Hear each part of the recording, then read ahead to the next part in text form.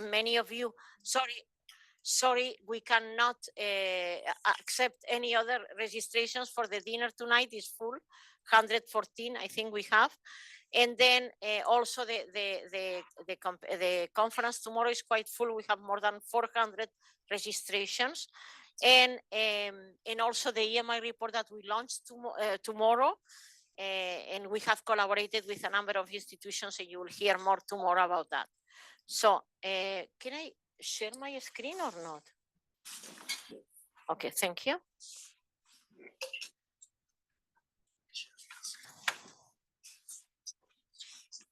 Yeah, okay. Because it's, yeah, can I? Yeah, it's So welcome to those in person and those online. Most of the finalists are here in person. And again, congratulations. Just being part of the finalists is a tremendous achievement. So very, very important that we have here representatives from everywhere, Brazil, Colombia, and we have also colleagues from Harvard. Can you see that? Okay, thank you. Okay. And yeah, so then we have a growing impact within the university, 117 EMI fellows, class of 2025, and our forecast is to have similar numbers this year. And then for the conference that you'll see tomorrow, please do attend, a great opportunity. And for the pitch competition, I will pass the word to Trisha, Joe, and Regina. Trisha. Thank you, Professor Casanova. Good morning, everyone. I'm Trisha Gogineni, and I'm an undergrad student at the Dyson School of Applied Economics and Management, and I'm the co-chair of the EMI Mark Mobius pitch competition. I wish all the finalists the very best. Good morning, everyone. My name is Joe Benson. I'm with the MBA MS program. I'm also an EMI fellow. First of all, whilst I'm a co-chair, I want to take an opportunity to just give you an outline of what it took to get here. We had over 51 applicants, and the journey that we have shared, Trisha, Regina, and a few others who are not present here, like Rukma, Rocky, Guru, etc. The journey that we shared to get to these 5 finalists has been incredible. And Professor Lourdes will tell you about how many meetings we have had, how many decisions we had to make to get to this stage. So first of all, congratulations to all the finalists for being here and to getting to this stage. Today is expected to be obviously a very exciting time. We have one of them presenting online, but we have got people from Howard, we've got people from Cairo presenting, we've got people from Brazil. I mean, it's a truly international occasion that we're going to be celebrating. What we're going to do is we're going to kick off with one of them starting straight away. I will hand it over to Trisha to go into the detail of how we're going to do our day as we progress, and also a big thank you to our judges for being here. Thank you very much.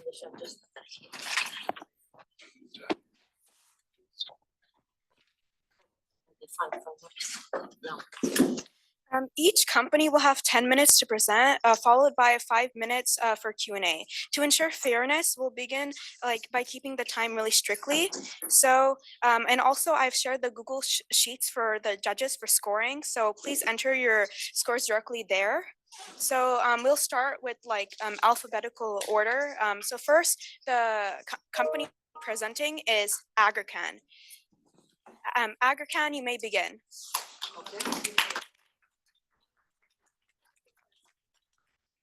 Oh, so the judges for this competition is Harun Chauhan, Peter Cornelius, Stephanie Koriji, Rustam Desai, Daniel Karimi, Joshua Tomer, Mark Mobius, John Nina, Monica Pachon, Stella Song, Howard, Vikram Varshney, Feroz Zen, and Daniela Cohen.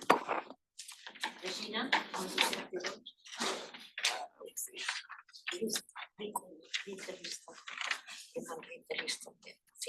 the finalists. We have 2 minutes. Okay.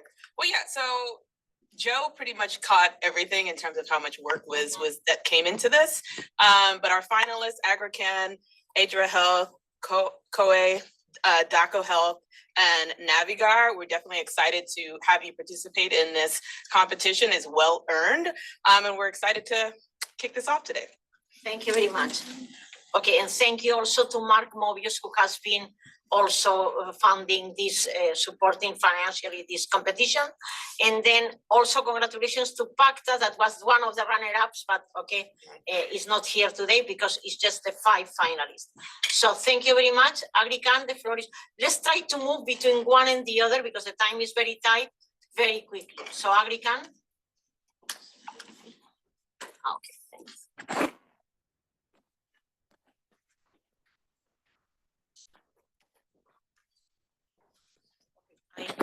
Arshia will keep the time. Yeah.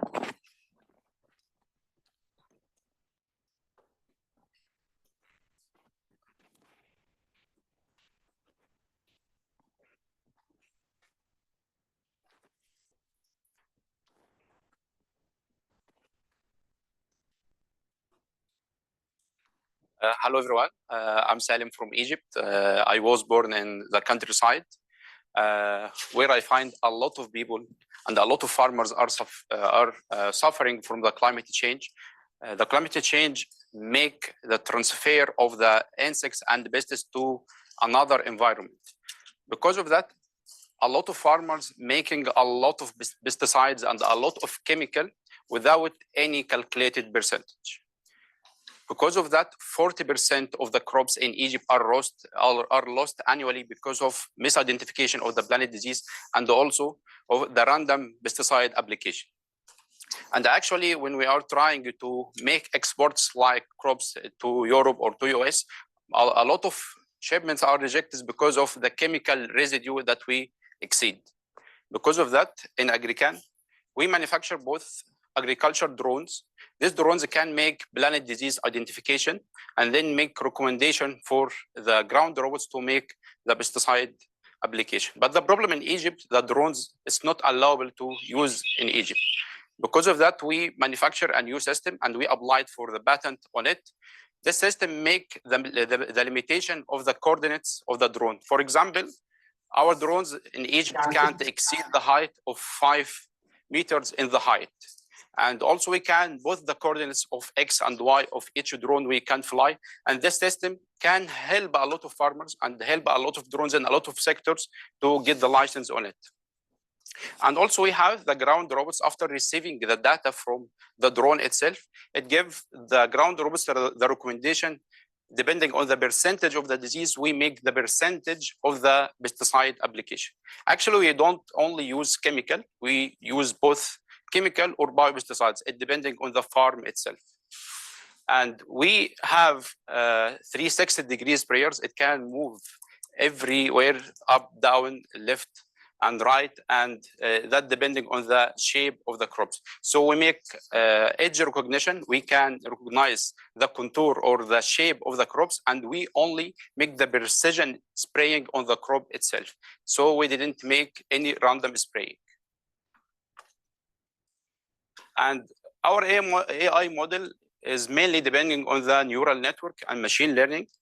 And this picture maybe show the pixels of each crop. And so we make like small cells. Each small cell of this contain, for example, different color and a different shape. And this shape, after we make the recognition of it, we add it on our system. And we actually in Egypt built our database, so we didn't make any extraction from outsourcing database like Kaggle or and so on. And we also using in the navigation system, we are using a LiDAR system. This LiDAR system enable us to make the autonomous movement and autonomous spraying. And we make the recommendation for the robot to make the planet who have a lot of disease will be sprayed firstly, and then make the priority for the most infected crops. And also we have inclination sensor. This inclination can calculate the slope of each land, because in Egypt, the land is not only zero service, it have a lot of slopes inside it. So we add this system in Egypt, and it works efficiently. And also the thing that we made in Egypt, that we can calculate the distance between each crop, and we recommend the sprayers to make the length of spraying. For example, if I wanted to spray 5 meters to reach the crop, I can. If I want to spray 3 meters, also I can. So our sprayers can reach to 7 meters for each sprayer. We have 2 sprayers in each side. We have 2 models. One of them can go effectively inside the greenhouse, and we have another one can work inside or outside in the open field. And we have our dashboard. This dashboard, you can control the pesticide, you can control the direction, you can control everything in the robot, and also we can abstract every data, and we can also make iterations of the data itself. The Egyptian market is very large. We have a lot of reclaimed areas annually. For example, at the end of this year, we will reach to 10 million acres in Egypt. And Egypt is mainly depending on the agriculture sector, because mainly 70% of the crops are exported outside Egypt. But maybe the last year, 75% of this shipment are rejected because of the chemical residue, because of the climate change, make a lot of harmful effect to the farmers. And we have, especially in our country, a lot of farmers left their job because it's not effectively. And when we categorize the Egyptian farm, we have 10% large farms and 90% small farmers, and they are the most suffering from these issues. And we have nowadays reached, actually this number is not USD, sorry, it's an Egyptian pound. We get revenue, we operated 2 years ago, and we get revenue for 2.6 million Egyptian pound. The 1 USD equal maybe 50 Egyptian pound.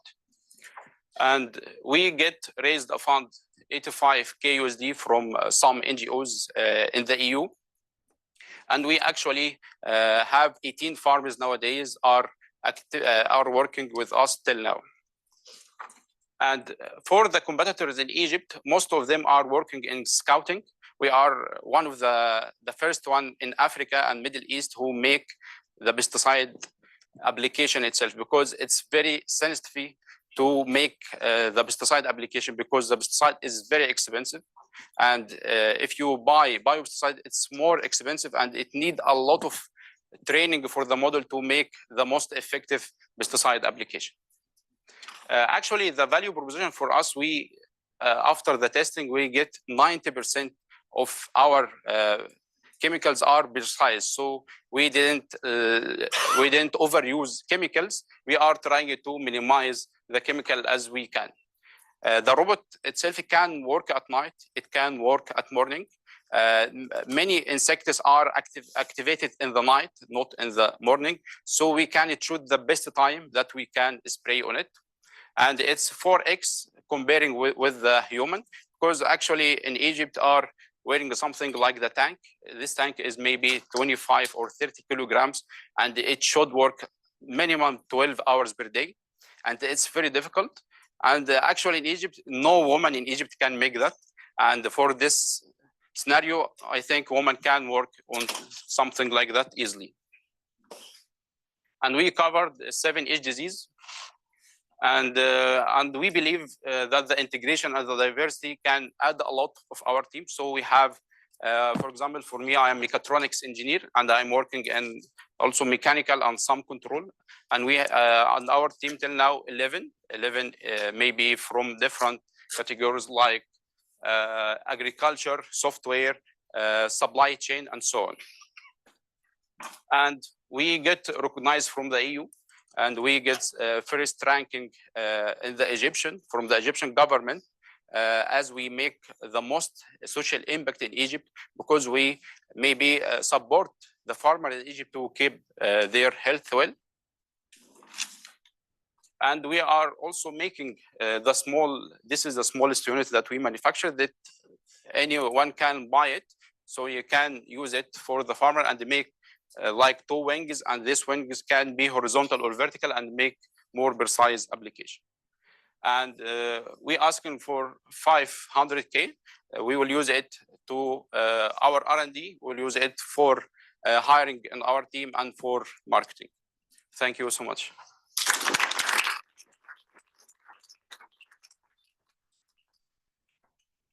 Yeah, finally. It's a two-part question, one's technical and one's sort of business related. Firstly, does GPS have sufficient resolution to target your equipment in the right areas? Because my understanding is GPS resolution is quite low. And then the second piece is, has your team done any work on IP protection, either in the drone or in the robot itself or in the data? Okay, for the first question, we are using the resolution for 10 centimeters. We have modules, it's called RTK.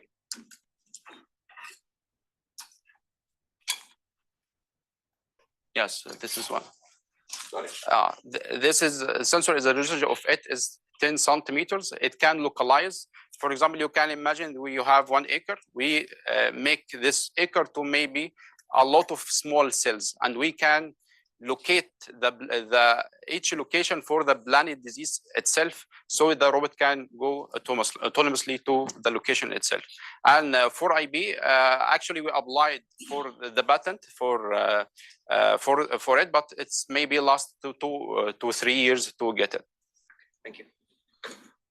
Two-part question. The Mobius price is $10,000. Can you tell us what do you plan to use it for? Second part question is operations. The robot that sprays the fields, you have to go through different terrains. Not everything is flat. How do you handle different terrains, soil conditions? That might make it difficult to operate. Yeah, actually, I will start from the second question. We make an innovation for the mechanical design. Our design for the width of the robot, we can adjust it depending on the width of the crop. So we make it adjustable. So if you want this robot with 1 meter, we can. If you wanted to make 2 meters, also we can. It depends on the architecture of the land in Egypt. For the first question, the 10K, we will use it to manufacture 1 robot. This robot actually can cost 9K, and I think comparing the manufacturer from US, in Egypt the salary is very low and the manufacturing is low, so it will support us to manufacture 1 unit. Curious as to the business model itself. Are you selling the robots or are you selling the service of operating robots? Yeah, the service is a subscription model. We are only working with 50 acres and above. And 1 acre maybe costs us for the farmer 1,000 Egyptian pound, maybe it's like 20 USD. And you said that you operate 24/7. Is the recognition from the drone, is that capable at night or is that only during the day when you can actually get good light? Yeah, actually, it have some light sensors inside the drone itself, and this light can move 360 degrees. For example, if you want to focus in some area, you can go on it and focus on it and take pictures and take videos, and you can make everything you want. And is it using IR for that? Yeah, we are actually using the LiDAR sensor. It makes the same function of IR. The LiDAR sensor is working 360 degrees, so it may be more efficient. Can you choose what type of pesticide you're applying based on the disease that is being diagnosed? Yeah, of course. The drone itself is responsible for scouting only. It can detect the name of the disease and the location of each disease, and the robot can autonomously go to the place that find this planet disease and make the precise amount of even its chemical or biopesticide. But do you have different compartments, different reservoirs? Yeah. Okay, I mean, yeah, it's like swarm robotics. They are communicating with each one, master and slave. The drone is the master and the robot is the slave. Can you talk a little bit about which crops are you starting with, or how are you approaching this market? Because you're doing a lot of things. You're doing hardware, software, multiple crops, multiple terrains. How do you think about lending and expanding the business? Okay, for me till now, we are working in 33 crops till now, but we're starting with tomato. We are starting with onion because I am from the Delta of Egypt. This is a place I was born on it. So I am starting from, because actually my family are growers. So I'm starting actually, and they are our first customer already. I'm starting with this crops because this crops is ground crops, and it's very difficult to make application for it. And for scalability, we have the small unit that I'm sure at the last, maybe costs 50 USD only. This unit can go inside it. You can be inside this unit from inside. This like umbrella, it protects you from any chemicals. You can go and hit it. There is a motor, he can push it and it can work efficiently. We have like 2 wings. This wing he can make extension for each wing and can control the amount of pesticide and can take pictures of each one. This only costs 50 USD in Egypt. So, and the natural question would be, do you have financials or projections that you could share? Oh, of course, I send all projection in Excel file, but we are potentially maybe targeting next year. We have new 5 big farmers in Egypt are joining our portfolio, maybe to reach to 200,000 USD next year, inshallah. Question. Can you please talk more about your team and what each of them are doing and if they are working full time on this? Okay, our team actually is a diverse team. We have mechatronics engineer, we have mechanical team, we have agriculture. We also have data scientists in our team, and actually we have a lot of advisors supporting us with the data set. And actually we have nowadays a lot of interns joining our team.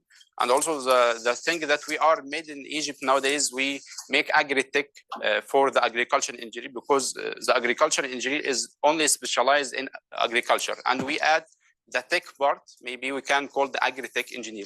So there is something we make on the impact. We make digital transformation for the farmers itself in Egypt.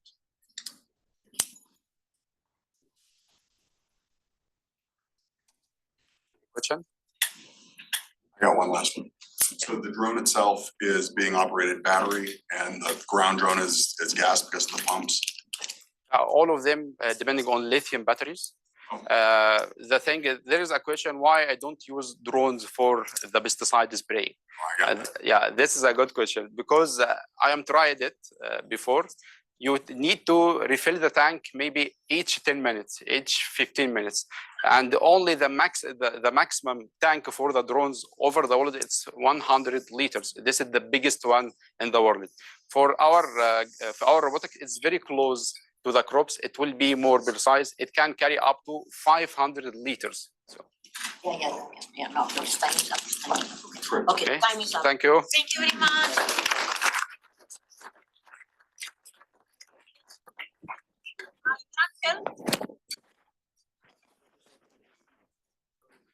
I'm sure I know how to use this.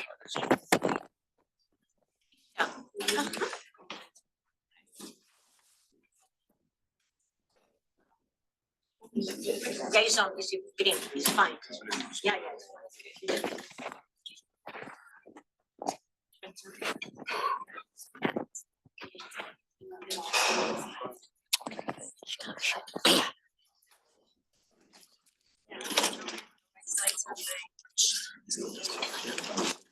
Because right here, the green light is on.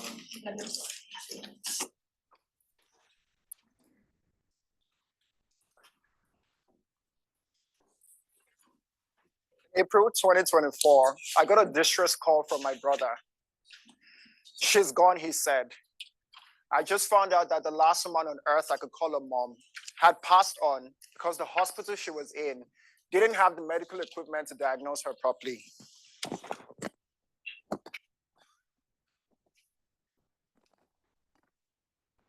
While this was painful to me, it wasn't a unique story. As over 80,000 Nigerians and millions in Africa die due to lack of access to medical equipment. Maybe understandably so, given the fact that over 70% of primary hospitals in Nigeria lack basic equipment. While this is painful, even more painful is actually realizing that in certain situations, many of this equipment actually exists, at least to improve the situation. What do I mean?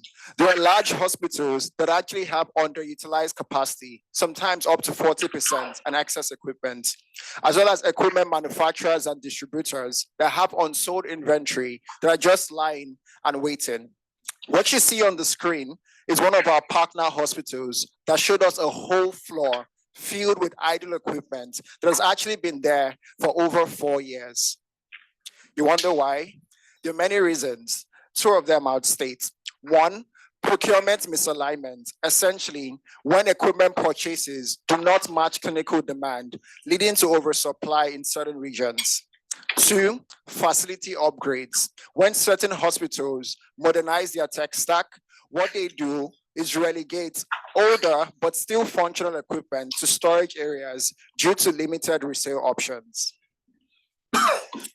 AIDRA Health is turning this inefficiency to an opportunity. We've built a marketplace that enables healthcare clinics in need be able to contact providers that have underutilized as well as excess equipment. These healthcare clinics are able to rent, lease, and access on a pay-per-use basis important and vital equipment. And so for the providers, this is improved utilization, it is more revenues, and it's also a decluttering of their storage space. And for the healthcare clinics who are renting, this is access to equipment that they cannot afford. And for some of them, it's also a shift in the perspective in how they think about medical equipment from fixed cost and capital burdens to variable cost. So this means they could essentially do more with limited budgets and expand their service lines. AIDRA Health charges a 20% transaction fee on equipment bookings made through the platform. We also have a complementary operator network to help healthcare clinics that need more than just the equipment access. And finally, we have an equipment management platform to help hospitals manage their inventory better. We're starting with portable equipment. So think about the likes of diagnostics and imaging equipment like portable ultrasounds, portable x-rays, as well as ECG machines, essentially the kind that can move from place to place with limited risk to damage. We work with third-party logistic providers and insurance coverers to ensure a smooth operation and that equipment are able to get to those who need them. We've tested this across some of our key customer groups, and they find this very resonating. To them, AIDRA Health stands out from the crowd. The landscape includes a bunch of players, and I'll just highlight 3 of them. First, traditional medical equipment providers, essentially the likes of GE and Philips, who are able to provide high quality equipment, but at price points that are not accessible by many healthcare clinics in Africa. A second will be emerging digital platforms that seem to provide a bit more affordable medical equipment, but do not provide short-term rental options, still inaccessible by many healthcare clinics. Third will be local brokers who try to connect healthcare facilities, but these are very informal, fragmented, and there's a lot of information asymmetry. And so against all of these, AIDRA Health stands out across 4 key areas. 1, we are way more affordable. 2, we're way more flexible, allowing hospitals access the equipment they need for the duration that they actually need it. 3rd, we leverage existing resources in the system. So this means we're actually complements to the system. And 4th, our timely and unrestricted access. We're very intentional about seeing that the economics behind this model actually works for the healthcare clinics that we serve. And so this means that the pricing on our rentals actually captures and takes in cognizance projected patient volume for the healthcare clinics that we serve. This is an example of an ultrasound. And essentially, we expect that healthcare clinics that actually rent this for a day are able to galvanize at least 5 scans. And so at an on-the-surface rate of $15 per scan, with just $75 on a day, they're able to break even and borrow this. With this confidence, we're tackling a $20 billion market, and our financials estimate that in year 5, we'll get up to $12 million in rental revenues, AIDRA Health capturing $2.5 million of that portion. And we're looking to break even in year 3 and rise up to 20% EBITDA margin on the 5th year. We started in 2025 and built our platform, and I've deployed 2 pilots that have worked with 2 healthcare facilities, serving over 100 patients. We're looking to do a hard launch in 2026 and reach up to 280 clinics. The year after that, we're looking towards 4,000 clinics across 5 states in Nigeria. And in 5 years, we expect to reach many more Nigerian states, as well as 2 additional countries in Africa. We're actually quite confident we could do this because we've identified partnerships that give us immediate access to over 25 Nigerian states with presence in also other sub-Saharan African countries. Along our journey, we're going to start to look to diversify the kinds of equipment that we serve. I talked earlier about how we're starting with portable equipment, but at some point, we're looking to introduce what we call a central equipment sharing model. Essentially, for equipment that you can move easily from place to place every day. Think about CT scans and MRIs. And so in this model, it's actually relocated to a partnering facility where it can serve the communities around them on a pay-per-use basis. Finally, at some point in the near future, we're looking to deploy what we call a mobile care connect, partner with mobile healthcare clinics, giving them the resources they need to continue to serve rural areas across Africa. We're super passionate about this problem. We're a lot more confident in the team that's behind this. My name is AGRICAN. I have over 5 years of experience in McKinsey & Company, where I worked with public and private healthcare stakeholders, tackling some of the toughest problems in healthcare in my continent, including equipment allocation. I'm currently completing my MBA at Harvard Business School, and it was there I met my co-founder, David Bond, a Harvard-trained medical doctor with over 9 years of experience in healthcare, with experience including Mass General Brigham. David brings in extensive expertise tailoring high-quality healthcare to underserved populations. We're lucky to also have Torisha David, who has worked in some of the best financial institutions around the world and is an MIT grad.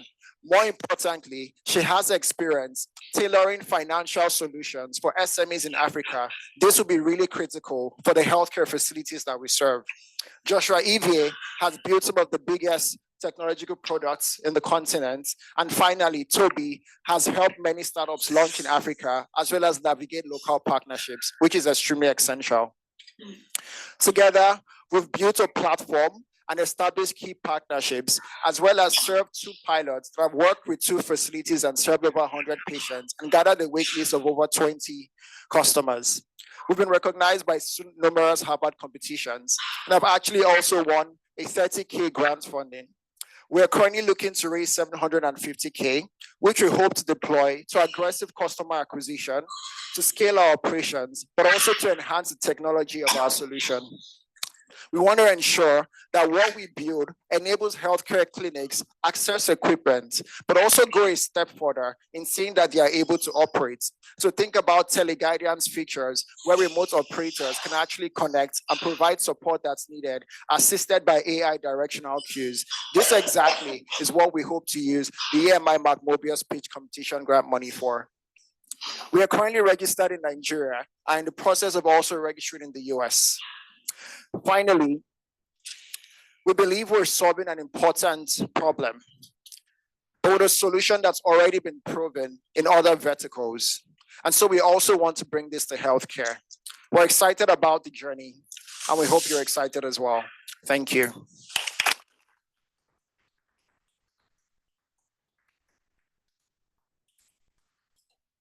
I just have one thing. See me afterwards. I have a contact for you.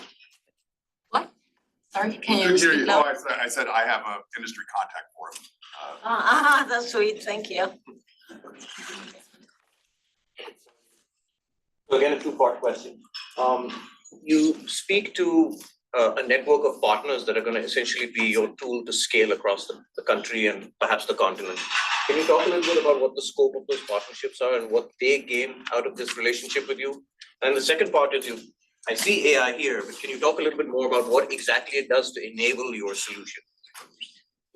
Thank you. I'll start with the partnerships. We have different categories of partners. starting simply with associations, and associations where healthcare facilities and healthcare clinicians are actually integrated. I'll give two examples. One is the Healthcare Federation of Nigeria that already has over 4,000 clinics, and we have a partnership with them, as well as the Women's Health Nigeria Association. Second will be diagnostic partners. We have a partnership with MDAN that actually has centers across 25 Nigerian states. I talked about a centrally shared equipment model where partners are able to relocate their equipment to another facility. MDAS would gain from that. I think a third partnership will be with financial institutions. So we have a partnership with Stanbic IBTC, who's eager to provide insurance, but also what they're actually looking to gain is also provide credits to many of the healthcare clinics would actually eventually come across with. On AI solutions, here are a few use cases. I wouldn't go through all of them, in which we want to use AI to make our operations more efficient. The one I talked about specifically was the AI-assisted operator guidance. So yes, equipment access is a problem, but we are not ignorant of the fact that many hospitals would also need support in actually using some of this equipment. And so we want to provide teleguidance support, but also see that they're able to have AI directional cues as they use some of this equipment. A practical example would be an ultrasound, ensuring that people are actually able to use it well and have the guidance that's actually required. Thank you. I have a question on the maintenance of the equipment and the certification. So who is doing what and where the liability to the company? That's a great question. So right now, I think similar to how other sharing economies work with Uber, Airbnb, the main liability falls on the provider of the equipment. What we're essentially is a marketplace and we're asset light. So this means that the providers of the equipment actually still have the liability for their maintenance. However, since we're involved in the transit, we provide insurance for damages during transit and also ensure that checks are performed at pickups and drop-offs to ensure that if there's any damage, we know exactly where, and that's easier for insurance companies. Following that question, is it working? Question one. Okay, following that question, now, not working. There's a little lag. It'll work. But I can hear you actually. Okay. Zoom working. I appreciate that you outlined the beachhead market as diagnostics. Still, there is training for these diagnostics, maintenance, calibration, and as a marketplace, you sort of passing the responsibility. So how do you approach this complex kind of supply chain? Again, responsibility, but there's things there that you need to consider when it comes to diagnostics. 100%. I think the simple answer would be starting to actually build a marketplace in its true self.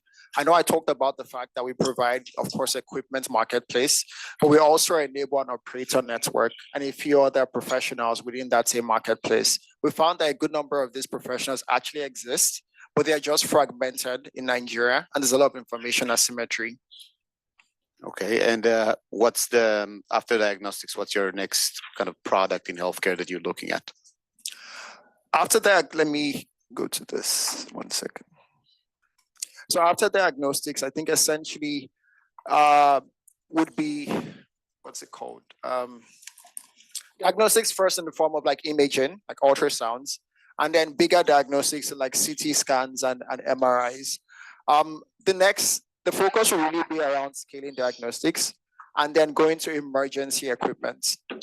So there are a lot of also emergency use cases in the country where a good number of people die because they don't have quick access to life-saving emergency traumas. But it's important we actually nail diagnostics first, ensure that we've built out the network, because emergency service requires like a speed that I would say we don't currently have, but we could service for diagnostics. So it'll be on emergency equipment. Okay, thank you.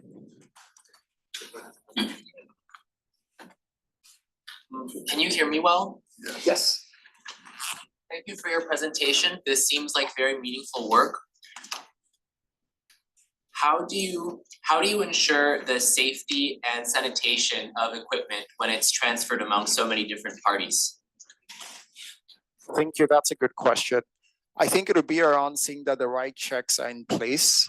As an international student or international here in the US, I recently used the U-Haul and I was quite impressed by how much checks they actually have in place before, for instance, and after returns.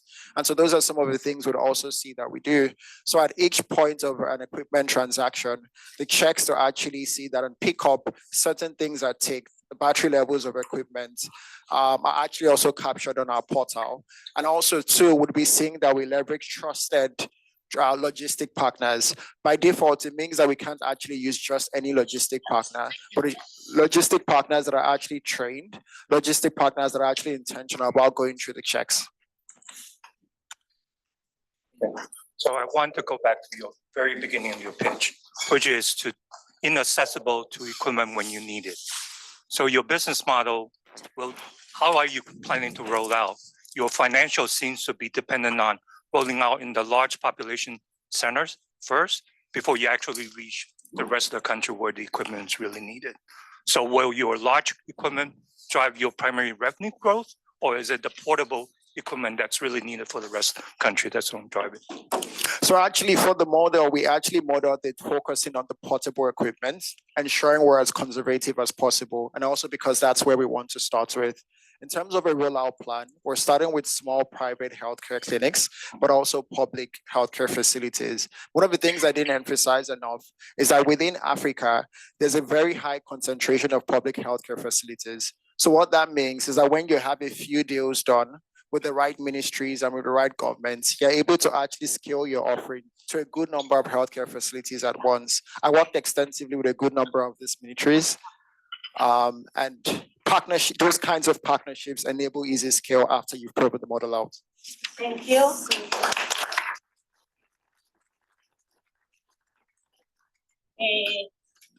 COEH online.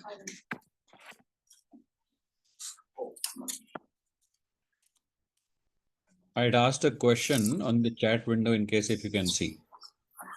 Okay, thank you. And he will answer you online because we have no time. We have to be very strict. So now COEH, and COEH is online.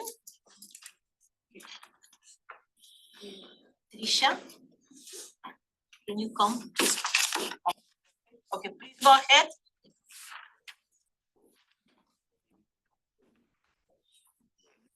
Is there something from COEH? What? Luca. So Luca, can we see if I have? Sharing, sharing. Luca? Right? Yeah. Luca, are you there?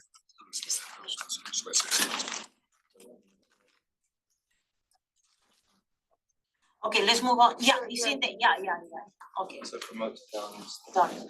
Okay, so Luca, the floor is yours. Please go ahead and share also the PowerPoint. Well, the PowerPoint, we have it here, we'll share it ourselves.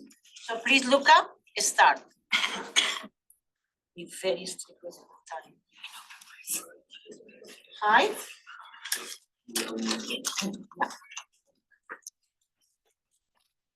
You are unmuted, please go ahead. There Thank you you, are. Luca. Hey, Luca, are you sharing? Yes, I am. Okay. Just Yeah. Please go ahead and introduce yourself first. In the online, we'll let you know when the time is up. Thank you. Yeah? Please go ahead. perfect. Are you listening to me? Yes, very well. Please go ahead. Perfect.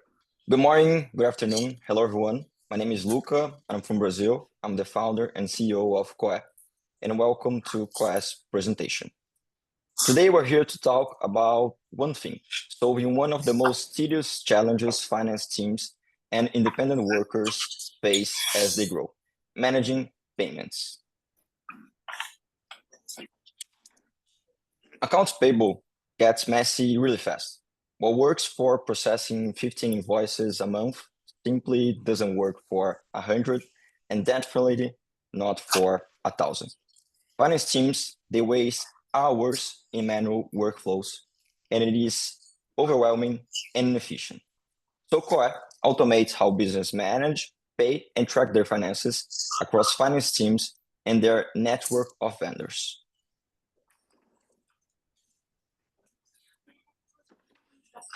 Based on our research, nearly 70% of AP team's time is spent on manual data entry, 70%. And I don't know about you, but my ideal work week definitely doesn't look like that. That said, I've already prayed sometimes for automation on a Monday afternoon before too. Timing matters a lot here. Today, timing matters a lot here.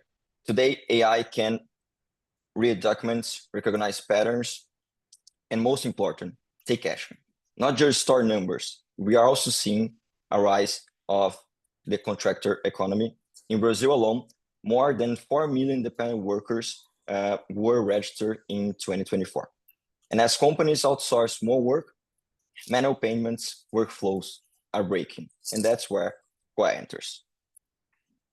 We decided to start in the creative sector, where agencies, producers, and brands hire creators, designers, musicians, and filmmakers at scale. It's a massive market, representing 3% of Brazil's GDP, with over 2 million registered businesses expected to double by 2027. So to start COEH is a B2B platform. We started on the supplier side, automating every invoice request and receipt through COEH. We reduce errors, we accelerate payments, and we connect every vendor to a unified financial network. Invoices are created, validated with AI, and sync automatically with our client's ERP. Just last month, we closed 3 new contracts, including one of the second largest marketing agency in Brazil, named Spark. We are now processing 6,000 invoices monthly, giving us the proof of concept that we needed. Our model is B2B2B. Each new company brings hundreds of new vendors to COEH organically. These vendors, they gain access to financial tools, automated invoices, payment in advances, accounting, and more to come, all powered with AI. Our vision is clear. COEH is building the financial operating system for the new generation of companies creating in Brazil. Today, we generate revenue through our accounts payable automation, charging $1 per invoice processed, and through our vendor SaaS, which costs us $15 per month. We are now processing 6,000 invoices, and we have 400 vendors paying for our SaaS and accounting. On top of that, we earn from transaction-based revenue. We just launched this month our payment advances feature with 5% fee, and next year we will launch our credit card operations. This mix allows us to scale with every client. The more invoices flow through COEH, the higher are our recurring and transactional revenue it becomes. By 2026, we project 120,000 connected vendors, creating a large recurring revenue base and a growing layer of financial transaction on top. As our vendor network expands, financial products become the main driver of our growth. By year 5, nearly 70% of revenue comes from financial services itself. On the cost side, our structure is simple and effective. COGS covers financial APIs maintenance, OCRs, and cloud structure, while sales and marketing begins around 40% and gradually drops as organic network effects compound. G&A is mainly focused on accounting operations, compliance, and support. This creates a compounding margin over time that we will reach 40% EBITDA by 2030. We compete with legacy accounting software, B2B payment processors, and vertical SaaS platforms. But we automate the entire chain, connecting payers and vendors through shared financial data. Our biggest risk is entering a crowd market with strong incumbents, where our mitigation is exactly our differentiation. We focus on automating the chain itself, creating a B2B network effect that expands organically with every client. Adoption can be sometimes slow for financial system, but we start where the friction is the lowest, where invoices are sent and received, embedding COEH naturally into existing workflows. I may be a first-time CEO, but I'm surrounded with people who have done this before, a team that's built, shaped, and scaled fintechs across Latin. Rafael, our CTO, and Renato both come from Neon, one of the largest neobanks in Latin America, while Lohan was part of the tech staff of Sodexo. Renata comes from Key PMG, brings deep experience in financial operations and product process. And Fernando, our COO, was the first partner at Leite Saúde, where he helped to grow the company from 0 to 10,000 customers.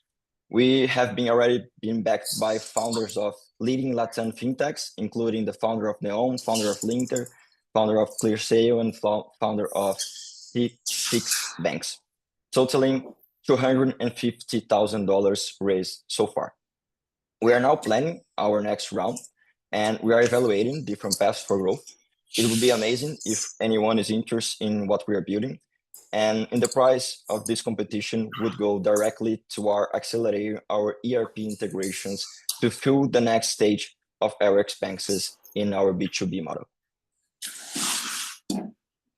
Thank you a lot.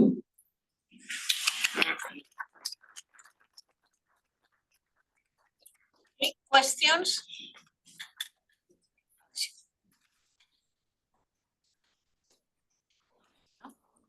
No questions? No questions? Yeah. Okay, please go ahead, Tamer, and then Rustam. Tamer? Hello, can you hear me? Yes, I hear. Okay, thank you. Yeah, how do you plan to compete with the big companies in the space? What's the secret sauce? Why now? Perfect. Just a second. When talking about the big companies in the accounting space, they mainly don't talk about the new generation and the business that are being registered right now. And as we start in our B2B side, the supplier side, every time that he needs to pay someone and the invoice is received, it comes COEH. So we are with a company that is creating this new business.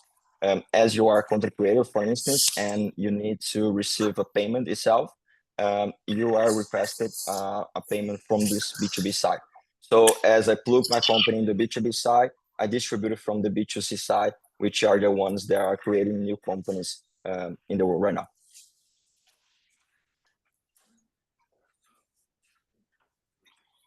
My question relates to, as you scale your business, the value proposition, the way I see it for small enterprises is very clear and it's kind of strong, which is great.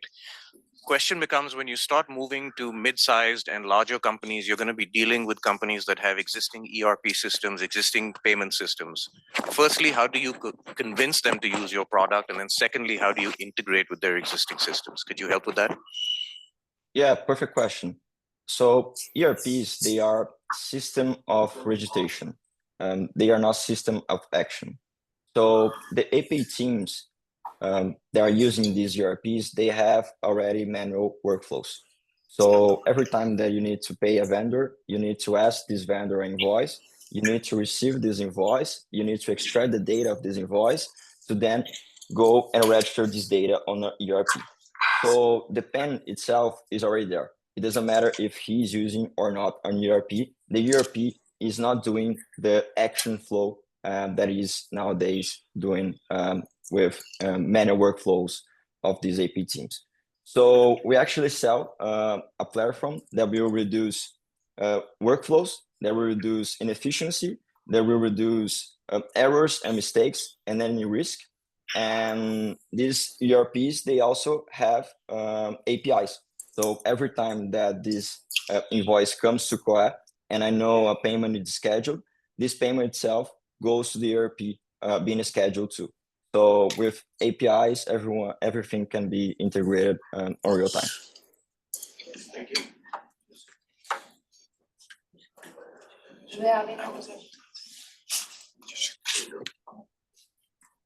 Do you have any specific industries as your beachhead market? Yes, the creative economy. We have been entering on agencies that hires a lot of vendors, and the majority of them is content creators. So the content creator itself, it's a person that in the majority of these scenarios, they don't have a degree or something like that. They just started creating videos online, and then a company needs to hire them to create a content around a business or a product itself. So this agency is the one that hires 1,000, 5,000, 10,000 creators monthly to these companies to do the marketing of these products. And this side, our vendor side, is someone that has the pain of professionalization and wants the money on advance. And also this one is the side that needs to manage 10,000 vendors monthly to pay it itself. So we are entering with a beach hat on the creative sector, and we have seen some traction in marketing agencies and producers too.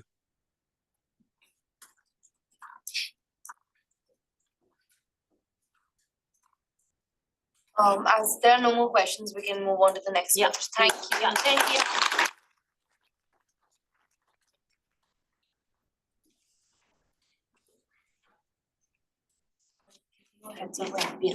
Empieza, preséntate. In a rural town in Colombia, Maria holds her febrile baby. Oh, sorry. Microphone. She has it on. Check it. I just want to give you your slides back. Thank you. Empieza, por favor, que no tenemos tiempo y se nos Okay, yeah. As I was saying, in a rural town in Colombia, Maria holds her febrile baby over the night, waiting for the nurse to open the health center in the morning.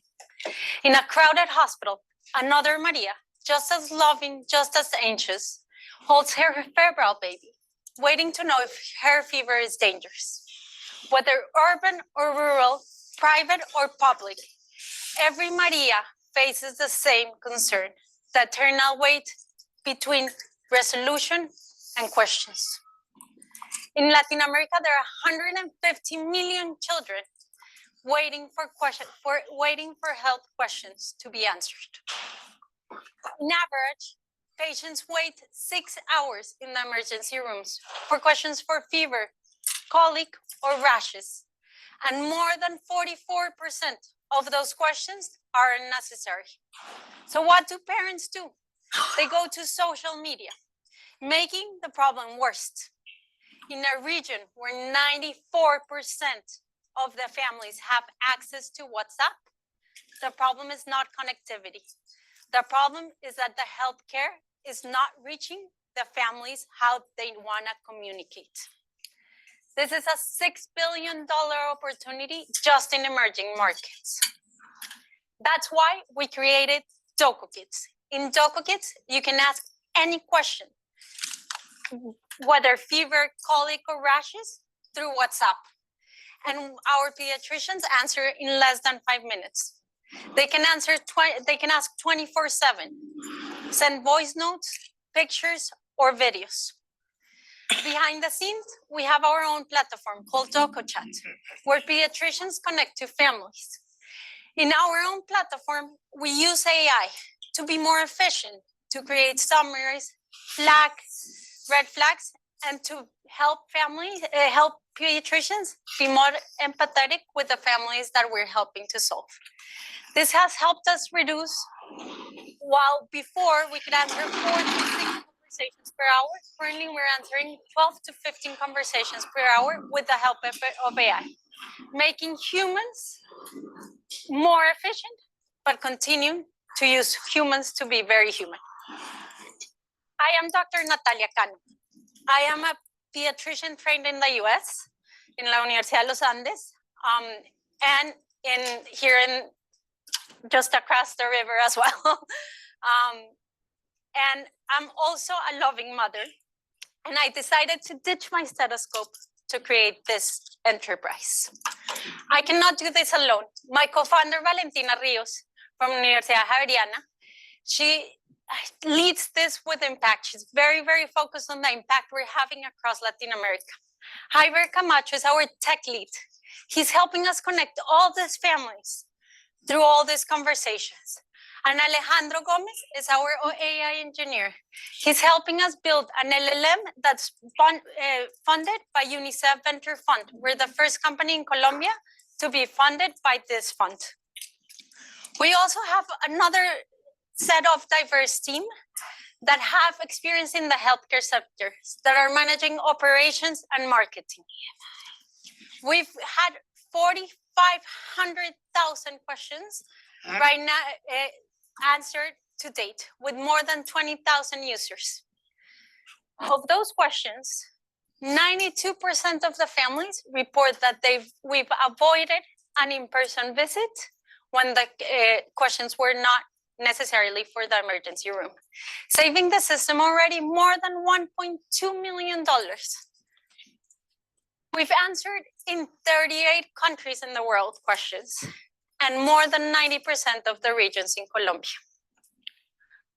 Our model is sustainable by design. 90% of our model, of our revenue comes from B2C subscription. There in Colombia, a subscription is $15 a month. That's more or less how much it costs to go and come back from a clinic, but this covers the entire month. We also have different subscriptions in other parts of the US. So if you're logging in right now to check, it will be $29, what you will see here in the US. The other 10% of our revenue comes from B2B partnerships, NGOs, schools, educational institutions. So now where Maria works or where her child goes to school also gives her a subscription to DOCOKIDS. Our cost of acquisition is only $10 and our lifetime value is between $100 and $250. We've grown more than 30% year over year. And we're projected in the next 3 years to increase that by decreasing churn, maintaining the same cost acquisition cost, and increasing our market.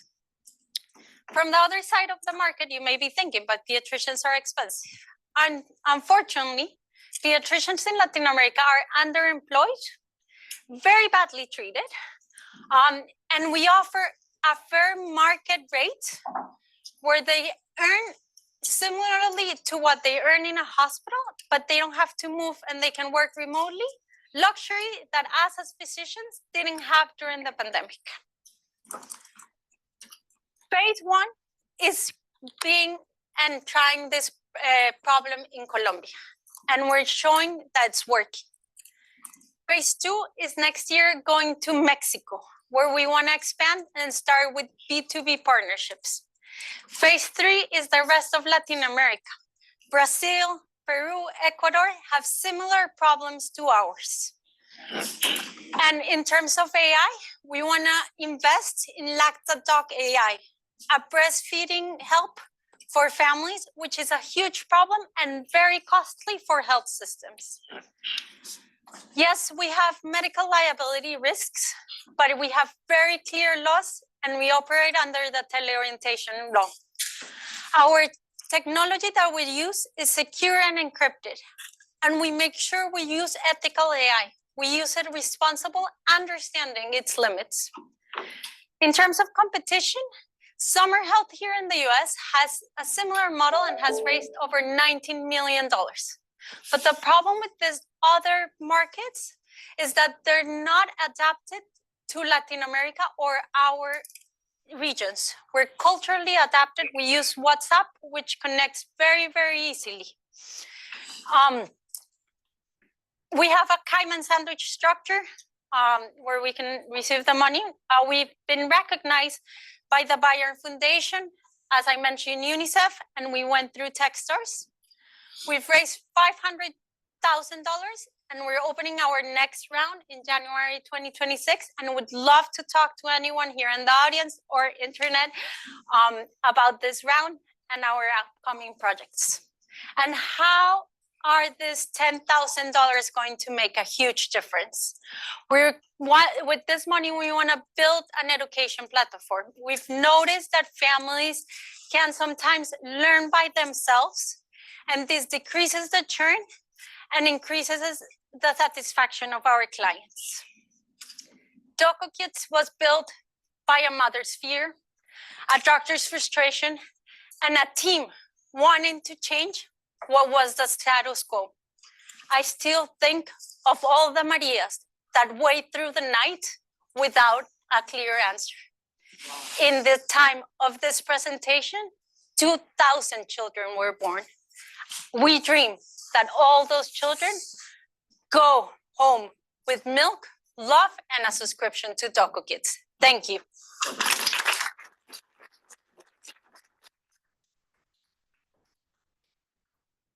Dr. Cano, a great presentation. Thank Very you. impressed. Two questions. First, quality control.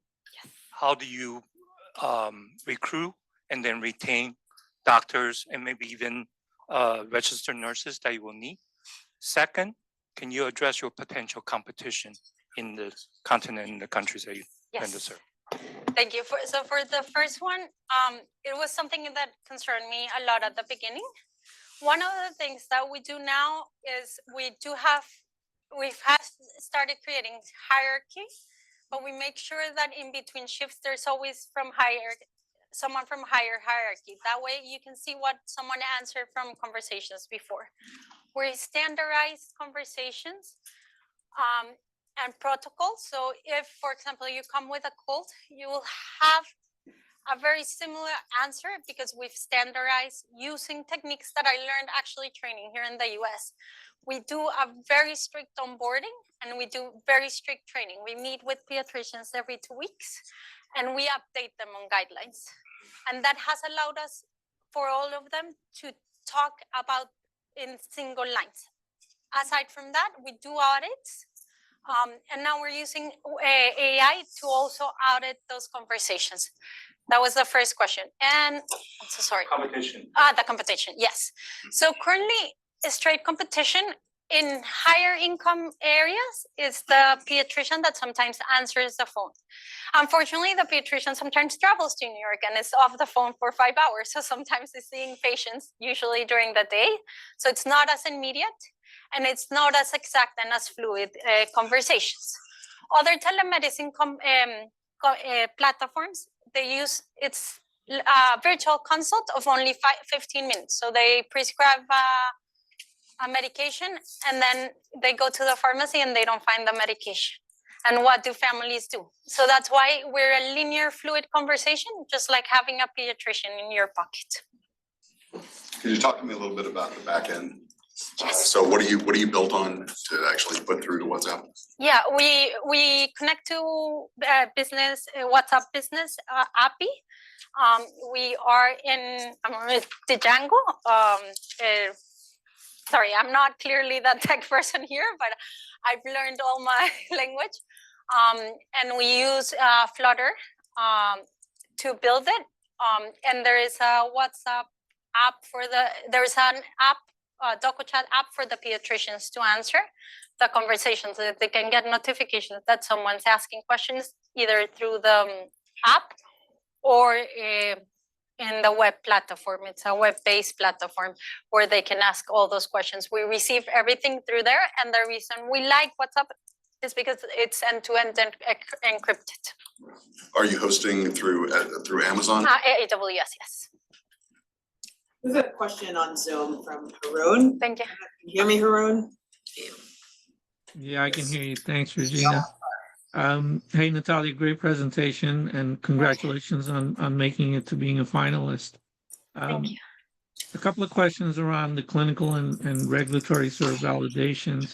How are you ensuring quality of care and compliance as you scale the AI sort of component to this and across multiple countries, right? That's the first question. Second is, how do you handle false positives in the medical advice that's given and ensure continuous model validation? So in terms of quality, as I was explaining before, we have different mechanisms. I don't know, I worked a lot with patient safety, and there's this Swiss cheese theory, right? That you see the block, but once you cut it, it has the holes on it. So the more areas where you audit, you do good onboarding, you train the people, the more blocks you put, the lesser the safety concerns or regulations are. In terms of country regulations per se, each country has its own regulations, or there are countries like Mexico or Ecuador that are unregulated in terms of telemedicine. So those countries you would amplify and you would adapt to how other programs and systems are already doing it. So each country is individual. In Colombia, there is a very clear law of how we operate. So yes, the entrance to each country will cost around $10,000 to $20,000 in terms of legal fees and adapting to that. But in terms of the earnings that could represent a single country, it's not comparatively too much in those terms. And in terms of false positives, we are very clear in different things in healthcare. One of the things that are very important is that, and that's very important for patient safety and was discovered actually in aviation, is a clear communication between the physicians. So we have a group within the physicians where they can ask any questions. If I'm not sure about what to do with this rash, don't say something you don't know. Ask in the group. And we help in the group a lot and have created a community. That's very different from a lot of healthcare systems where ego helps and works a lot of bad things. So we're very clear, this is an open conversation. So that's the first one that helps us go. Second, if you're hesitating to send them to the emergency room, send them to the emergency room. We're not physically seeing them. If you're hesitating, that's the law. You're hesitating, go. It doesn't matter, explain to the family. But how can we be helpful also going to the emergency room? Reminding them, for example, to take chargers. Everyone always forgets to take the charger to the emergency room. And that's very, very critical when you have a little kid crying. So we tell them, hey, this is the list, pack this before you head to the emergency room. We check on them. And so what is this monitor about? We've talked with thousands of families when they're inside the hospitals, because the hospitals are weird and they have weird screens. So we're not only there like as a triage service, whether to go or not, we're really just a pediatrician friend that goes with you everywhere, anywhere, here to New York, to Japan, to India, wherever you are. So you're mentioning just a quick follow-up question to that. Yeah. For the Doco chat, the AI assisted, so is there a live physician monitoring that chat? I'm trying to understand how hallucinations or false positives are sort of handled from that perspective. Oh no, there's always a pediatrician answering all the questions. There's always a pediatrician on call. If you text, well, we're done. There's always a pediatrician on call for DOCOKIDS. So, thank you so much, everybody.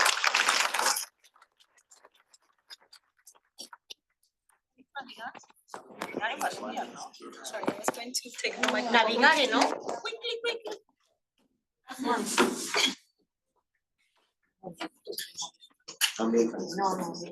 No, because we don't have time. Yeah, because we have the name of your 8 more NAVIGARE. presentations. Yeah. This one.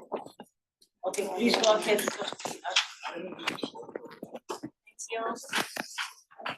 Hello.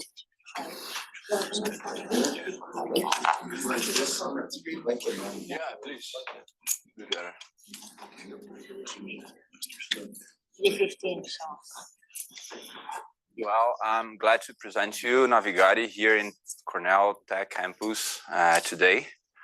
We are an AI native infrastructure for global trade compliance platforms. And we are Murilo Arabadi, who is a civil engineer with more than 10 years of experience in logistics and transports optimization softwares. Pierre Luigi, who is a computing engineer, an electronic engineer specializing in computing, holding a master's degree on AI, language models, and neural networks in Politecnico di Torino in Italy. He built more than 30 people AI team for autonomous drones back in Brazil. and myself, who am a lawyer specializing in economic law and with an ongoing PhD in Paris 2, Panthéon-Assas, specializing in public law and legal systems theory. Past year, we had more than 40K USD revenue from one of the largest Brazilian trading companies and some other transnational companies. This year, we are achieving around $640K ARR with 200 guaranteed in already formalized contracts. And we already have an approximately 400K USD in our sales pipelines. We're building the global infrastructure for international trade compliance in a world where it's becoming more than a technical and operational niche, and it's becoming a strategic resilience capability for transnational companies. There are more than $9.7 trillion at risk in relevant trade lanes, threatened by the changing geoeconomic and geopolitical order. And we began with Brazil, which is Latin America's largest and one of the world's largest economies, and one of the big players in international trade market, but one of the most complex and less efficient customs system when it comes to customs performance, according to the World Bank.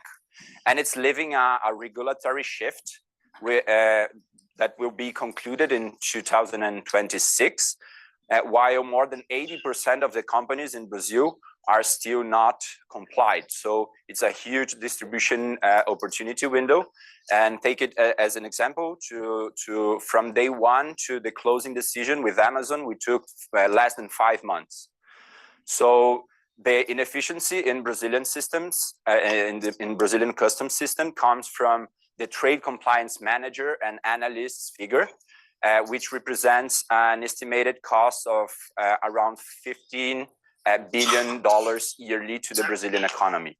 And their workflow consists in collecting data in sparse basis, defining the tariff classification of goods, and complying and registering the product's information in the customs authority systems.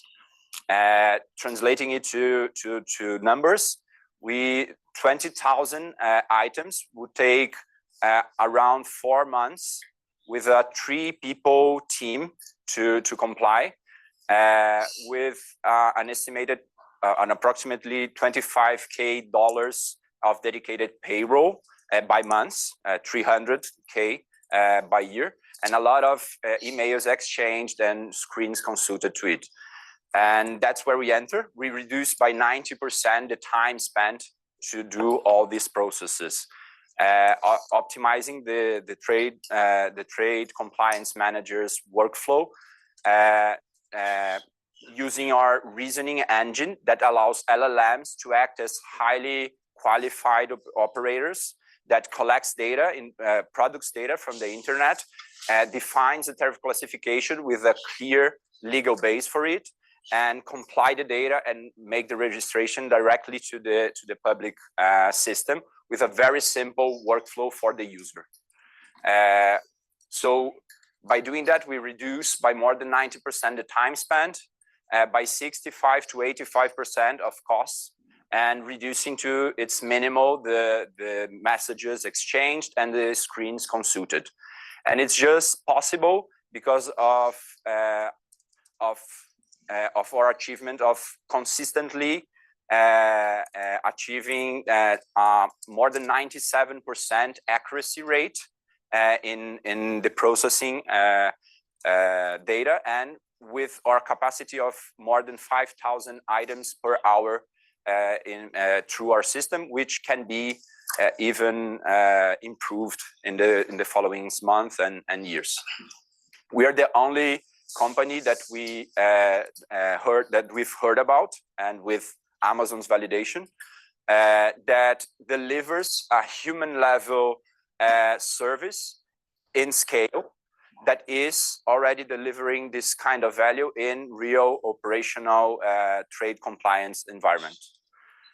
We have the right partners and clients to scale globally from Brazil, from Amazon, here from US, to CATS, which is a British trade compliance company, and an external consultant from the IDB, who led the process of implementing the new customs system in Brazil, and who has a broad network with the customs authorities all around the world, from Singapore, which is the major reference in the world in this field, to Mexico and Uruguay, Argentina, and here in the US, and so on. And this leads us to a $500 billion trade compliance market worldwide, a growing $34 billion yearly trade compliance tech markets worldwide too, and leaving us a market of at least $300 million annually in order of magnitude. We are actually fundraising $270K in a 5.7 million USD valuation, to be used half in sales and marketing, 1/3 in R&D, and the rest in our back office operations. We are backed by Lovable's VC investor Antler, which is one of the world's most active VC funds, and some key strategic angel investors, as the founder of Atomic Fund, which holds 25% market share in crypto high-speed trading in Latin America.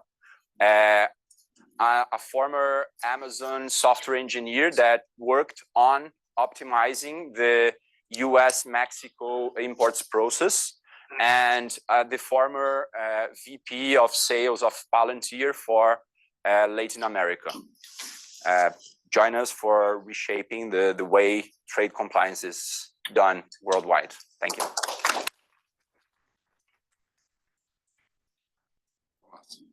So I notice you're looking Europe, America. What about Asia? Yeah, sure.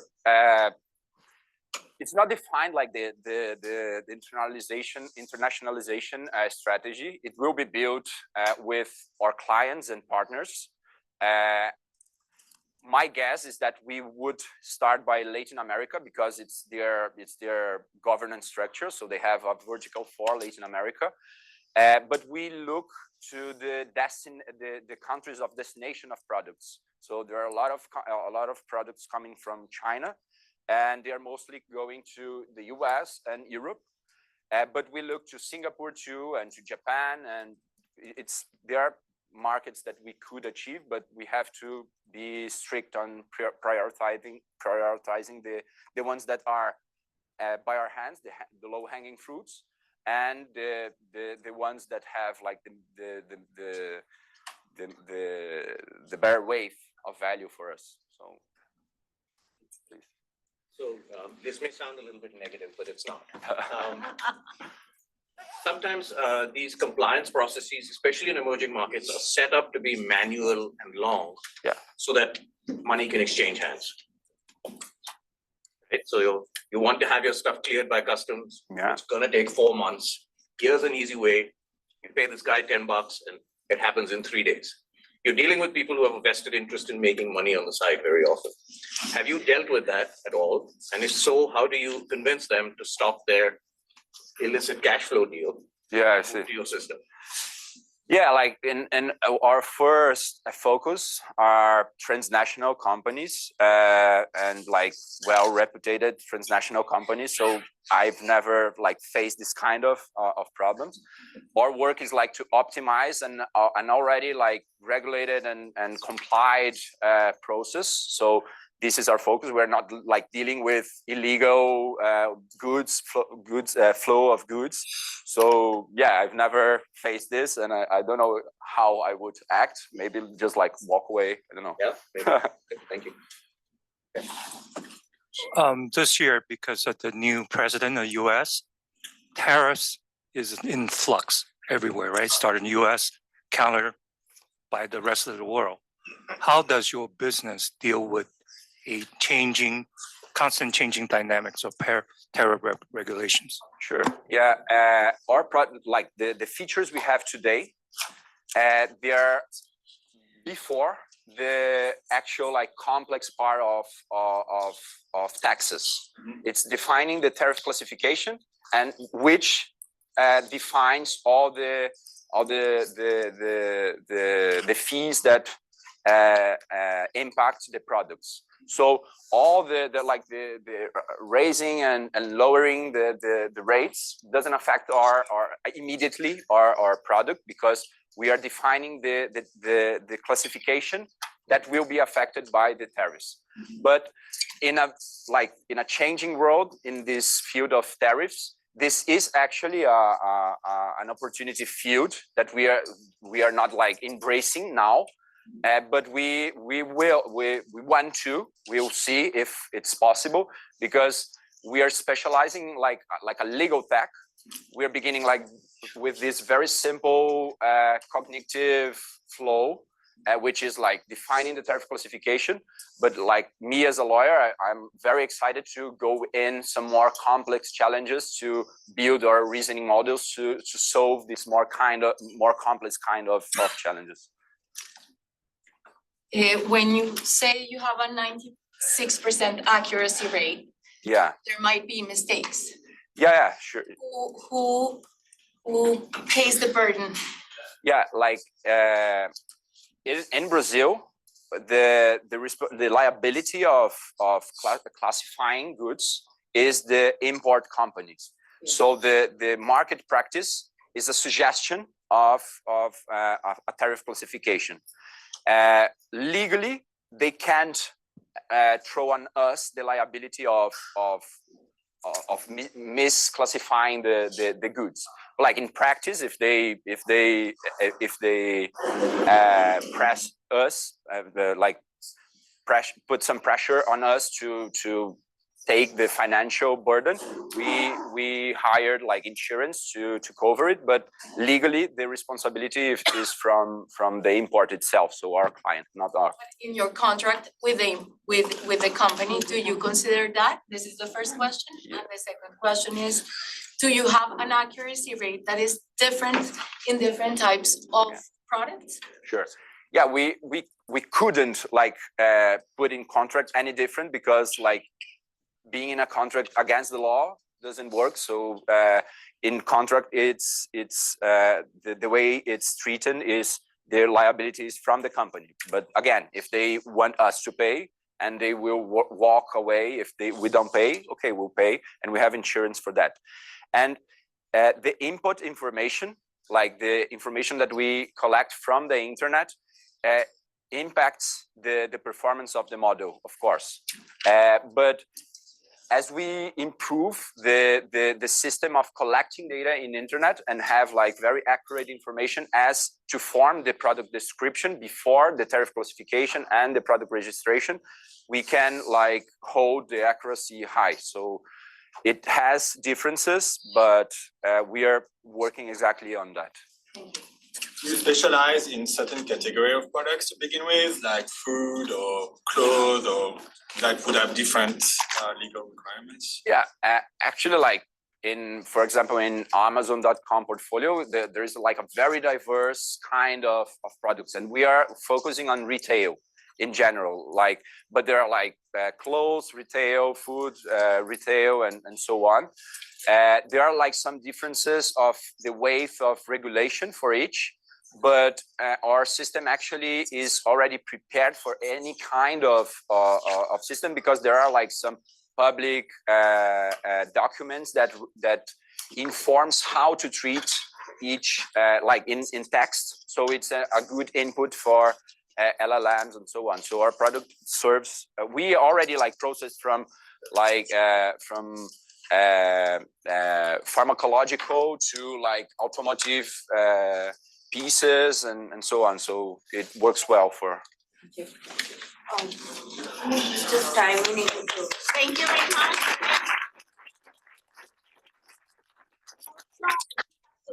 Traveled all the way from Brazil, so I don't think you have just arrived much last night. So thank you. Colombia also, you traveled so very, very Would you good. like it? And I know that you have a baby, because during the competition, she had a baby, so sometimes I said, oh no, I cannot talk. Everybody listening. Anyway, so then I saw the evaluations coming, so we want deliberation, so Karun, Daniel, Peter, Stefan, Rustam, Daniel, Joshua, Mark, and John, Monica, Estela, Howard, Vikrant, and Fairuz. Please follow Trisha, yeah, to the room 228. 1 second, the room, yeah, 228, and also there will be a new Zoom for the deliberations. Joe, you want to say a few words? And we are moving immediately to the pitch competition. Really, a round of applause to the committee, to the participants, and to the judges. Great job. Thank you very, very, very much. I just want to say thank you. We're concluding this, but well done to the participants. No matter who the winner is, everyone's a winner. Judges, please follow Trisha to the room 228, and we look forward to the case competition next. Thank you. Thank you. Okay, so we are moving to the case competition. Please, judges, sit in front, move to the front. Judges are Juana, who will be joining online, John, Diego, Andre, Veneta, Mariam, Juan Alberto, Michelle, and Boris. Please sit here, and we are going to have a short presentation by Deji, Zara, Fiorina, and Emma. Please. Thank you, Regina. Thank you, Trisha, Joe, and all of you for a great, great job. Thank you. Please pick up a teacup as a way to thank you. John, please, yeah. Yeah, hablamos. Yeah. We'll talk about it. Sandra. Yeah. Muy bien, por favor. Yeah. Wow. Yeah, por favor. Okay, so, Regina. Yes. Okay, so please, case competition judges in front. Deji is sharing the rubric. Thank you. Please remove the rubric for the pitch. Emma, remove the rubric from the, because for the case competition. yeah. So now Emma, Deji, Fiorina, and Zara are showing the. So we'll start.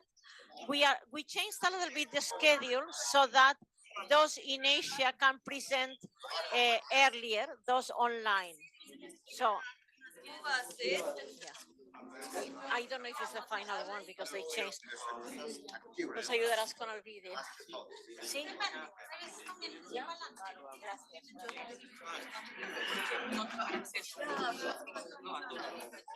No, pero volver a dar con el email de... Ya, vale. Exacto. Just to, por mí, no quiero que me quites completamente, pero sí, por favor. Ya. Sí. Ya. ¿Cómo? Sí, os vais donde queráis, claro, a disfrutar. ¿Habéis visto el For Freedom Park? Eso es a más. Tenéis que al salir a la izquierda. Yo los llevé ayer. It's the best views of Manhattan. O sea, you get out and you walk just 10 minutes. Al final, For Freedom Park, Franklin Roosevelt Park. Okay.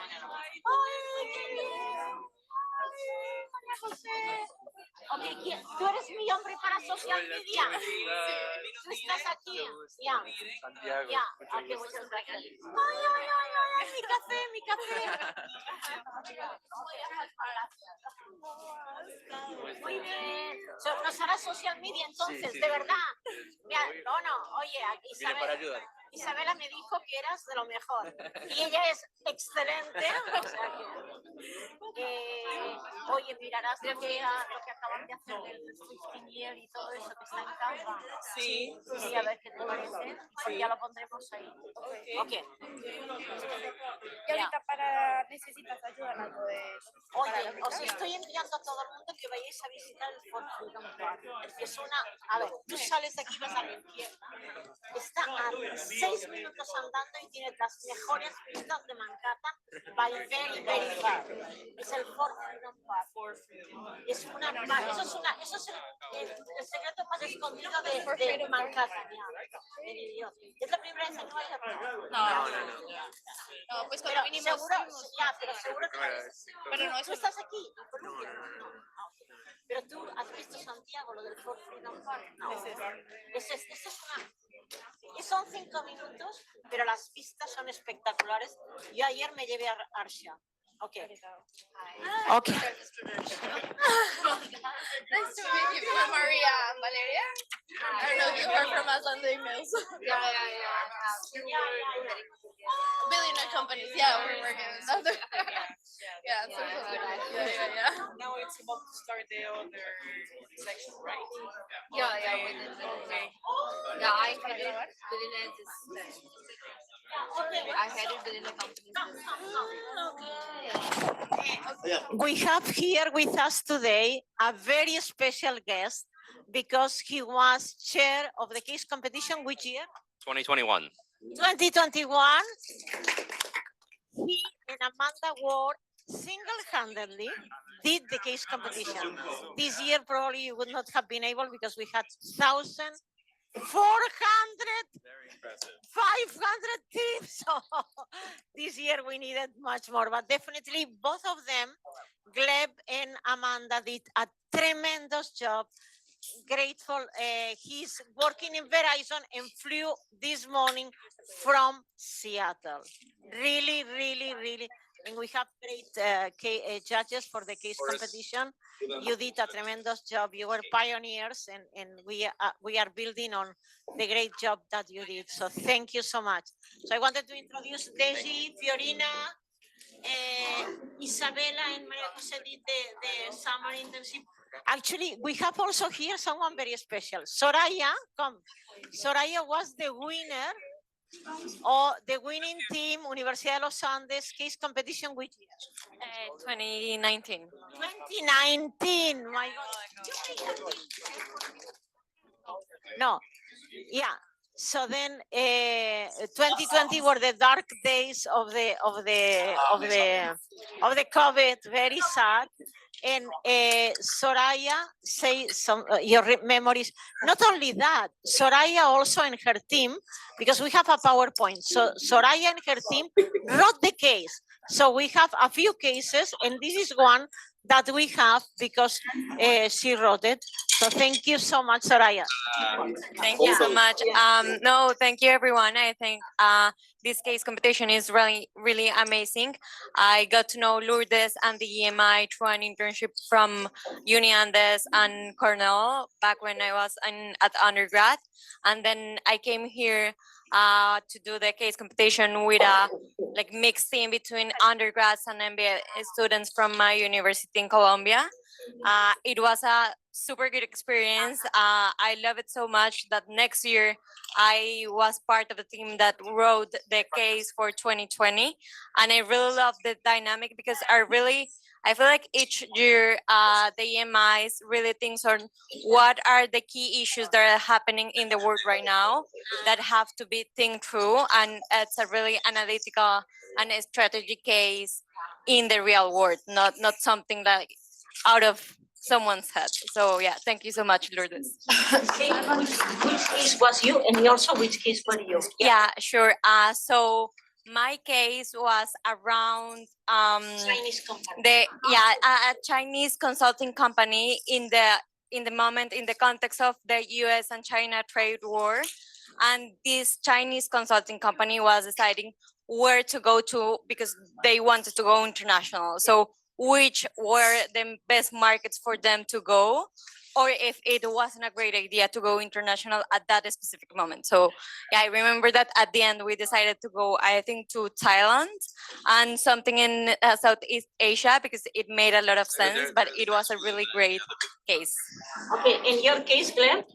Yeah, in my case was for an Indian company that focused on generic pharmaceuticals, and the decisions they were trying to make was, how do you worry about the specific materials coming from China, or do you expand and focus more on making your own drugs versus just generics?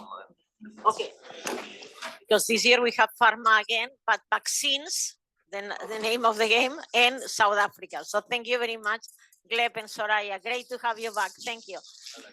Okay, so Zara, Fiorina, Deji, you introduce the thing and you give the how they.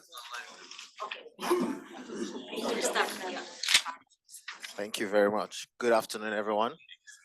My name is Ayodeji Ogunyamoju, one of the co-chairs of the EMI case competition. With me here are Zara, Fiorina, and Emma.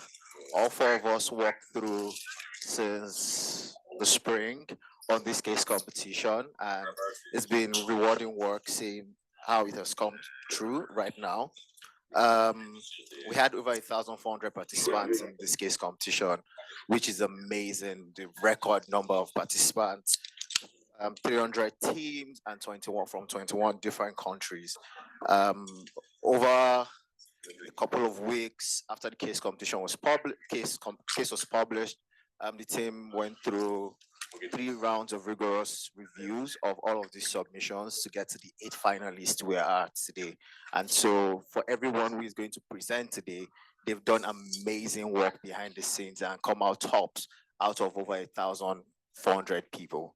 And so when they're presenting, please also celebrate them. Today, this case is also based on the pharmaceutical industry in SA. And so think through COVID vaccines, and this is vaccines production development for emerging markets. And so it's an interesting topic. And so as they present, we'll kind of hear through their solutions, right? From the profit side and also from the social impact side, right?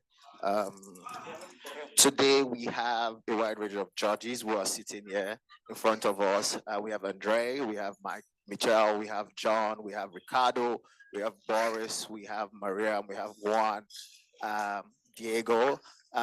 Thank you very much for being a part of this. We're looking forward to getting the best teams out of the evaluation. And okay, and so we'll be starting with the first team, Team Rock Black from the Shaheed Sukhdev College of Business Studies, University of Delhi in India. They'll be joining us on Zoom. And so for the next 15 minutes, we'll be listening to their presentation and the judges will also be asking key questions from them. Thank you very much.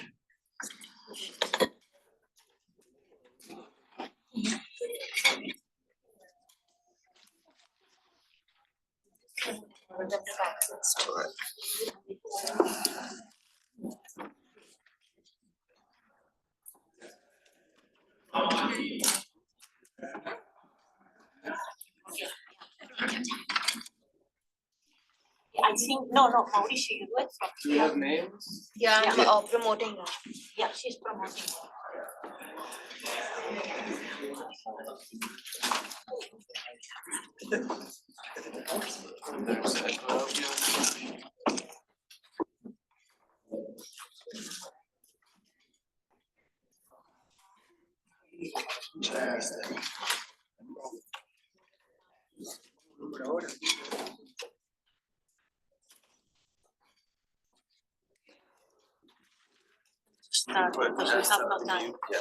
Yeah.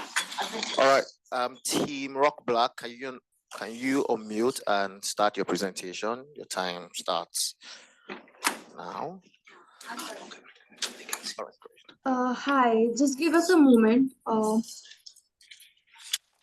Hi, all our teammates are just joining in as panelists. We'll just check if all of them are here, then we'll start as and when you Yeah. give the go.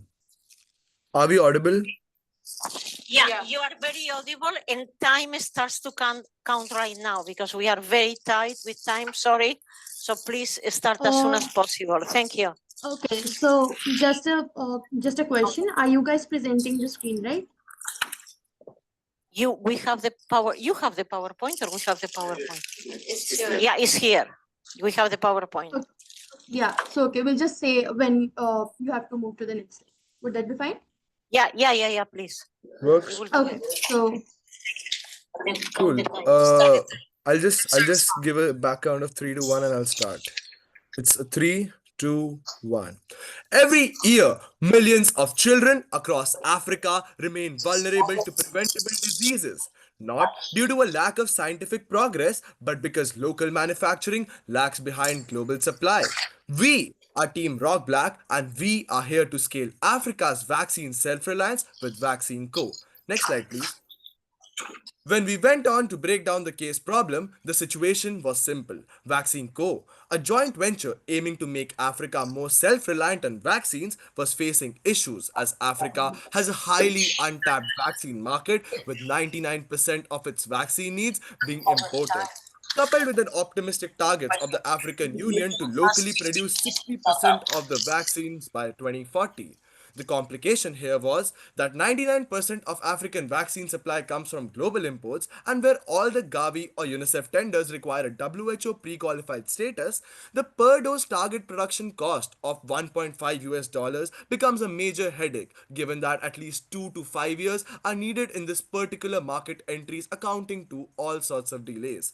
So the question for us was simple. How can Vaccine Co. develop a scalable, sustainable vaccine manufacturing strategy to match Africa's Vision 2040 despite all the funding and market constraints? The answers were divided into 3 categories based on the time frame of the applicability: the short term, the medium term, and the long term solutions. More depth on the same by my teammates in the upcoming slides. But the generated impact was humongous.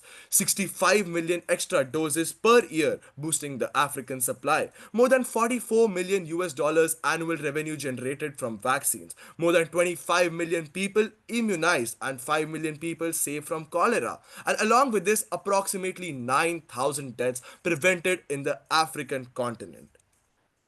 Next slide. Starting with analyzing the global vaccine landscape. The global vaccine market is booming, set to double to over $150 billion by 2033, with a CAGR of 7.8%. But Africa's story is one of stark contrast. 99% of vaccines here are imported. We just produce 1% locally. This leaves us dangerously dependent, as COVID showed. While the other regions are largely self-sufficient, Africa has only one WHO pre-qualified vaccine, which is yellow fever. This isn't just a problem, it's our single biggest opportunity. By building local capacity, we can transform from a passive importer into a secure, active producer for the continent. Next slide, please. Now, diving a little deep into the African landscape, where do we start? The good news is we are not starting from zero. Africa already has over 13 operational facilities with the decades of experience, primarily in fill and finish. But our current ecosystem is fragmented and misaligned. Look at the capacity for fill and finish. We face a major shortfall risk because most announced projects don't align with our 2040 goals.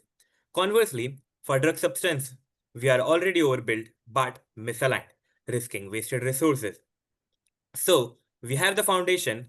The imperative now is strategic alignment and partnerships to turn these scattered assets into a cohesive, high-impact ecosystem for Africa. Moving on to the next slide. well, now that we have zoomed in on Africa, the gap between ambition and current capacity becomes even clearer. Our gateway strategy begins with the Serum Institute of India, the world's largest vaccine manufacturer, producing over 4 billion doses annually. Its global credibility is unmatched. Serum's vaccine are WHO pre-qualified, which gives it direct access to Gavi and UNICEF procurement channels. In short, SII is the backbone of the global vaccine supply chain. Onboarding Serum gives us 4 critical advantages. First, global credibility through direct access to Gavi and UNICEF contracts. Second, scale and supply security, since SII's 4 billion annual capacity ensures steady antigen availability. Third, cost efficiency, with bulk shipping cutting tariffs and cold chain expenses. And of course, proven expertise built on decades of R&D and consistent quality. For Vaccine Co, it's about leveraging serum scale and credibility. With WHO pre-qualified bulks from serum, Vaccine Co focuses on fill finish, QA, and regional distribution in Africa. This is a win-win model for both. SII cuts logistics costs, grows sales without new capex, and deepens its Africa presence, while Vaccine Co gains Gavi and UNICEF access, full use of its 10 million plus lines, and credibility for future drug substance upgrades. Moving on to the next slide. So we see partnerships as a force multiplier. And to enable rapid scale up, we recommend Vaccine Co pursue a set of targeted strategic partnerships, each addressing a critical vaccine need in Africa. First, by partnering with BioVac in South Africa, Vaccine Co can immediately localize PCV production, one of the continent's highest demand vaccines. Second, through the Serum Institute, Vaccine Co ensures a steady supply of pentavalent antigens and rotavirus vaccines, handling fill finish locally to cut costs and avoid new capex. Third, with IPD, Vaccine Co can leverage its measles rubella platform, diversifying into a new category of vaccines, and IPD's WHO-certified yellow fever vaccine gives Vaccine Co a direct path to international procurement eligibility, unlocking access to Gavi, UNICEF, and AU contracts. Together, these partnerships cover 5 critical vaccines, giving Vaccine Co instant scale, credibility, and market entry across Africa. But again, why would global players partner with Vaccine Co, right? Because we offer local market access, lower entry risk, regulatory expertise, and political goodwill aligned with AU 2040. In short, Vaccine Co becomes the natural entry point into Africa's vaccine ecosystem. Moving on to the next slide. Now that we have established global partnerships as a launchpad, the question becomes, how do we scale sustainably across Africa? That's where hub and spoke model comes in. It's the backbone of Vaccine Co's long-term growth. In the short term, we plug directly into the African and SAMRC hub in Cape Town. African leads on R&D and drug substance development, while SAMRC coordinates the trials and data. For us, this means we can immediately expand our fill finish capacity, obtain WHO pre-qualification, attract donor grants, and advance market commitments.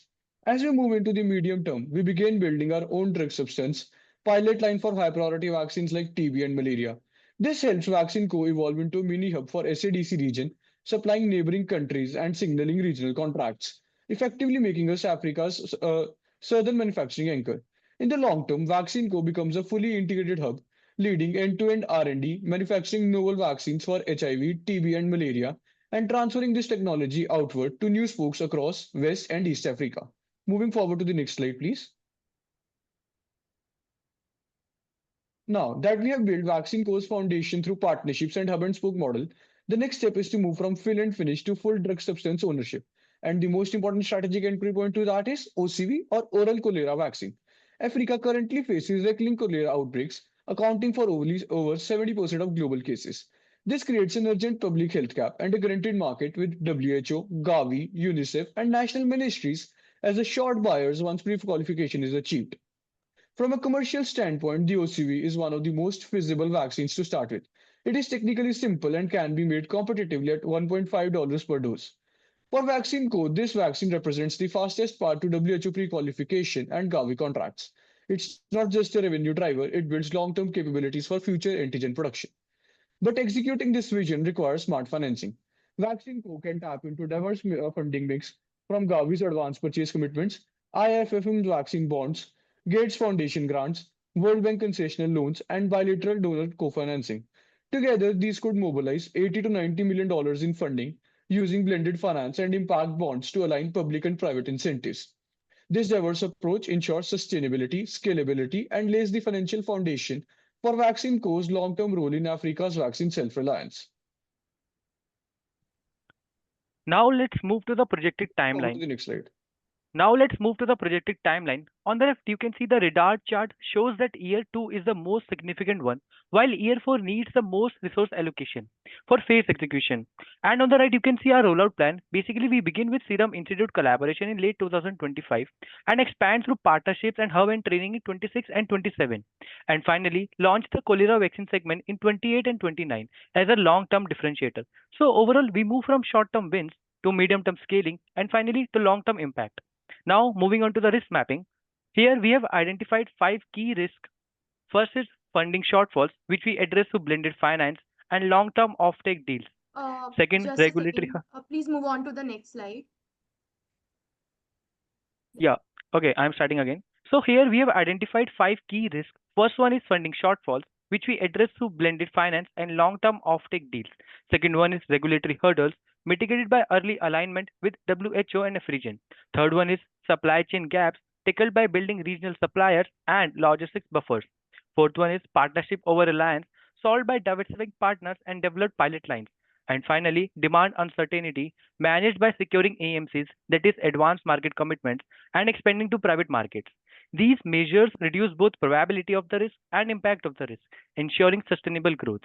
Now, altogether, this strategy not only manages risk, but also ensures long-term impact, aligning with 7 out of 17 UN Sustainable Development Goals. Now, can we move on to the next slide, please? Yes, so till now we have shown all our strategies and their implementation plan and the potential risks that they can face. And this resulting in revenues consistently rising, as you can see on the graph also, while cost remains optimized, creating a healthy growth trajectory. And you can see on the free cash flow graphs that free cash flow is also increasing steadily, ensuring long-term value creation. And on the right, you can see our diversification of revenues across all our strategies, that is Serum Institute, Hub and Spoke, African R&D, and cholera segment. And you can see in the graph that in 29, revenue from cholera vaccine is more than the revenue from Hub and Spoke. So this shows that in future, our profitability will strengthen, with overall profit rising year by year. And this lead to a very strong growth rate of about 77% CAGR, a solid NPV, and an average net profit margin of 17%, which shows that business is both scalable and sustainable. Right. So, to sum it up, we broke down the case, its nuances and complications to further dive deep into the problems of the healthcare industry in Africa. After going through numerous reports, after finding various data sources present online, we could finally solve the case problem by suggesting the solutions that we have proposed, both the short term and the long term. And this has taught us that while the problems continue to exist in the world, there still exist solutions that can be implemented to solve them and to make the world a better place to live in. Now, a quick look at the appendix slides and how we have forecasted the financials for the proposed strategies. You can just move down the next few slides quickly. Yeah, you can just push the next few slides quickly. Okay. Yeah.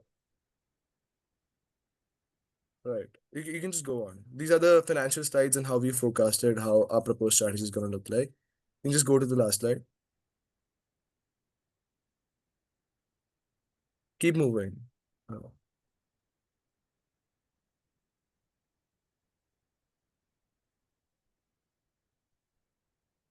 Oh. Am I audible?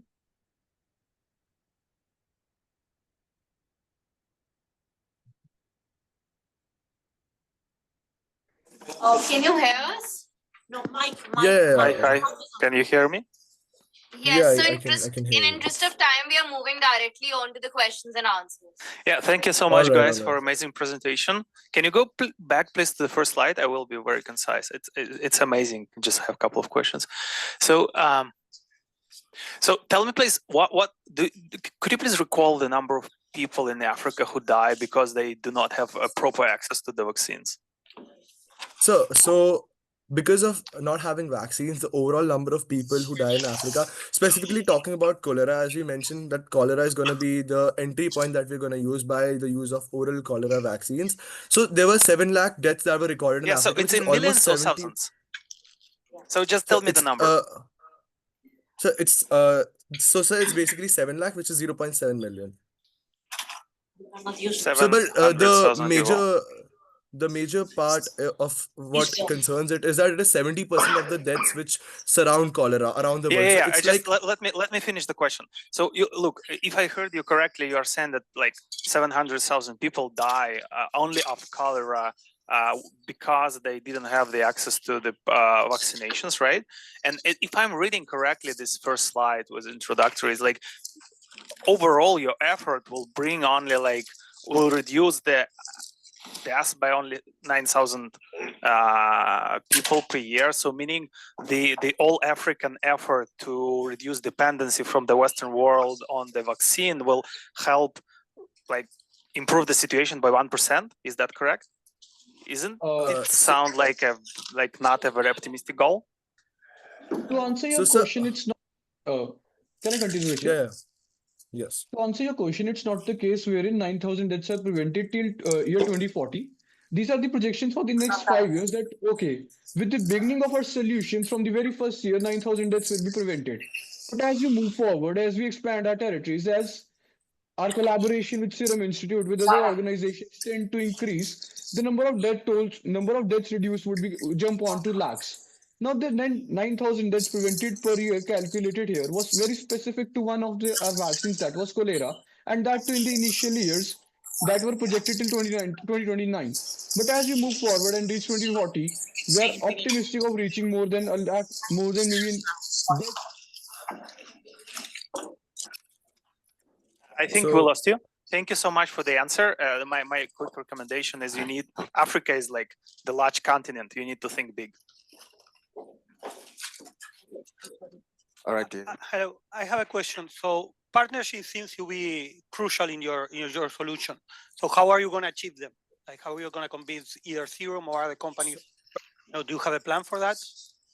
Yes, sir. So, sir, as we mentioned that there are going to be different phases of partnerships that we're going to roll out. So one is going to be with BioVac, which is based out of South Africa. So with this common goal that we're sharing of increasing healthcare in Africa, we aim to counter the first problem, which is the PCV vaccine, which is the pneumococcal conjugate vaccine. After that, for SII in specific, which is one of the major partnerships that we look at. So SII gives us 4 simple things, which are scaling, because they help us, reach that WHO pre-qualified status. They also give us credibility, but also cost efficiency. But what we give to them is also simple. We give them local market access without using any extra capex. They enter into the African markets. They use our FNF capacity to actually expand into the African markets where SII is not currently present. And this is how we give them the market expansion opportunity. And this is backed by the political goodwill of AU 2040 goals. And this is how we actually convince SII to come and partner with us, because we have shared goals with the continent, with the countries in it, and also in general how we propose a solution. All right. Thank you very much, everyone. Thank you, judges, and thank you, Tim Rockblack. Next, we'll go to the IIM Indore team from India, Kapdem.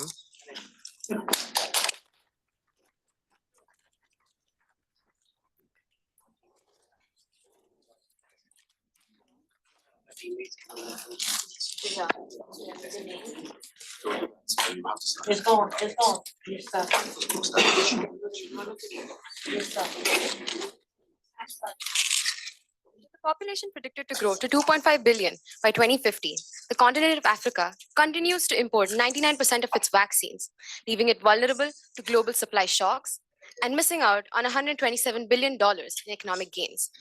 We, Team Carpe Diem, firmly believe that VaccineCo envisions establishing itself as a leading force in shaping Africa's vaccine manufacturing landscape.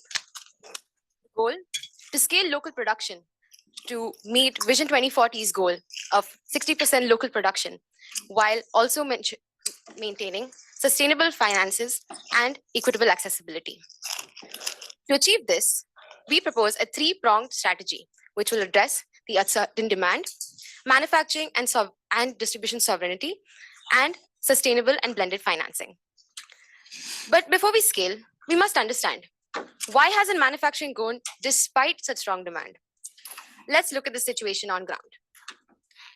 Africa currently needs 1.4 billion doses every year, yet local production continues to lag.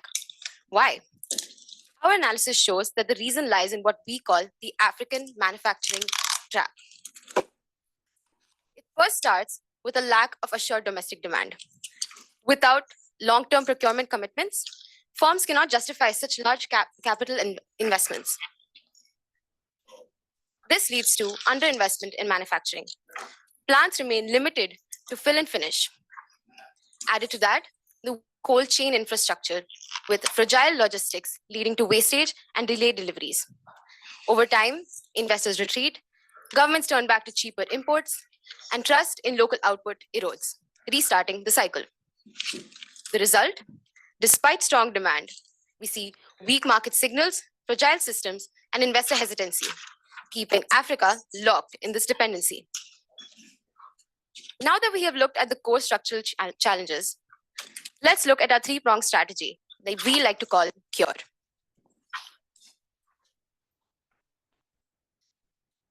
Now, in order to tackle the vaccine scaling problem of Africa, we need to look at it from a CURE strategy. Now, the major strategic pillars of this strategy is CU, which includes comprehending urgent demand, R, which includes realigning operations, and E, to establish financing. Now, let's look at the first and most important pillar of this. The most important barrier that Africa faces in terms of its manufacturing of vaccines is that of demand uncertainty. Now, the major issue here is that the demand uncertainty is stemming from the fact that, historically speaking, the products have not been prioritized on the basis of product impact or even production substantiability. We are trying to change this with our vaccine prioritization matrix, which is data-driven. Firstly, we looked at the total economic burden of different diseases on the basis of 10 different variables, which includes, number one, recovery days, time to recovery, the total cost of recovery, the mortality rate, and even the children death ratio. Secondly, we looked at the alignment of these vaccine priorities with the African vision of 2040. This helps us to look at the different vaccines through lenses such as the manufacturing complexity, the tech transfer availability, the strategic alignment, the market sizing, and competitive landscape. This helped us to understand the three main areas of concern that we should focus on. And here we will be focusing on area 1, which includes vaccines for diseases such as malaria, tuberculosis, pneumococcal, as well as hepatitis B. Next, we'll be moving on to the demand estimates for these particular vaccines in 2025, 2030, and 2045. This is done on the basis of different variables, such as the target population, the compatibility ratio, the coverage doses, the dosage scheduling, as well as the coverage ratio of the entire vaccine ecosystem. We see that in 2025, the vaccine demand reaches up to 679 million. By 2030, this increases to 859 million. And by 2040, it is reaching a whopping 1.13 billion. Now, Vaccine Co. can aim to target 10% of this entire market. This is also in lines with previous testaments, such as in the Indian market, where early Indian manufacturers have seen to be taking up to 10% in such pharmaceutical industries. Now, as for the location shortlisting framework, we have looked at the baseline feasibility by including both the regulatory and the infrastructure framework. This, coupled with the demand-supply synergy, helped us shortlist 2 major hubs. Number 1 being South Africa for its regulatory strength as well as ecosystem readiness. And number 2, Nigeria for its high economic powerhouse as well as the high demands in terms of vaccine, in terms of disease probability. Now, we'll be moving on to the second pillar, which is that of operational feasibility. And my friend Samad Khan will be taking over from me. All right. To achieve Africa's vaccine sovereignty, we must rapidly scale local production. Given Vaccine Co's significant challenges, conventional capital-intensive vaccine facility was simply not viable. Instead, we propose a modular manufacturing approach, which is uniquely suited to overcome Vaccine Co's barriers in the best possible way. This approach involves small bioreactor pods that can be deployed rapidly and easily scaled up or down as needed. Each module is a self-contained unit for a specific step in the vaccine production process, like antigen generation, purification, or formulation. And these modules can be added, removed, or reconfigured to respond to changing production demands or new vaccine types. This approach allows Vaccine Co. to build manufacturing capacity in phases rather than investing large sums in a single fixed facility. Through this solution, we are drawing on a proven technology. BioNTech's BioNTainer pods are already demonstrating global success using a similar approach. Now we aggregate regional demand through Pan-African procurement alliances, driving lower input costs and policy certainty for local producers. At the same time, microfoundries, thermostable formulations, and analytics streamline our systems, expanding reach, cutting waste, and accelerating delivery. Next slide, please. Now, modular manufacturing is only part of the solution. Getting vaccines to the people, especially in rural and remote areas, demands a robust distribution architecture. Therefore, we introduce a cold chain as a service model to close that gap. By building regional buffer hubs with reliable cold storage, smart last mile networks, using two-wheelers and drones and end-to-end digital visibility powered by IoT and blockchain, we sharply reduce stockouts, wastage, and forecasting errors. These innovations ensure that every dose manufactured is safely delivered where it's needed, maximizing health impact across Africa. Now, Shiva will talk about the third pillar, that is establishing financing. So the current slide outlines a financial strategy. Our core idea here is lean modular manufacturing, which, as you can see on the left, cuts out total capex by 57% compared to a traditional flagship plant. One of the key drivers for this is a modular bioreactor suites, the heart of the plant, where we cut the cost from 80 million to 40 million. However, even with these savings, there is a massive undertaking. The chart on the right shows our cash flow forecast. We have a significant cumulative financing gap that bottoms out at over 175 million by 2030. This strategy, however, is designed for the long term. As the model shows, after your initial investment, the cash flow turns positive, allowing to close the funding gap completely by 2038 and end with a 60 million surplus by 2040. This forecast is built on key assumptions from our model, including a gross margin improving from over 40% to 50% as we scale up local production and integrate our supply chain. To close the funding gap effectively, we must address 4 potential challenges which we have outlined in the bottom.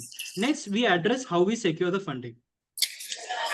According to our analysis, to fund VaccineCo's $180 million expansion, we have built a 3-phase financing strategy that evolves with the company's maturity, matching each stage of growth with the most appropriate form of capital. In phase 1, from 2025 to 27, our focus is on launching operations and absorbing initial risk. During this phase, VaccineCo will rely primarily on grants and government equity and private equity, channeling catalytic support from partners such as the Gates Foundation. This ensures operational stability while avoiding early debt and keeping financial risk low. Moving into phase 2, between 2028 to 32, this emphasis shifts towards scaling and building infrastructure, particularly modular manufacturing pods, cold chain networks, and the drug substance facility. Here, we bring in development finance institutions into the equation as well, like Proparco, combining blended and concessional financing to fund growth as VaccineCo's demand pipeline becomes more predictable. By phase 3, from 2033 to 40, VaccineCo transitions into a self-sustaining, commercially viable enterprise.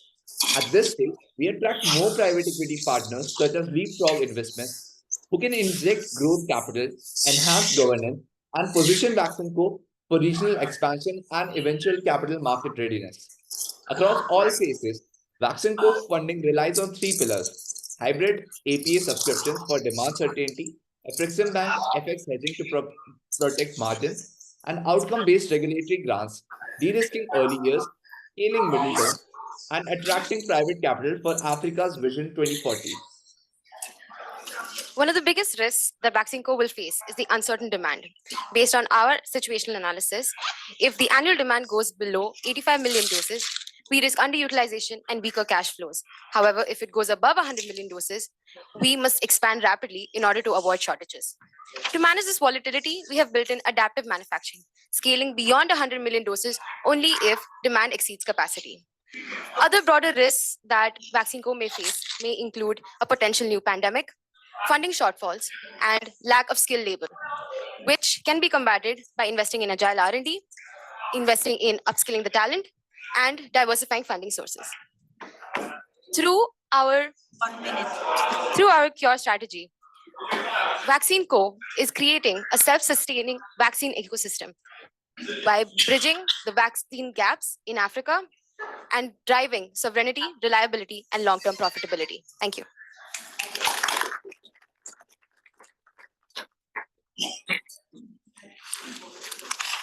We can move on. May I start with the question? Yeah, sure. Okay, perfect. I see you've looked at all the parts of the supply chain. Wanted to check regarding the modular bioreactors.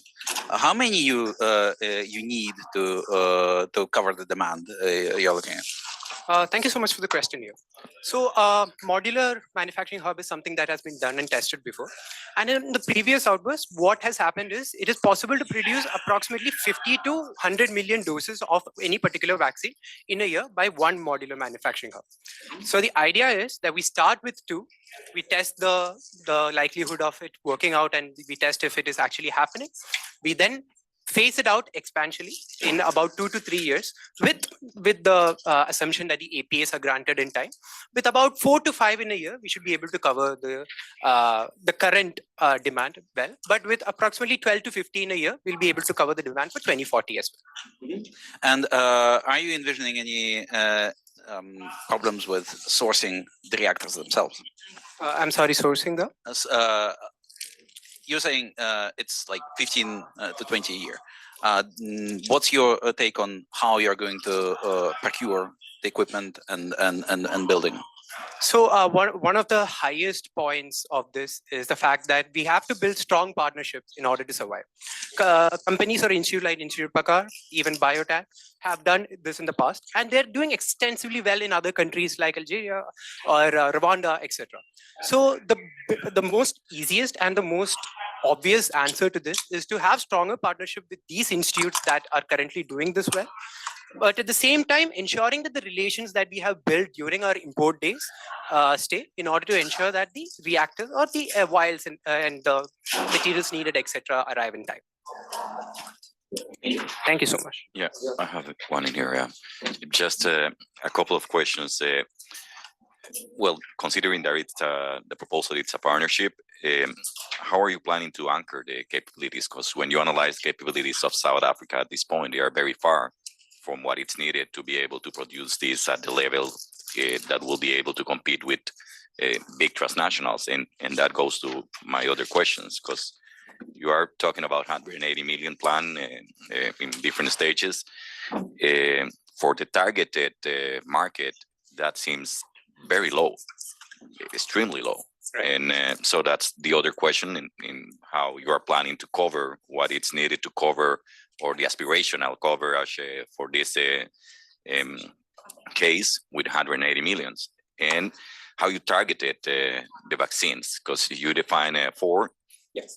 Why those 4? And I have some others, but I think that will be. I'll start with the 4 vaccines and why we targeted it. So this is a vaccine prioritization framework that we created on our own from dust. What it focuses on is the total economic burden on each of for each of the diseases that has on the African continent. How this is done is we have taken into factor 10 different variables. This includes the total cost of treatment, the total recovery days, etc. There's a lot of variables that goes into it. We have tried to understand if this vaccine or a particular vaccine is left untreated, what would be the total economic burden on the continent of Africa? And that, along with the 4 lenses that we talked about for manufacturing complexity or donor alignment, etc., gave us the order of priority of different vaccines needed. Now, talking about why South Africa, or how South Africa and Nigeria alone will be able to can be utilized in order to reach the demand. This is not a final data. This is the presentation kept in mind the current capabilities of where Africa stands and where Africa needs to be. So currently, looking at the state of things with about 679 million. Wrap up. Sorry. Sure. Thank you so much. Thank you very much. We go now to comment from Sri Gobind, College of Commerce, University of Delhi. So they are online and can. All right. Team comment, your presentation is up. Time starts now. All right. Picture this. In a small village in Nigeria, a mother holds her feverish infant, living in the fear that the very next day could be his last. She walks miles and miles to the nearest clinic, only to find out that the vaccine she desperately needs is out of stock. Her fear turns into helplessness. But the story does not have to end in tragedy. Good afternoon to the panel. Please switch the slide. We are Team Conman, and we're here to share a story of transformation. Vaccine Co can pivot from a government-dependent fill and Because finish. Africa's 24 How? By integrating upstream capabilities, automating production, building lean systems, and strengthening regulatory capacity in parallel, while securing de-risk blended finance through advanced market commitments and multi-year offtake contracts. We'll target WHO pre-qualification and diversify into malaria, HIV, and TB vaccines to create commercial stickiness and predictable revenue. This enables roughly 300 million annual doses and supply to 10 to 15 countries within 10 years, along with $92 million of blended capital. Next slide, please. Please switch the slide. Africa loses roughly $50 billion annually to preventable disease while importing 99% of its vaccine needs. These imports move through fragile logistics, generate high wastage, and suffer cold storage failures. The quality risk is real, especially with non-SRA generics and substandard products. We spoke directly with African citizens and saw the effects firsthand: clinics running short, families missing work, and public confidence steadily eroding. Parents increasingly link vaccines to side effects. Broken pledge cycles amplify fear, bad road weights doses, and the trust gap widens. And finally, interventions often backfire. Just months ago, Burkina Faso sealed facilities and destroyed samples. Meanwhile, nearly 800,000 Mpox doses pledged by the US sat too close to expiry. These aren't isolated incidents, they're symptoms of a broken system. Vaccine Co should treat this as an opportunity, pivot to trusted local production by industrializing end-to-end manufacturing. Next slide, please. Vaccine Co already holds a very strong regional position in fill and finish, but competitors like the Institute Pasteur Dakar and the Serum Institute have advanced further upstream, backed by stronger regulatory credibility as well as a wider market access. So, in order to close that gap and position Vaccine Co as a true continental leader, we will need to focus on 5 key priorities. Firstly, diversifying revenue beyond government contracts, then expanding into full drug substance manufacturing, then securing predictable blended financing, followed by strengthening our long-term demand visibility, as well as obtaining WHO pre-qualifications in order to build global trust. Achieving these 5 shifts would transform Vaccine Co from a regional contender to a continental anchor for vaccine production. Please Start by treating spare fill. Let's start by treating spare fill and finish capacity as immediate revenue through contract manufacturing and tech transfer. Simultaneously, we monetize private and travel vaccine channels, reaching NGOs, travelers, and Africa's growing middle class. Down the line, we develop value-added services like R&D support, clinical trials, regulatory consulting to position Vaccine Co as a regional expertise hub. We'll actively pursue licensing and IP monetization to earn royalties while expanding our scientific footprint. On the product side, we diversify towards thermostable formats and next-generation vaccines, exploring partnership around GSK's RTS and R21 malaria vaccines while advancing single-dose, freeze-dried rabies and Ebola formulations that simplify delivery and extend shelf life. Infrastructure matters as well. We will invest in solar cold storage and IoT temperature trackers, which we will be procuring directly from B Medical Systems, the leader in WHO-certified solar direct drive refrigerators. This ensures products actually reach people intact. Next slide, please. Financing our expansion will be the challenging part. Vaccine Co does not need to raise the full $92 million upfront. Capital is strategically phased, aligned with CAPEX projection through 2035. The first phase of capital raise will be about $8 million. The focus here is structuring it smartly, not raising it fast. Because this leans towards social impact over pure profitability, traditional private equity may not be the right fit. Instead, we recommend to anchor with development finance institutions like AVMA, which have already committed over $3.5 billion towards Africa's vaccine ecosystem. DFIs provide this thing called first loss equity to help absorbing early downside risk and making deals viable for commercial co-investors. And they are comfortable with 3 to 6% infrastructure style returns, which makes them the right backbone. Alongside DFIs, we tap impact vehicles like the Transform Health Fund, a $100 million pool managed by the African West. And we can also consider programs from MasterCard and Gates Foundation if necessary. Credit lines from AFDB and Afrixbank will help us bridge working capital needs during early expansion. So we are not really just chasing capital here, we are sequencing it. DFIs provide the de-risk base, Impact funds add flexibility, and credit lines fill liquidity gaps. Next slide, please. Right. To hit 3 million doses annually, 3 moves need to work together. First is the supply chain resilience. We are establishing backup systems, pre-cleared customs, reserved cargo space, 3 months of strategic buffer stock with IoT tracking, and dual-sourced critical inputs. When disruptions hit, we keep running. Secondly, the focus is on connected operations. One unified dashboard with predictive maintenance sensors and daily exception reviews, robotic filling lines, and single-use bioreactor pilots validate cost and quality before we scale. Lastly, we focus on workforce capability. We will lease modular capacity to move fast, plus launch a 4-week operator academy with a local university. Standardized training, productivity incentives tied to quality, and talent-based SOPs that keep standards visible. Resilience, automation, and capability working together. That is how we will unlock the 10x scale. Let's now have a look at our expansion strategy. Please move to the next slide. Vaccine course expansion follows demand-driven phases. For the first phase, we'll launch from South Africa's strong regulatory and logistics base, adding a GMP antigen line and doubling fill-finish capacity by 2027, supported by AI forecasting and thermostable vaccine pilots.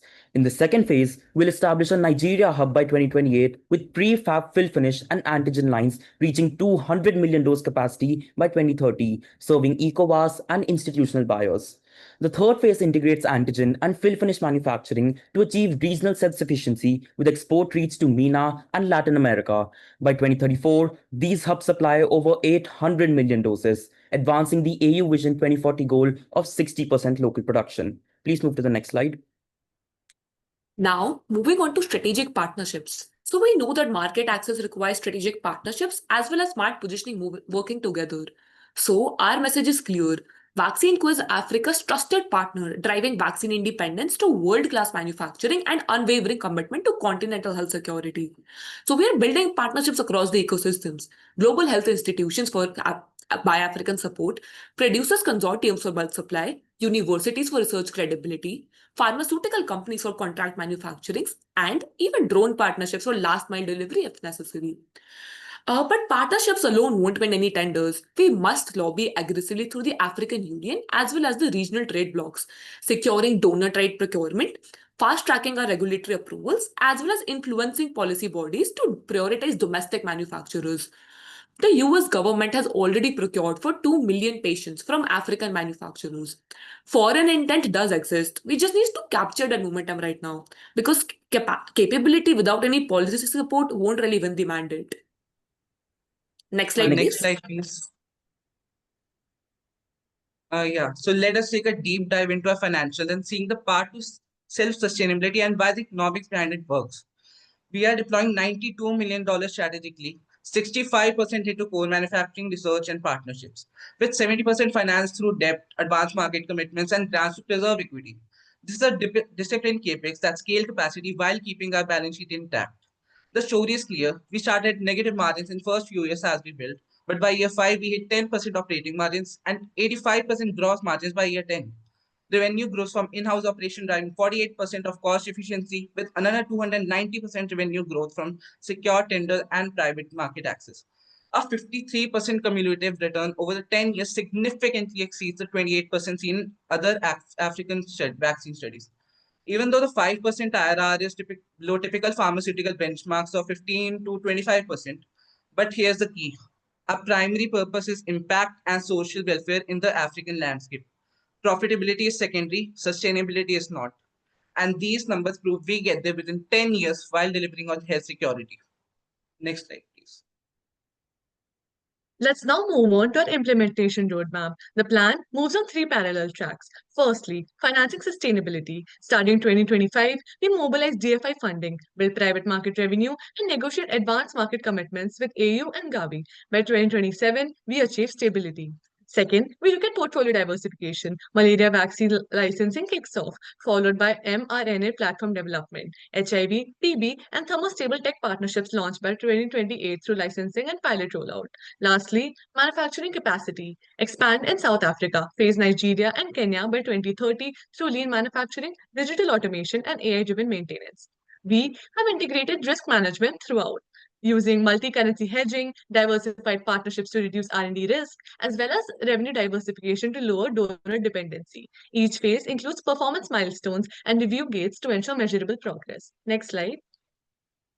We've also built an interactive analytics dashboard that forecasts vaccine demand using ARIMA, machine learning, and stochastic models. It also simulates demand across countries and vaccines, showing the risk scenarios, supply gaps, and the growth markets in the real time. Please switch the slide. The model also generates synthetic demand using demographics and disease patterns, and then runs 1,000 simulations across all the risk scenarios. Once Vaccine Co has the actual data driven from WHO, we will add WXG boost and LSTM models and incorporate the policy and funding variables to finally move on to the financial model. Please switch the slide. Please, next Financial slide. modeling follows a hybrid bottom-up and top-down approach anchored on research-backed assumptions. Next slide, please. Revenue is forecasted by multiplying vaccine volumes by contract prices across tender private channels, with growth rates tapering from 37% to 5% as market matures. P&L flows from gross profit minus OPEX, resulting in net margins 5 to 10% once tax adjusted. Next slide, please. Right. We then layered operational scaling curves, price erosion assumptions, and phased CAPEX deployment from $8 million in 2025 to $92 million total investment, funded through a blended structure of 30% equity, 40% debt, and 30% grants. Remember the mother in that Nigerian village we opened with? Her story can always have a different ending. Vaccine Co ensures life-saving vaccines are always available, always accessible, always African-made. Thank you. We're now ready to take any questions.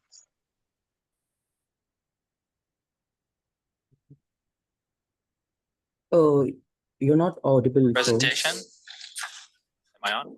Yes, you are. Yes. Okay. Good. So first of all, I appreciated how you are the first team to segment different vaccine users. What I'm concerned about is, and maybe you can elaborate on this, is why would middle class or more affluent customers, why would they change their vaccine suppliers? So currently these people would probably be using GlaxoSmithKline or Sanofi or any other. So why would they switch to Vaccine Co? Comment, did you get the question? Right. So we will be taking this up. As we've mentioned, that we will monetize main vaccine channels here are travelers and Africa's growing middle class. So that is the main target market that we will be targeting here. Maybe people in rural areas who require our help, largely them, as well as the middle class, NGOs. We will help them through our NGOs and the travelers who come to Africa. So that is the market that we are primarily targeting here. Also adding on to considering that Yes, sorry, but those are clients that are typically more keen on imported vaccines than locally produced vaccines. So how would you convince them? Yeah, that's a very good question. And honestly, our first thing that we would target is that convenience and availability. So not only we're segmenting our customer base, but we also have a phased geographic expansion, and we will be using thermostable and higher quality handling to basically prevent any sort of spoilages. So this will kind of ensure that our vaccines always have that qualified marks, and they're very convenient and available because we're also partnering up with government initiatives, which will kind of ensure that our vaccines are kind of available in every region. So we believe that these customers will be willing to switch over to us because we are more like positioned towards African made and WHO aligned, and we will be some sort of targeting their patriotism by using perhaps segments such as you should trust local content. And I think with the help of the government support, we will be able to help them switch over by basically targeting patriotism, government support, and overall convenience and quality assurance. And further adding on to that, from our analysis and what we interviewed the African citizens, we had noticed that the demand for vaccines, different kind of vaccine already exists, but the main issue is always supply. Our strategy is more focused on supply as well. We will be. Arsha, tell them. All right, Sadiq, thank you very much. Thank you very much, Tim Conman. James, I am Ahmedabad in India. India joining us online. Hidden Gems, once your presentation is up, Yeah, it's up. your presentation is up, you could go. The time starts now. Hi. When the last global health crisis hit Africa, it was left waiting for vaccines. Why? Because it imports 99% of them. This is not just a number. It is a profound vulnerability. Hello, everyone. We are Team Hidden Gems, and we are here to change that narrative. Next, please. Thanks. Next. And next. After a thorough market analysis, we have come up with a 5-pronged strategy integrating funding, procurement, manufacturing, logistics, and guaranteed demand, designed to empower Vaccine Co. to achieve 60% local manufacturing by 2040. This is the blueprint for Africa's vaccine sovereignty and a new era of economic upliftment. Next, please. To achieve 60% localization, Vaccine Co. should prioritize 5 target vaccines that balance operational feasibility, strategic viability, and financial value in Africa's context. Africa has a unique vaccine landscape marked by significant coverage gaps, a distinct epidemiological profile, public sector dominance, and 99% import dependence. This demands a targeted selection approach. We analyzed WHO data on Africa's vaccine portfolio across 3 dimensions: commercial potential, operational feasibility, and strategic viability. Accordingly, Vaccine Co. should target 5 vaccines, collectively accounting for 60% volume share and aligning with both strategic and operational imperatives. These are the vaccine families of diphtheria conjugates, measles conjugates, tuberculosis, rotavirus, and pneumonia. They have lower entry barriers, mature supply chains, and high criticality for the continent. Next, please. Please. Yeah. As we map value chain, we prioritize 5 critical areas where Vaccine Co. must act: funding, procurement, manufacturing, distribution, and demand. Starting with funding, the current system relies on short-term project loans and constrained government budgets. This is insufficient for capital-intensive R&D and drug substance scale-up. Vaccine Co. needs blended financing models that move beyond government contracts. For procurement of raw materials and APIs, remains mostly entirely import-dependent with long lead times and high costs. Our takeaway is that there is a need for localized sourcing, and strategic partnerships are essential to stabilize the manufacturing. While Vaccine Co. produces over 10 million doses annually, it is still largely fill-finish. Africa's drug substance capacity is only a fraction of what is needed. Therefore, backward integration into drug substance is the missing link for autonomy.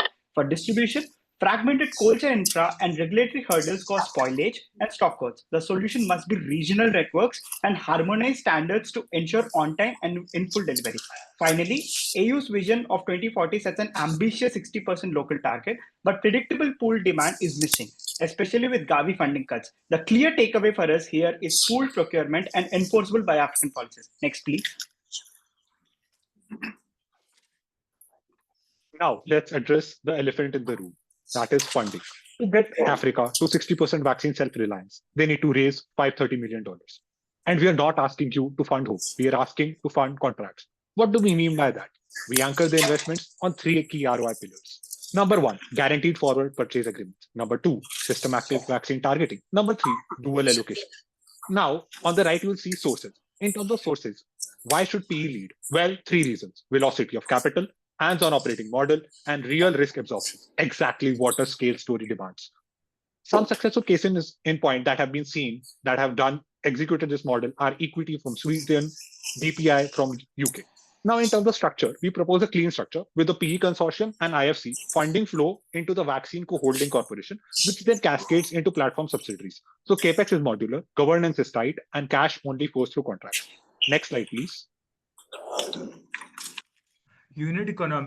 Unit economics and financials are the backbone to sustain Vaccine Co. For our doses, we reached an average of $4.5 per dose through a weighted portfolio mix of high-margin vaccines like pneumonia at $7 to $10, balanced with commoditized vaccines like measles at under $2. The 30% revenue CAGR mirrors proven precedents. Serum Institute of India scaled from regional player to 3 billion dose capacity with similar partnership models and government backing, while BioVac in South Africa is expanding from fill finish to drug substances manufacturing, backed by 150 million in development finance. We're capturing Africa's structural shift. The EU 60% localization mandate by 2040 means demand systematically moves from imports to local production, a 1.2 billion guaranteed offtake pool whereby African policies give us preferential access. Just like biopharma in Indonesia grew to 3.2 billion dose capacity, serving ASEAN through government partnerships, we're replicating this model across Africa's 55 countries. Next, please. Now moving to procurement. Well, the unlock here is drug substance. That's what takes us from dependency to real sovereignty. 3 key levers to make it work. Number 1, mandated tech transfer. Number 2, a 51-49 framework. 51% ensures local control. Up to 49% foreign play gets us the imported inputs as well as ensures the transfer of know-how. Number 3, targeted incentives in terms of duty reliefs on equipment and APIs. We follow a phased portfolio journey across the 5 vaccines, starting with BCG and DTP. These are essentially mature bacterial processes, so they give us fast pre-qualification. Then in wave 2, we propose moving to measles and rotavirus. Finally, in wave 3, we move to PCV. Here, the conjugation chemistry is a bit complex, so there is higher capex requirement. Hence, this lands once teams and utilities are proven. Bottom line, a phase contract-anchored part to indigenize drug substance. Next slide, please.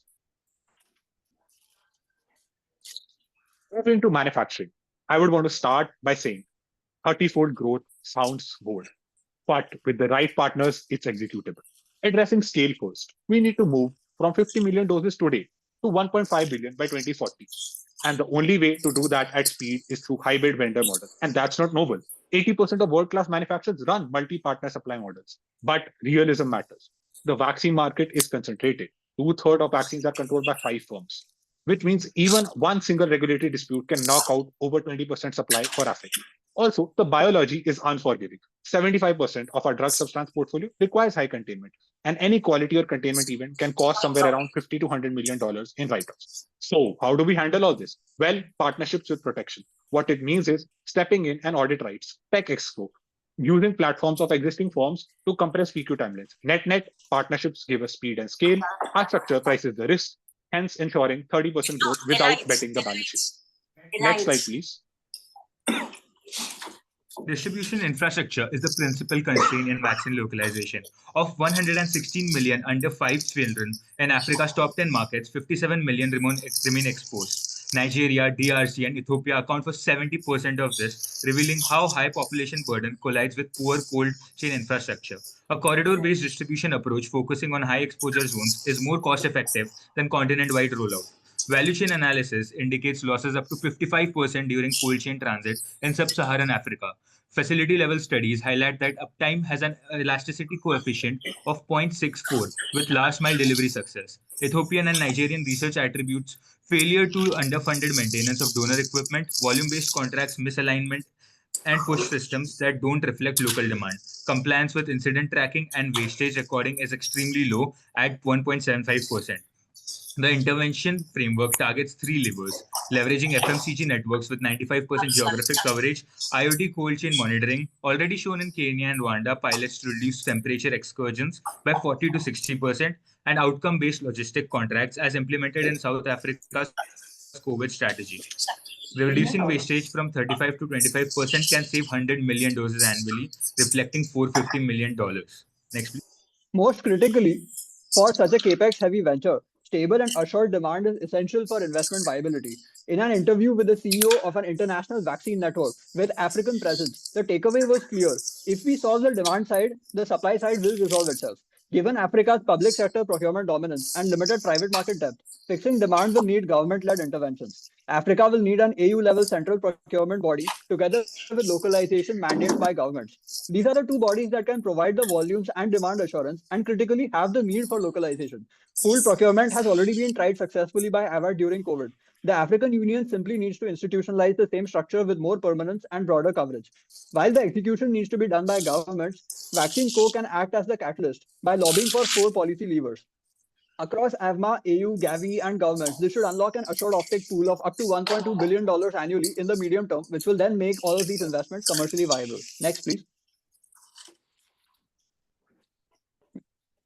Next slide, please. With this strategy, Vaccine Co can achieve sustained competitiveness while delivering long-term macroeconomic benefits for Africa.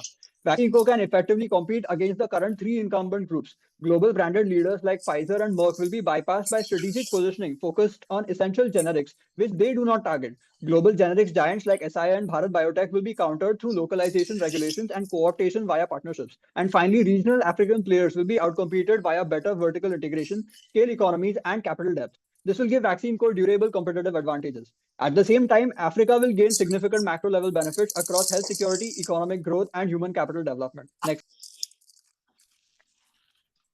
Our 15-year roadmap centers on three key pillars: demand, manufacturing, and logistics. Our must-win battle is demand assurance, which we want to achieve in the first phase, securing multi-year pooled procurement agreements with the African Union to de-risk the entire plan.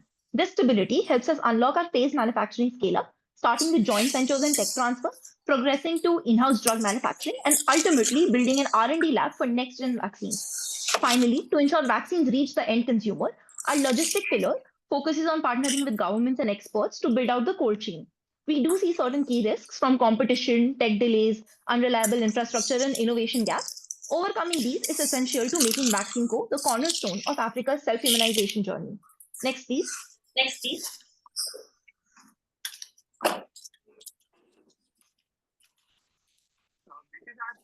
The first appendix is a detailed analysis of the financial analysis. Can we proceed to the appendix 2? We have two broad case studies, one on Serum Institute of India and second is on BioVac.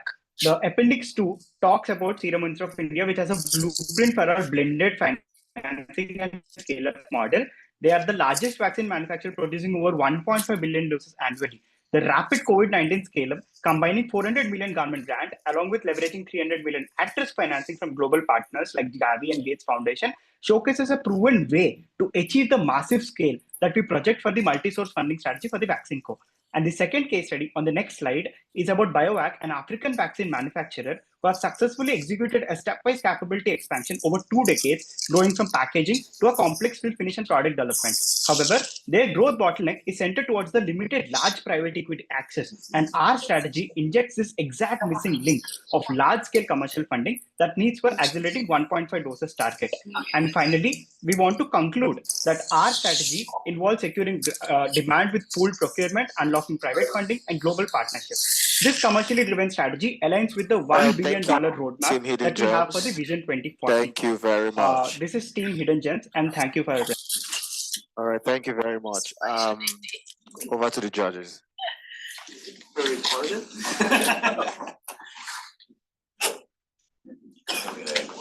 All right, John.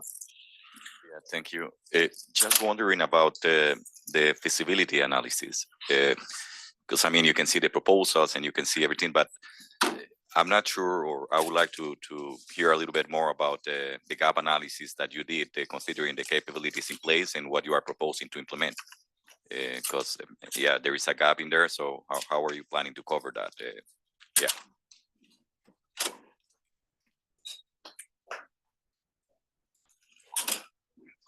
So the gaps that we've identified across the value chain are primarily on 4 legs, 4 stages: funding, procurement, manufacturing, distribution, and demand. The funding side is primarily through PE investment as well as government investment together with leverage that the PE firm will take on. Procurement is through partnerships with upstream players such as SII. Manufacturing will again be through partnerships where we'll bring in expertise from partners but do the execution on ground through Vaccine Co. Distribution in Africa is primarily through public procurement systems, so that is going to be handled by the government.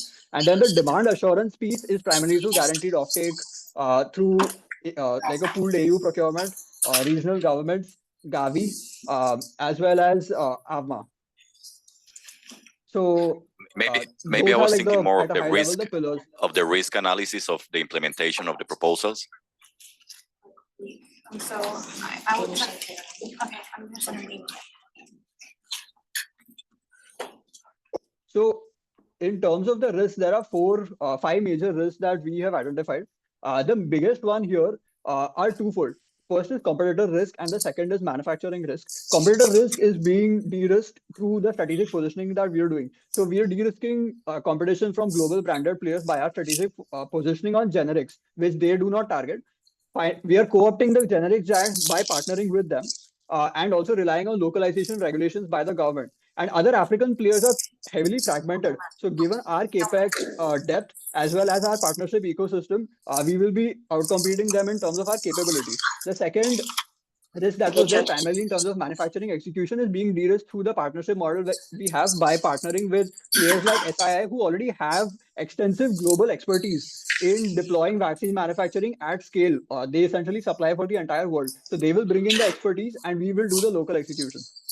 All right, thank you very much, Team Hidden Gems. Thank you very much. We'll be taking a 5 minutes break whilst we announce the winners of the pitch competition. Yes, pitch competition. The pitch competition judges, please come. Can we have all the judges for pitch competition here? Yeah. Sorry.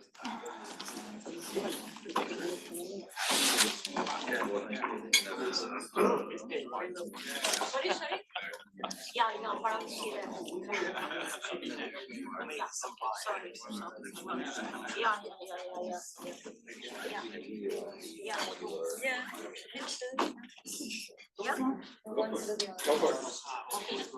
Yeah.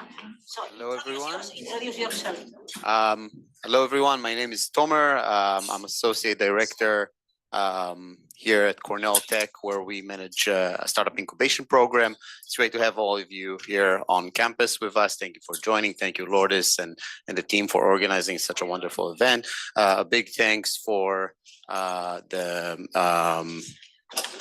judges and the teams that presented here today, and of course the sponsors of the event. So I'll just announce briefly the winners that gave a wonderful wonderful pitch, focus on again emerging markets, important problems, and shared wonderful traction as well. So DOCOKIDS are the winners of the competition. So.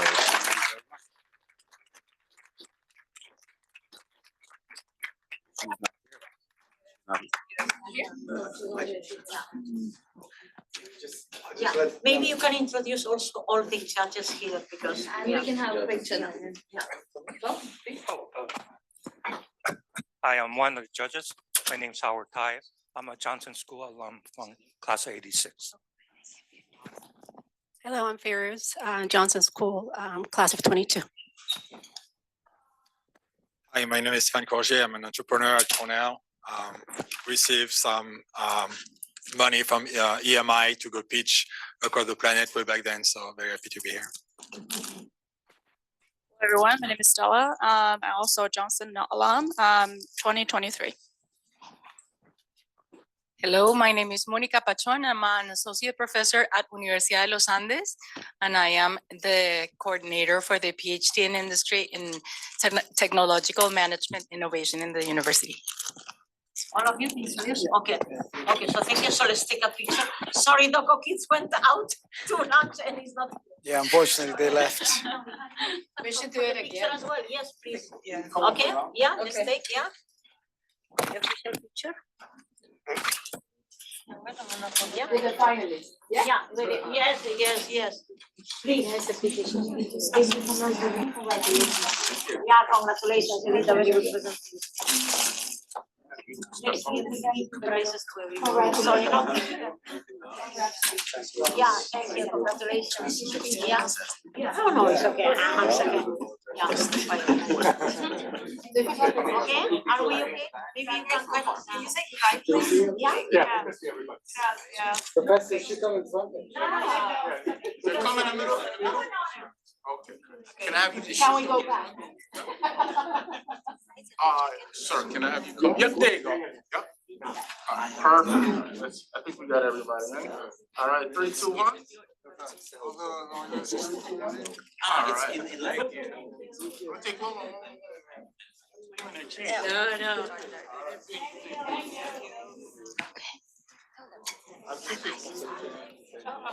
Check.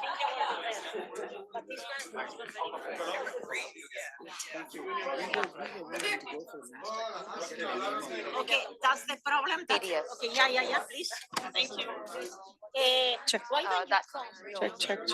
It's actually that. It's in PDF. That's all. We are team on Central Command. Check.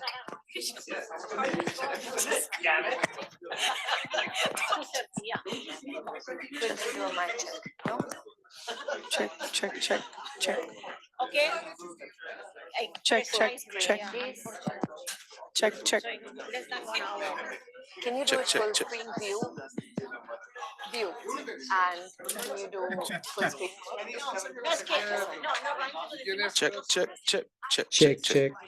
Check. Cat and Rosha, mic check, please. Okay. Check. Yeah.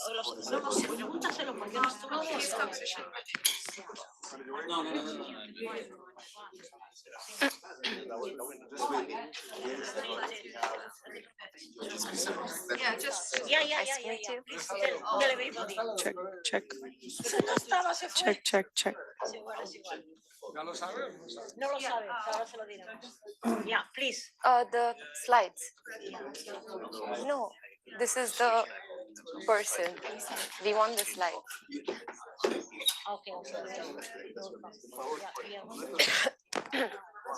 We are going to NASA for the bell. Check.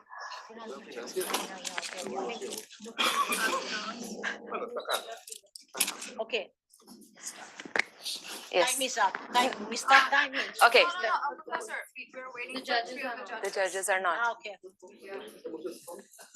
Sorry. I'm just going to check the clicker. The click, yeah, is working perfect. Yeah. Okay. Okay, we have 2, 3, 4 judges. 5 judges. Okay. Okay, can you call the judges? Oh, yeah, there's you one. Okay, we have 5. I would say let's start.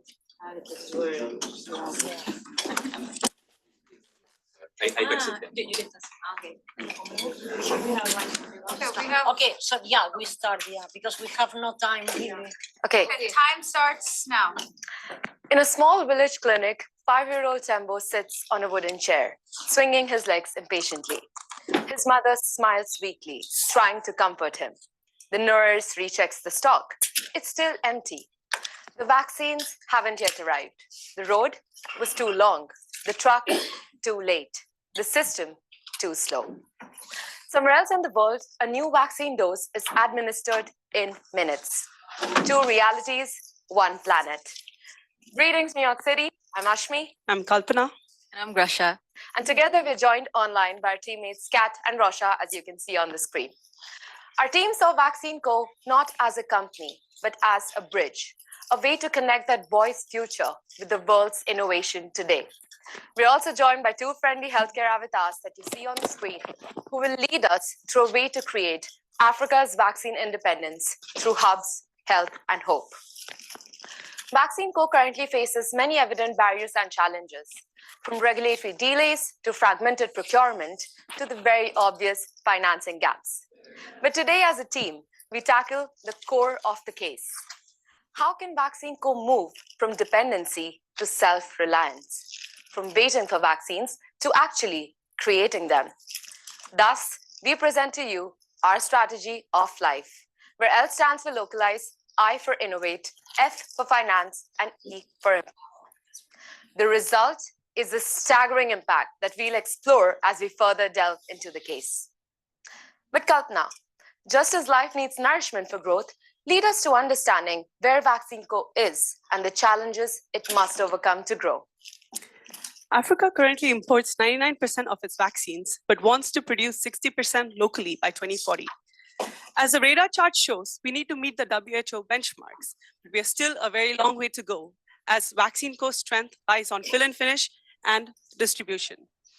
Meanwhile, the vaccine demand in South Africa alone is increasing by 7% annually and nearly doubling by 2040. This creates a need for Vaccine Co. to scale more urgent than ever. The current capacity of Vaccine Co., which is a 10 million dose fill and finish, is far from the scale required. To compete, it must build drug substance manufacturing in-house R&D, stronger regulation, modern infrastructure, and skilled talent. Now, we've seen the gaps and the urgency. Kat, how can VaccineCo move from where it is today to where Africa needs it to be? Our answer is a simple and actionable framework built around 4 pillars: localize, innovate, finance, and empower, or simply put, life. First, we localize. This is to reduce reliance on imports. Second, innovate, to transition from simple fill and finish to full spectrum production. Third, finance, for scaling and stability. And finally, empower, as no strategy survives without people. The results are tangible. Over 100 million doses annually, thousands of jobs in pharma and life sciences, and a marked reduction in import dependency. Think of the 4 pillars as steps. Localization gives structure, innovation sparks growth, finance provides nourishment, and empowerment ensures continuity. And Ashmi, just as the first breath of life begins with a safe home, please help VaccineCo take its first step with localize.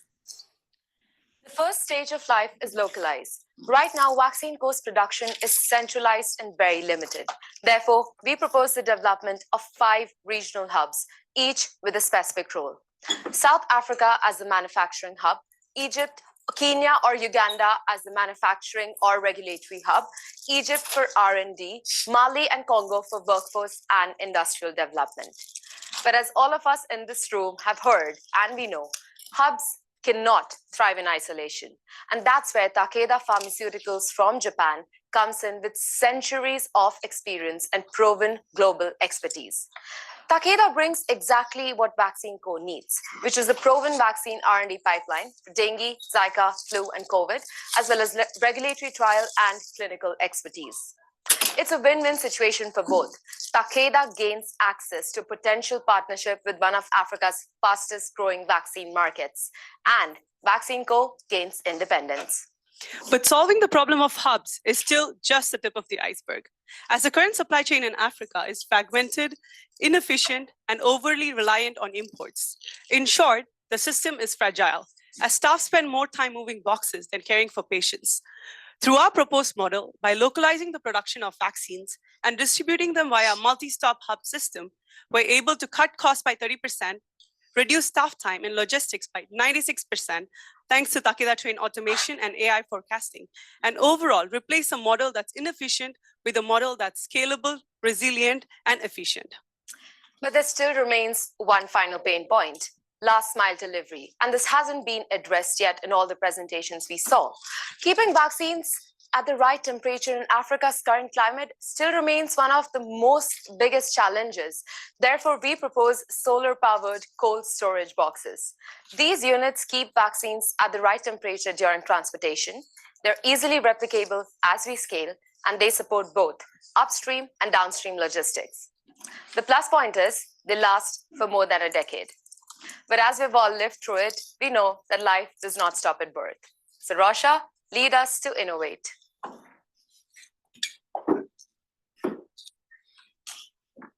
Rosha? You're on mute.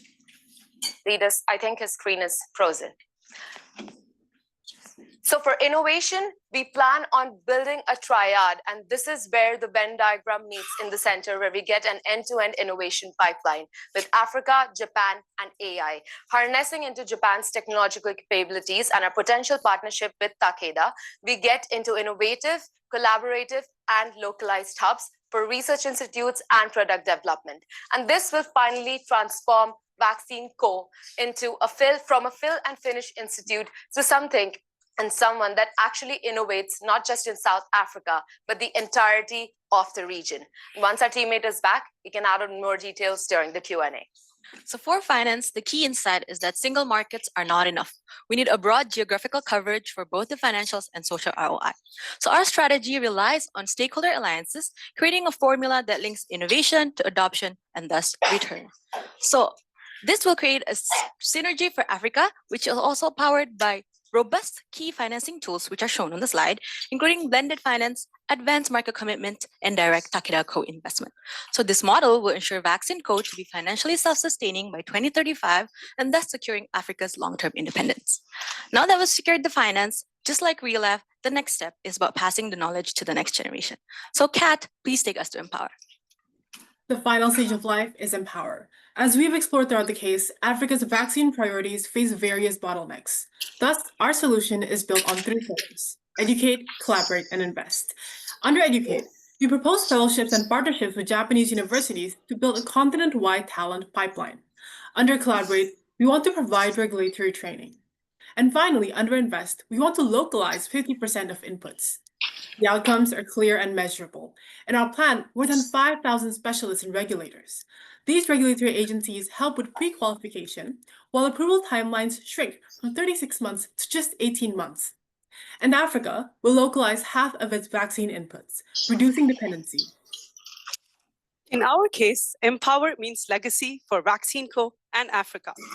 And just like every life has its milestones, our plan for Vaccine Co. has its stages as well. So Rasha, take us through the roadmap. This roadmap is Vaccine Co.'s life story. By 2026, South Africa will expand end-to-end manufacturing. By 2030, Africa will build new R&D and workforce hubs. By 2035, operation break even. And after crossing key milestones marked by yellow, by 2040, the vision becomes reality. For the first time in history, Africa will not need to depend on imports for its vaccines. This is life fulfilled.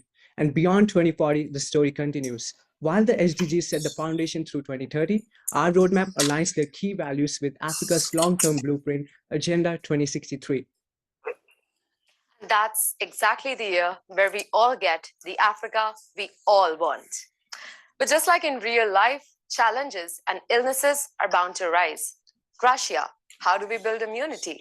So for Vaccine Co., the energy for life is sustainable finance. And here our projections deliver both impact and returns. With 16% IRR and a 5 to 6 year payback period, we will have 13 times revenue growth and 150 times operating profit growth. This trajectory is transformative. So by 2040, our life strategy will create a new reality, a distributed production network across the continent with capacity division based on each local development. This trajectory is also driven by 21.2% CAGR, with revenues exceeding $500 million. And of course, it is directly proportional to the increase in the number of vaccine doses sold. Finance is the fuel for growth. But again, no life journey is free from risk. So Kalpana and Ashmi, let's look at the hurdles that we must anticipate. It's not whether or not risks exist, but how equipped we are to tackle them. Our plan for Vaccine Co. is no different. Our life strategy recognizes 5 real risks, but for each, we've built an immune response. Clear division, hybrid system, phased rollout, localized training, and engaging with the emerging markets. And once life survives its early battles, it does not just endure, it leaves a lasting impact. And that impact is based in 3 Ps across our timeline towards 2040 and beyond.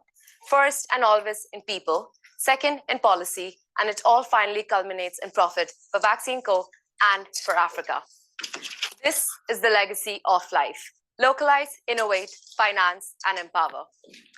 Years later, if all of us in this room were to time travel to 2040, we'd see many young Africans like Tembo running past the clinic.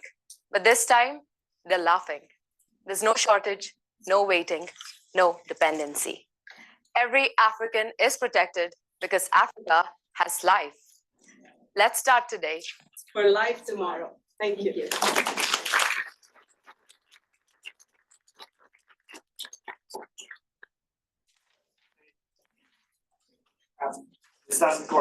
Sure. May I you're do live. one of the, okay. Go ahead. So I think it. We can hear you, Andre. It's totally okay. Okay. Oh, so I will be quick. So you relying in your strategy on these regional hubs. So 2 questions, please. Describe me. I'm 5-year-old. What does it mean? What's the capacity? What does it do? And second, what prevents it from getting stolen or corrupted? Thank you so much. From what protects from officials or someone just jumping across the fence and stealing your boxes? Perfect. So I'll start off with your first question, Andre. Thank you so much for it. Across South Africa, there are currently 25 plus ABM projects. So the regions that you've selected, manufacturing is going to be based in South Africa, and we go on towards the entire continent, building on different capabilities, such as localizing the workforce or focusing more on R&D based on the capabilities of each region. Now, regarding your question about what if it gets stolen. This is where our last mile logistics. No, but what's the hub? What does it mean? The hub is basically, so in Kenya or Uganda, it's going to be either an educational institute, industrial, or regulatory institute, which will help us connect with the current Gavi pipeline as well. It's either going to be category A, B, or C. And throughout the continent, we want to connect through regional talent. Does that touch upon? Thank you so much. And online participants. All right, we have Wana on screen. After Wana, Michelle. Wana, go ahead. Okay. Okay, thank you. Thank you so much for the presentation. Could you talk more about the alliance with Japan? It will be through government. It will be only in the early stages. Thank you so much. So this is ideally an AI and R&D partnership. Getting in Takeda Pharmaceuticals, I'm sure everyone has heard of it. This is because their areas of focus lie in from fill and finish. They focus on making R&D vaccines, and that's what Africa needs, especially Vaccine Co. Kat, would you like to add on a quick point?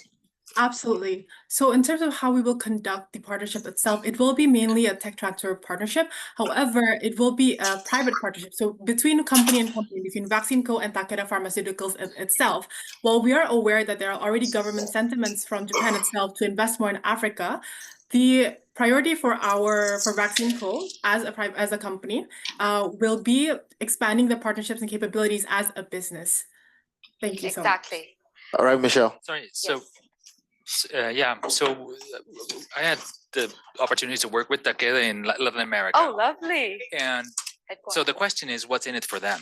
So you talk about opportunity and government incentives and open innovation, which they are known for, but what would they take away specifically? Takeda gains access to Africa's fastest growing vaccine market. And that's because— I need you to be more specific. So how much? In the financials, we predict more than 150. I'm going to show you the appendix real quick. Gracia, do you want to take the finance specific question? So how does the Takeda partnership affect the revenue model for Vaccine Co? How much do they take away? We will have, because it's R&D, we focus, the partnership is focusing on R&D. So early on, we will have around 50% from us and 50% from Takeda. So in the early beginnings, we will have around 300, so divided by 150-ish from them and $150 million from us. So that's on the early stage. And then after we get to collaborate more, and then we will be together, like we will develop more R&D together. But in the beginning, yeah, the investment is only on the R&D and technology. Yes, and regarding what Takeda also gains, we are focusing on 4 priority vaccines within the region. So if Takeda gets ownership of having patented or developed those vaccines within Africa region, it can actually sell those to the other regions as well. So we get that potential partnership. This is in the non-financial impact of what this partnership brings to us. All right, thank you very much, Team Onsetsu Tamago. Thank you very much. Next team is from Bates School of Management, India, Ambassadors of Quan.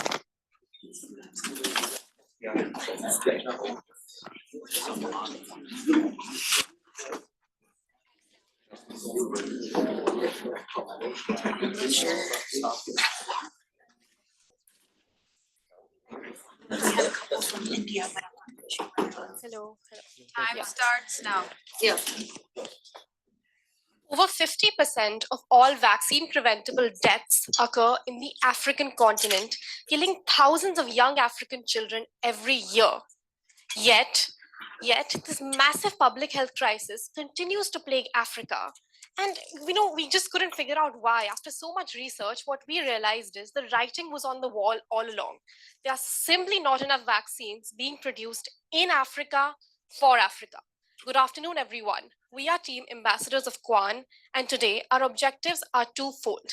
Number 1, to become the leading drug substance manufacturer in Africa, and number 2, to fulfill the African Union's vision for self-reliance in vaccine manufacturing by 2040.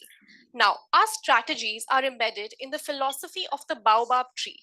The baobab tree is a tree that's sacred to the country of Africa, and it symbolizes resilience, longevity, and shared prosperity. And this forms the foundation for the strategies that we've crafted. Now let's move on to the external environment. When we were researching, we found that vaccine demand is set to double by 2040 to about 5 billion USD. And so we further did research and we found out that yet only one player currently exists with WHO pre-qualification for drug substance manufacturing. And we found that quite alarming, of course, because how can there just be one player? So on further research, we found a WHO Gavi survey that stated two major concerns or two major hurdles for African manufacturers. First being talent and the second being finance. And now to further explore these, let's move on to the first leg of our strategy. So let me introduce you to the first branch of our Baba philosophy. Build local, what matters. As you can see on the left side of the deck, currently, investments in Africa's vaccine manufacturing landscape is heavily skewed towards fill and finish operations. As a result, this segment is projected to face an overcapacity risk of over 475 million doses by 2040. This means that every additional dollar invested here risks diminishing returns. So to address this issue, we recommend VaccineCo move upstream and evolve into a drug substance first manufacturer. Here, we not only aim to fill the vast 700 million doses gap that is prevalent in the market, but also support other regional FNF players by providing them with domestically made high quality drug substance right here in the continent, ultimately helping them with their underutilized capacity and creating more vaccines for the continent. Now, having made the decision to move upstream, we then want to answer few of the critical questions related to our portfolio, a portfolio that truly reflects Africa's domestic need. To do this, we did an analysis of over 422 vaccines across several market and manufacturing related parameters. These include market demand, technology transfer readiness, investment feasibility. And based on this analysis, 3 vaccines stood out as immediate priorities for domestic drug substance manufacturing: measles rubella, hepatitis B, and pneumococcal conjugate. Interestingly, VaccineCo already performs fill and finish for each of these vaccines. This can provide us an operational base and technical know-how, which is already established. But what makes our portfolio even more powerful is that just these 3 vaccines alone unlock 50% of Africa's import substitution potential, representing a TAM of over 1.5 billion USD, thus creating scale for VaccineCo and sovereignty for the continent. In order to truly link the vision to the on-ground realities, we actually sat down with a UNICEF expert and uncovered 3 key challenges: irregular power supply, inefficient cold chain, and a lack of frontline healthcare workers. To address this comes our third pillar, to optimize technology, which also puts us at par with WHO's vaccine innovation and prioritization strategy, VIPS. The first technology, microarray patches. Imagine a way to deliver the vaccine without the need of needles or a cold chain. This technology simplifies the vaccine and also create employment opportunities for semi-skilled frontline workers, such as community healthcare extension workers in Nigeria. The second technology, freeze damage resistant vaccines. This prolongs the potency for a longer time and under higher temperatures, helping us to ensure that any vaccine can reach into each corner of the continent. The third technology, heat damage resistance vaccines. This can save us up to 6 cents per vial and resulting in massive savings for the entire continent. Parallelly, we also want to work with companies like Figure in Nigeria, which is working on reducing machine downtime in the cold chain. Now, of course, the recommendation of DS manufacturing and these technologies require significant investment. The number comes to $500 million over the next 15 years. We've broken this down into the vaccine technology of $100 million and $400 million for the DS manufacturing. We mapped certain donors on a capital fit map under concessions and risk appetite, and understood that development finance institutions and donors such as IFC and CEPI can help us to first set up the plant. Later, we will maximize APA payments of $250 million, within which the first $60 million will be received by us when we set up the plant. Later, $190 million will be linked on a delivery link model, ensuring any dollar funded to us means a vaccine delivered to the continent. Lastly, in terms of our current PE investor, we can offer a $600 million exit opportunity in about 5 years on a 9 to 11x EBITDA multiple. Or better yet, approach them to double down with us through a continuation vehicle. Over the next 15 years, we aim to project $3 billion in revenue, $1.8 billion in EBITDA at about 20% IRR, putting Vaccine Co at the forefront of achieving the African Union's vision. Africa's vaccine dream isn't limited by ambition, it's constrained by capacity. There is a shortfall of over 10,000 trained scientists and engineers in the continent, a gap that decides whether vaccines can be made here or merely imported. But this gap also presents us with an opportunity to build Africa's self-sustaining talent ecosystem. Through the BRICS Talent Program, we aim to bring in global experts to strengthen local capabilities, while African innovators co-develop and adapt vaccines for newer markets. To sustain this, we leverage the connected ecosystem under the Regional Capability and Capacity Networks, also known as RCCNs, to build Africa's next-generation labor workforce. This forms the first leg of our three-legged partnership strategy. Now think of these RCCNs as Africa's research and development hubs. These are regional clusters that bring together manufacturers, universities, funders under one coordinated framework. The second partnership leg is of drug substance manufacturing and vaccine technology, where we transform knowledge into capability. Here, we aim to partner with prestigious institutions like Serum Institute, Biological E, to structure technology transforms to produce our portfolio of critical vaccines right here in the continent. The third partnership leg is of distribution, because access means nothing without reach. Through alliances with WHO, UNICEF, and DHL, we aim to build cold resilient storage as well as last mile logistics to ensure that every vaccine reaches every nook and corner of the continent safely. With all these partnerships in place, we aim to transform Africa's vaccine strategy from isolated initiatives to one coordinated, self-sustaining engine of health security.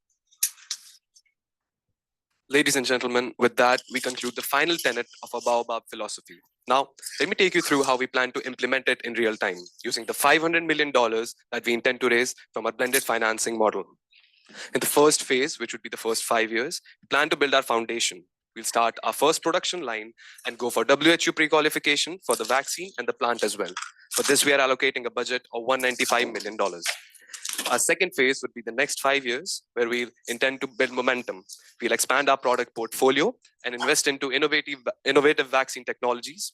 For this, we are allocating a budget of $215 million. As we approach 2040 towards our final phase, we plan to transform Vaccine Co from a mere vaccine manufacturer to an innovation-first organization. With in-house R&D team and a proper talent pipeline, we intend to research cures for diseases that are endemic to Africa, like HIV and malaria. Naturally, we understand that no strategy comes without its fair share of risks. We have mapped these risks on two major aspects: how big of an impact they would have on us as an organization, and two, what would be our own ability to mitigate or influence them. As can be seen in the top right quadrant, the ones who have scored the highest revolve around capital and skill and talent, that is. We have already discussed how we plan to mitigate them. The ones on the top left quadrant, we understood, are certain risks that are external to the organization and therefore offer limited ability to influence them. Things like competitions from other developing countries, vaccine manufacturers, and infrastructures risk that are specific to Africa still can be hedged by having a strong product differentiation via vaccine technology and undertaking good manufacturing practices like N+1 redundancies. We also know that there are certain quick wins that we can achieve in the short run by resolving tech delays and improving partner viability. This way, we take a hedged approach towards our vision of becoming the leading drug substance manufacturer in Africa. Ultimately, ladies and gentlemen, what we truly wish to achieve is an African-made, African-run healthcare ecosystem, one which takes into account the needs and aspirations of the African people, one in which children can grow up to become scientists, researchers, and lawyers, and truly contribute to the African economy. We aim to partner with Gavi, with WHO, and with various African governments to ensure that this vision becomes a reality. Ultimately, we want to work not just for the coin, that is for monetary profit, but also for the Kwan, that is truly building for the African community. This was Team Ambassadors of Kwan. Thank you so much for the opportunity.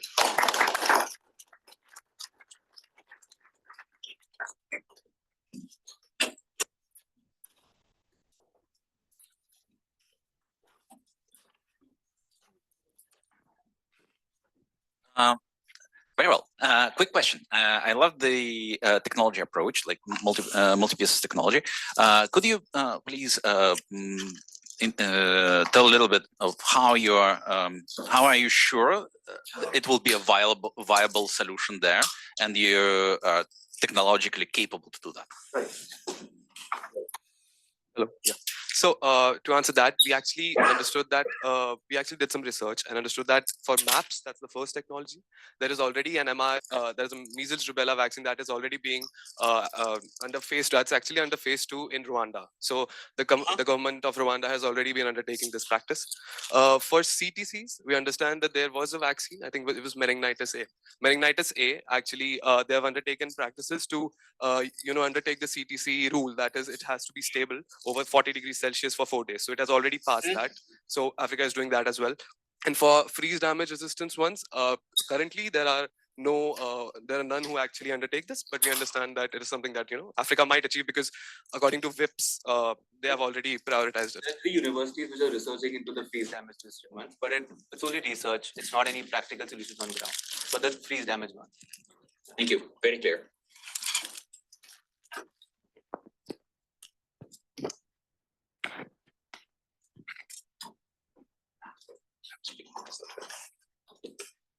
Push the button. Yeah, I did. It takes a while. This one. That's also. I think it works. Let's add some time to the answer. There you go. Yeah. So, just a question. So, you seem to be taking a more gradual approach, right? What opportunities would that open for other players? Because Vaccine Co might not be the only organization concerned about. So wouldn't you be concerned that this opportunity that you identify might be taken by other players as well? Yep, of course. And given that's a very big opportunity, we would assume that people would want to come in. But here's a very hard fact. Only 5% of global FDI into pharma comes into Africa right now. So using that number, we can say that clearly nobody's wanting to come into the African continent, because there are so many infrastructure challenges. But because we've addressed those challenges with the technologies, we expect that we would be at the forefront of, having suitable vaccines for the continent. And perfectly answered. And to add on to that, we are aiming for a 20% market share. So the vaccines we have identified, they forms 50% of the total vaccine demand in Africa. But the market share we are aiming is 20% basis our capacity of 190 million dosages. That requires a $500 million investment. So if we want to expand even more, that definitely we'll have to raise more fund for that. And that we can look for when we have when we are already have made a differentiation on our technology, because our technology are quite unique in that respect. And we are also helping to boost the talent. So that's something which we create. And we don't see ourselves as a alone company. We see as a whole ecosystem, and we want to develop and reach that African goal of 60% import. Maybe the final one, yeah. Going deeper in that one. I mean, you know that at the end, foreign direct investment make a checklist. So why do you think that if a foreign company haven't arrived yet, and that's probably because the checklist, it's not there.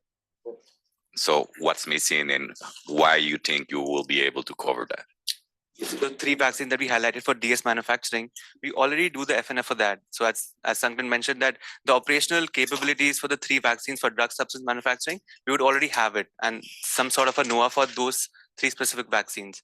And as you mentioned, that we don't want to operate alone as a firm, and we see that the talent gap that needs to be addressed has to be addressed to the whole ecosystem. All right. Thank you very much, ambassadors of Quad.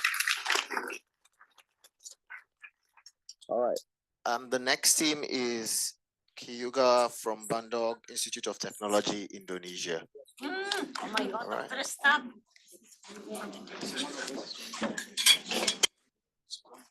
Yeah, I gave them the access. They should have it.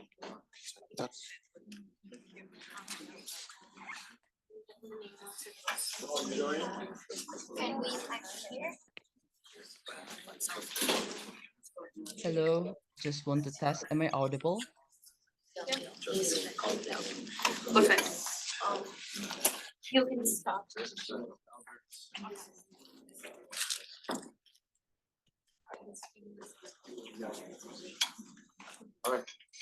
Yeah, okay, go on. Hello, am I audible? Sorry, just want to check.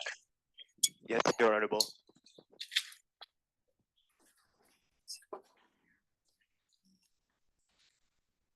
Want to see him there? Yes, you're audible. Okay, please just start because the time is counting, sorry. Like you can start. Okay. Good afternoon, honorable judges. We are the Chiga team, and before we begin, let me start with a question. What if Africa no longer had to wait for the world to protect its own people? Today, millions rely on vaccines shipped from far away. But imagine if the next breakthrough vaccine was made right here in Africa. The story isn't just about vaccine, it's about building independence. Together with Vaccine Co., we aim to unlock a self-sustaining vaccine ecosystem from Africa for Africa. Next, please.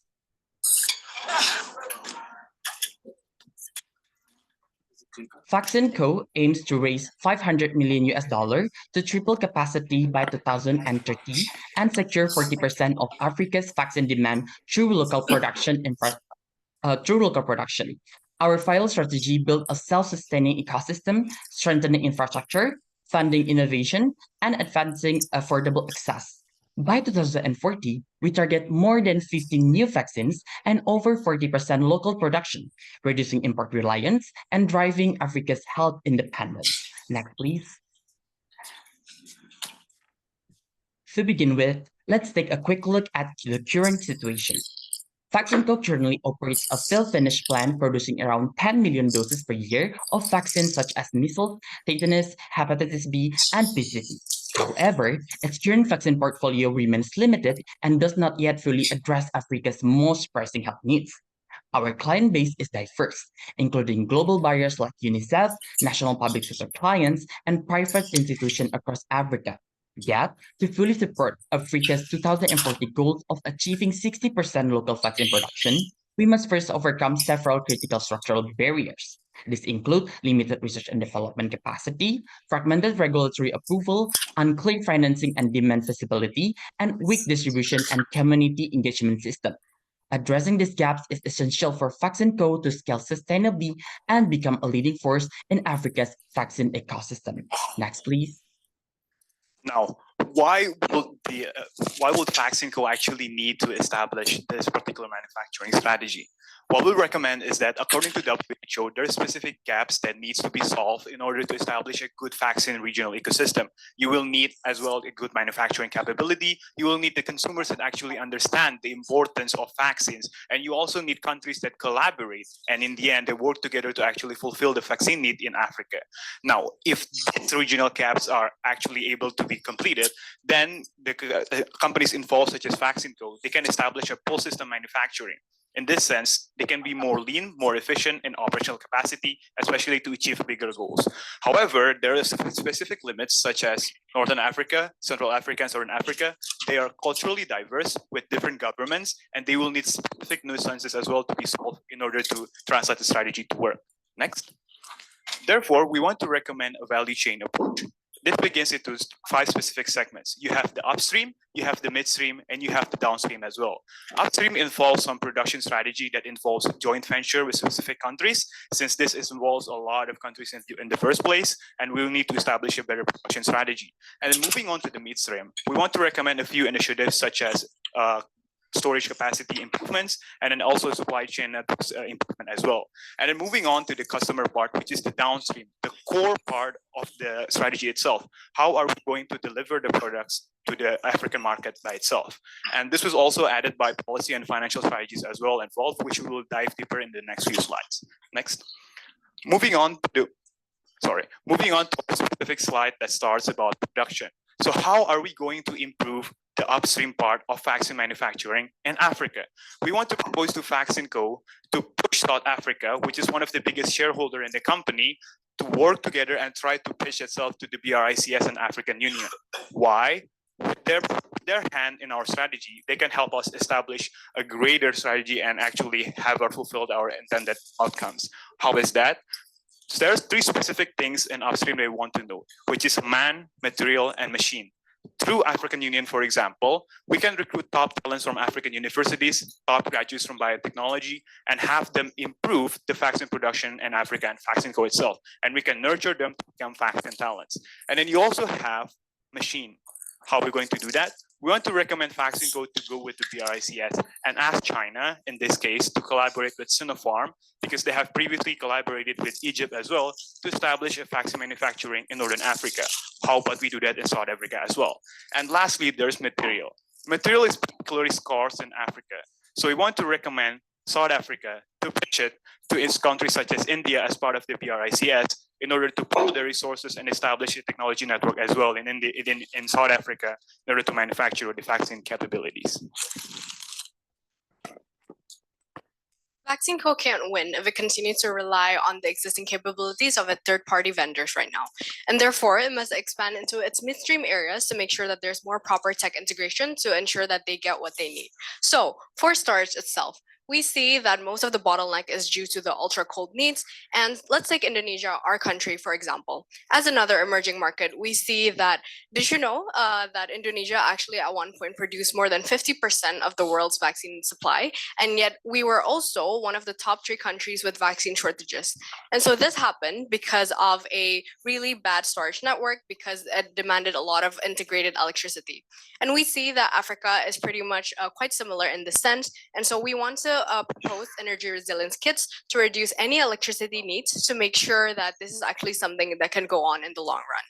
And furthermore, we want to propose a storage as a service network to make sure that there's much better serial traceability across the board.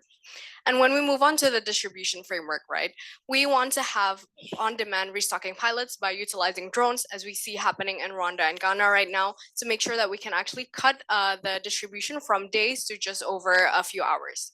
And lastly, for the long term, if we were to benchmark on Indonesia's Satu Sehat framework, we see that having vendor-managed inventory could actually reduce stockouts dramatically by up to 80%, which is something that VaccineCo does need. Next. So, in order to boost the long-term vaccine adoption, we must be able to actually strengthen as well as align with the current AU policy frameworks. So we see that the existing policies does not actually quite guarantee uptake, and therefore our first priority is to have a national AMC pilot to design 5 to 7 year market advance commitment to make sure that there is much better predictability for African-made vaccines. And after that, we want to have preferential acquisition, which is modeled after Brazil's PDP, to make sure that there's proper tech transfer as well as localized productions so that we make sure that our local labs can also scale. And lastly, if we're talking about the customers itself, we see that vaccine acceptance is actually still quite low, even among African youth. And most of this is actually due to a lack of trust. And therefore, we have 3 programs that we would like to propose, which is firstly, to make sure that we have much better community proof.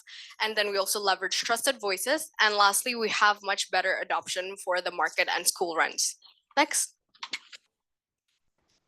Right, as it stands right now, as can be seen on the left side, Africa is currently having triple constraints financially, of which we have proposed 3 steps approach as a strategy, starting from the first layer, which is to have a strategic financing with China within its Health Silk Finance program. And here, within the Health Silk Road, we can enable the cooperation of health between China and Africa so we can have dual advantages, be it in the politics as well as financing, especially in order to lower our capex burden and at the same time accelerate capacity building. On the second layer, we want to target health donors engagement, of which this will be a global blended financing scheme, of which this will de-risk the private capital and ultimately can bring in more both of the private as well as public money into the streams. And lastly, we will have the ecosystem enablement, of which we will be working closely with African Union and African Medicines Agency to procure the procurement of the vaccine. And this will create a single predictable market that will be the final destination of the ecosystem that we want to achieve, which is a single and unified ecosystem. And here, within the structure that we have within the financing, we will be turning it into a payment turnover flow. First, within the capital from healthy growth by Chinese government, we will then pull it into the South Africa as the anchor of both payment and procurement hub, so that it can be aggregated for the African B2B or even B2G buyers for predictable payments and capital turnover, especially in the play of the ecosystem. Next slide.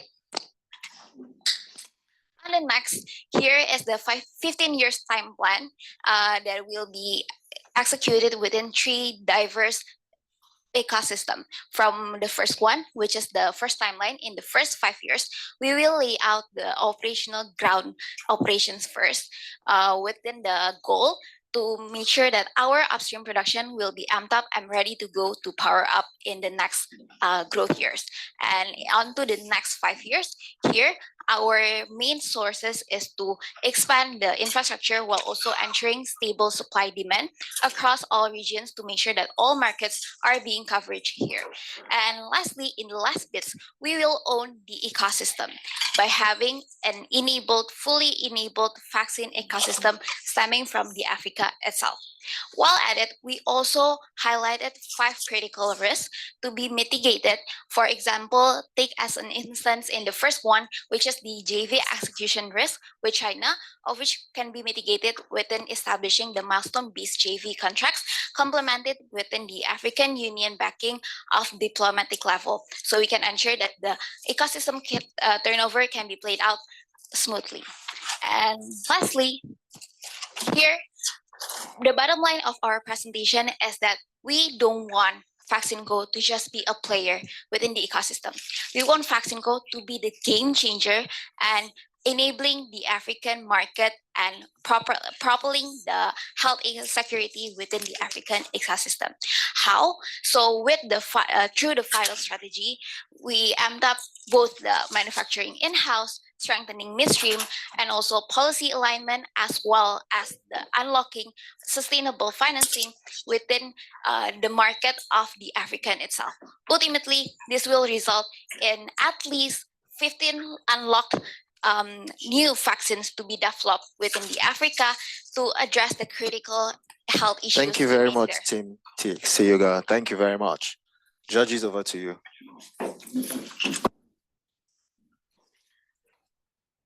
Just a quick question. Thanks so much for the presentation. What's your strategy in acquiring raw materials and scaling them while you're scaling the operations? Because I assume now it's like this process is not built in the there is not enough infrastructure to supply you with the raw materials. Yep. Yeah, we will say the specific materials for vaccines and to our. Sorry, it was highlighted in the earlier parts where we highlight how we're going to source materials from countries such as India. We want to note that to manufacture vaccines, for example, you need a certain, let's just say, a certain the basis of the vaccine itself, then you need the reaction, which is the cells involved. All of this technology is not currently available in Africa at the moment. Therefore, specifically, we want to source it from countries that are in BRICS, such as India, or even potentially Russia and China as well, to partner with South Africa. Although how it flows is that we want specific companies that use those materials in those countries to bring it to South Africa and VaccineCo to help the collaboration in the country itself. So we bring in their people as well, and we bring in their materials as well, and we'll share the profits in that sense. How do you assess the political risks, global political risks, since you're sourcing your raw materials from the countries of global South, but you need to acquire the technologies and technology transfer from global West? How do you do that? Okay.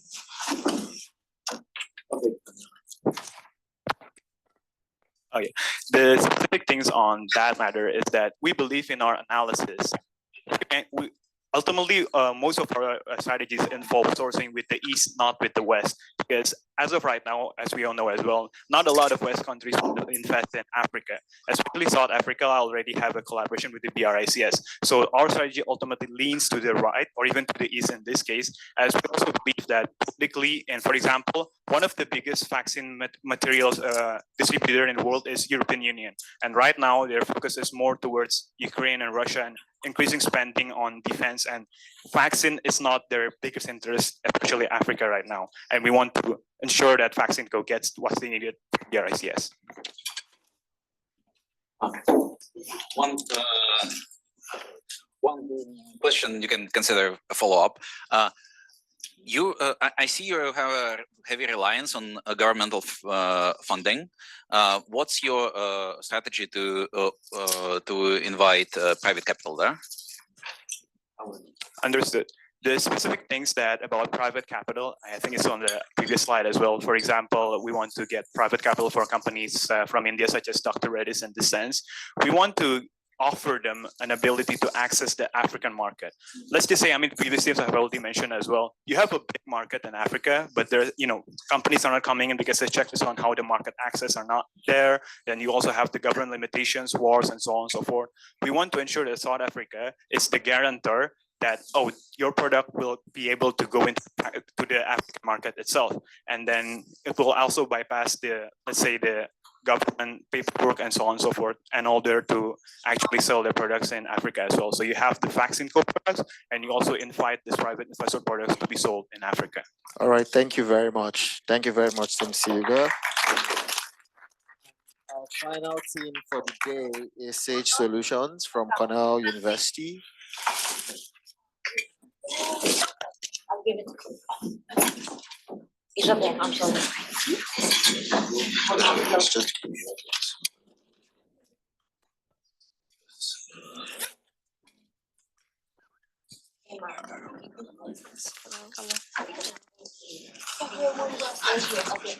I need my laptop.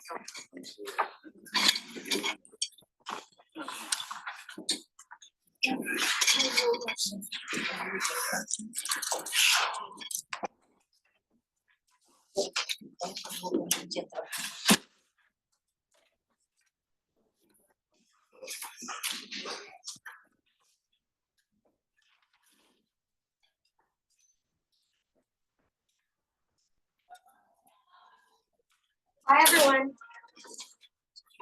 Hello? I think it can be loud. Can you guys hear us all right?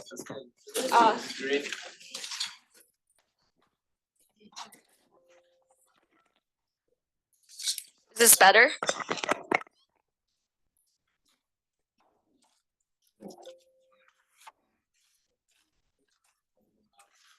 Hi, everyone. We're Team Sage Solutions. My name is Amber, and joining me are my team members Abanti, RV, Siley, and Liam, and we're excited to walk you through our ambitious yet meticulous roadmap to building Vaccine Co into Africa's next vaccine powerhouse through a three-phase strategy.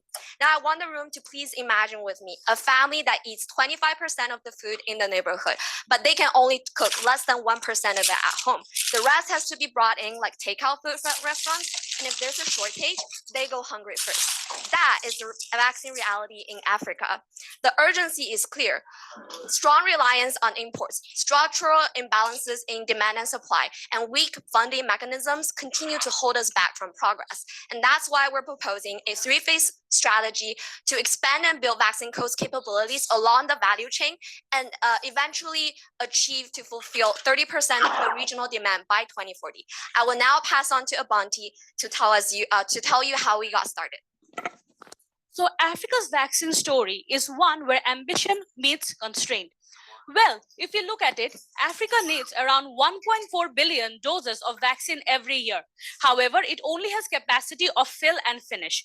And the drug substance that they can produce is only 61 million doses. So no wonder they're heavily reliant on imports. Yes, policies such as the 2040 vision and agreement between countries does give us some hope, and demand could triple. However, the problem again here is not only capacity, but also control. Procurement is so centralized and so cost heavy that buyers have a huge advantage.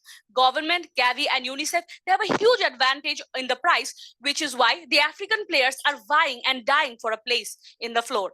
So that is, add to that, the fragmented ecosystem, the problematic cold chain, and on top of that, donor inefficiencies. Well, we are trying to run at a place where we can't even walk. Moving on, how VaccineCo comes into play.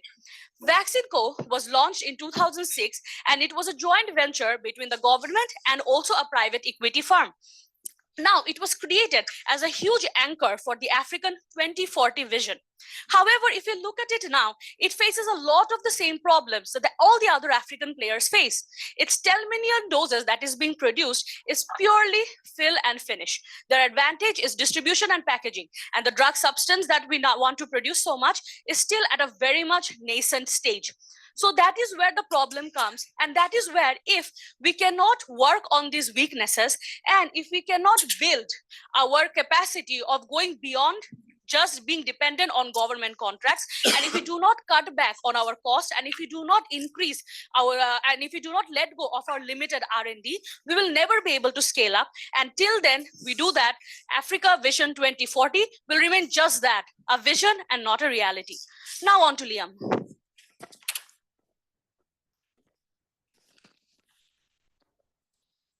So VaccineCo has a decent base of operations, but what Africa needs right now is a cure.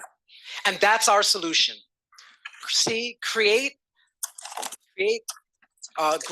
greater capacity, U, to upscale its local distribution, R, to reach other markets, and then E, engineer new vaccines. In this 10-year period, VaccineCo will increase its production to 25 million units annually. And then it will also work on partnerships to increase the cold chain strength. Then VaccineCo will expand into 6 markets in Africa, and it will start developing new vaccines end-to-end in Africa. These solutions, the implications for these solutions are broad. It means that VaccineCo will be able to help Africa to reduce its reliance on imported vaccines. And more importantly, it would be able to speed up and quicken the development and deployment of vaccines in critical needed areas in Africa. And now on to Sally for our roadmap. The CURE roadmap can come to life in 3 main ways. With having a goal of producing 60% of vaccines in-house in Africa, we plan to position VaccineCo as a market leader with 50% market share. Now, it's such a big vision, we must take baby steps to achieve this success. Those steps can be achieved in 3 main phases. Phase 1, manufacturing to scale. Phase 2, optimizing distribution and manufacturing licensed recipes. And phase 3, investing in research and development.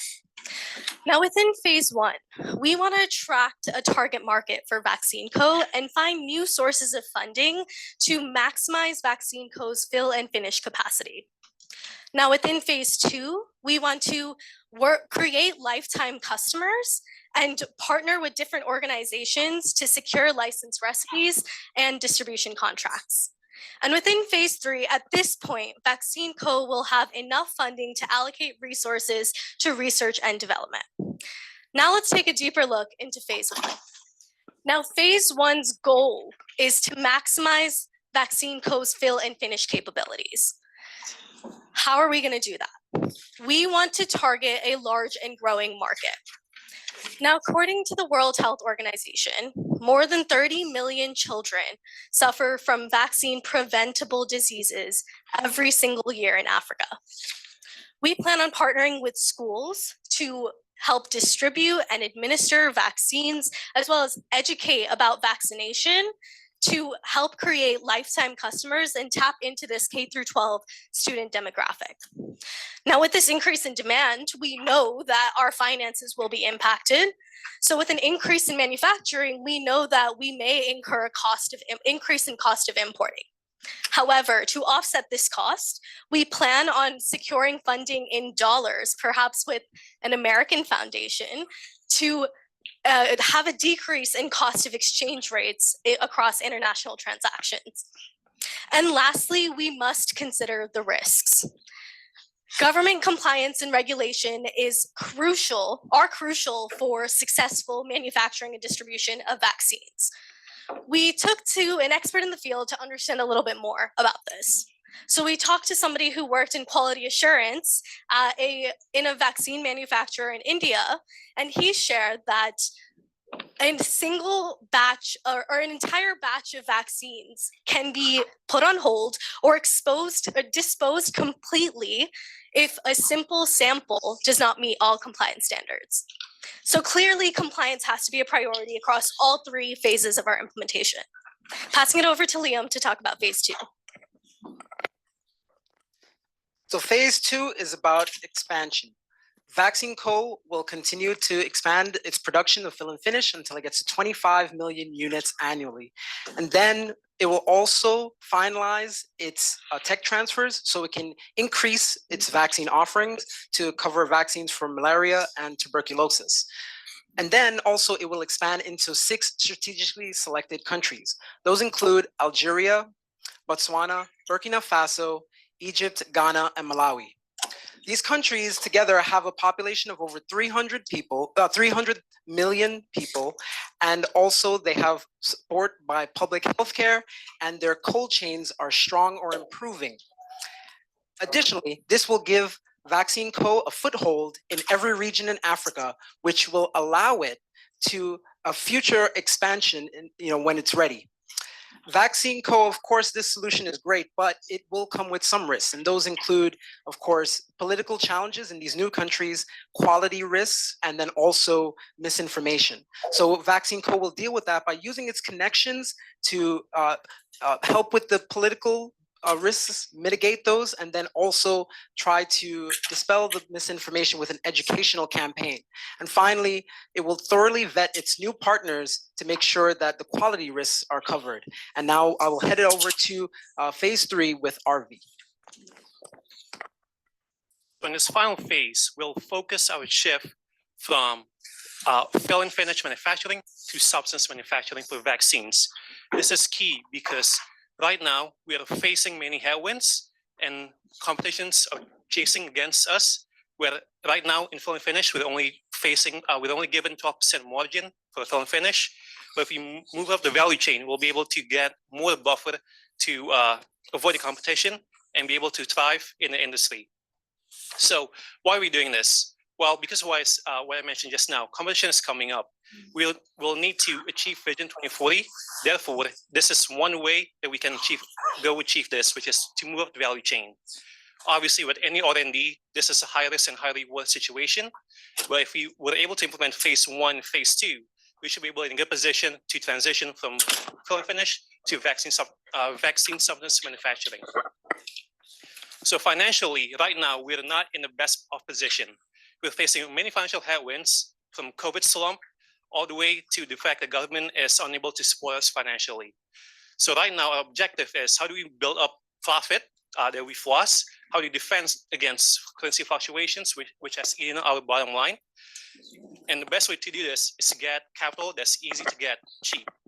So how do we go about this? One way to go about this is we partner with NGOs who have been instrumental in our progress so far. Right now, we want them as partners, though, not just recipients of aid. We want them to invest in us. For example, Bill and Melinda Gates, Clinton Foundation, they combined have $2 billion in AUM. And with this AUM, even a small percentage of that will go a long way for us to scale up in phase 1. And in phase 2, we have NGOs partnering up with us as well to procure vaccines. Therefore, our manufacturing capacity will be sold to them. In phase 3, NGOs will still be pivotal because we'll be able to sell and get the talent for R&D from them. And moving on to the next slide. The overall benefit of our recommendation goes far beyond the financial returns. Of course, we're excited about the economic development opportunities, but what's equally important is the strategic, health, and social impact that speak to both investors and policymakers.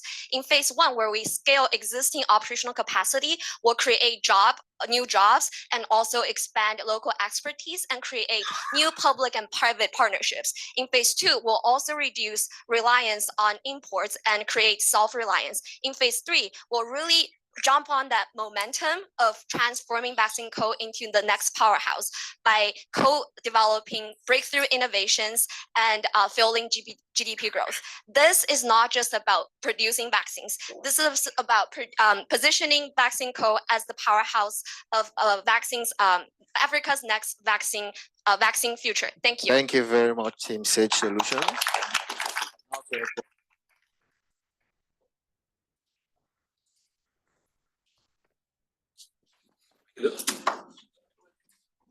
If you look. Okay.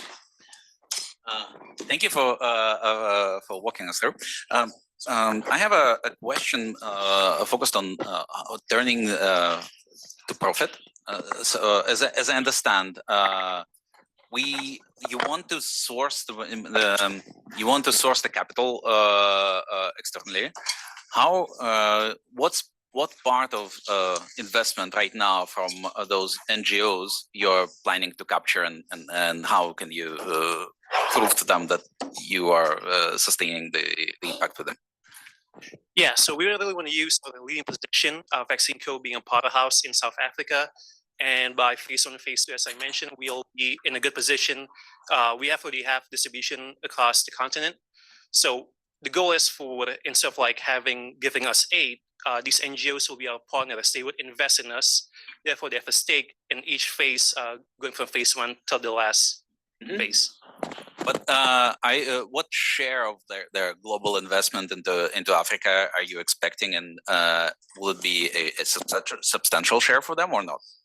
So right now, we estimate with the 2 billion in capital that they have, even like a 10% just of that would go a long way for us to scale up manufacturing and give us the capital to hire the talent that we need to reform ourselves, build up defenses and fluctuations.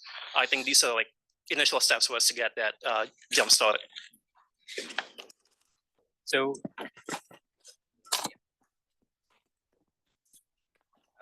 some tech challenges here.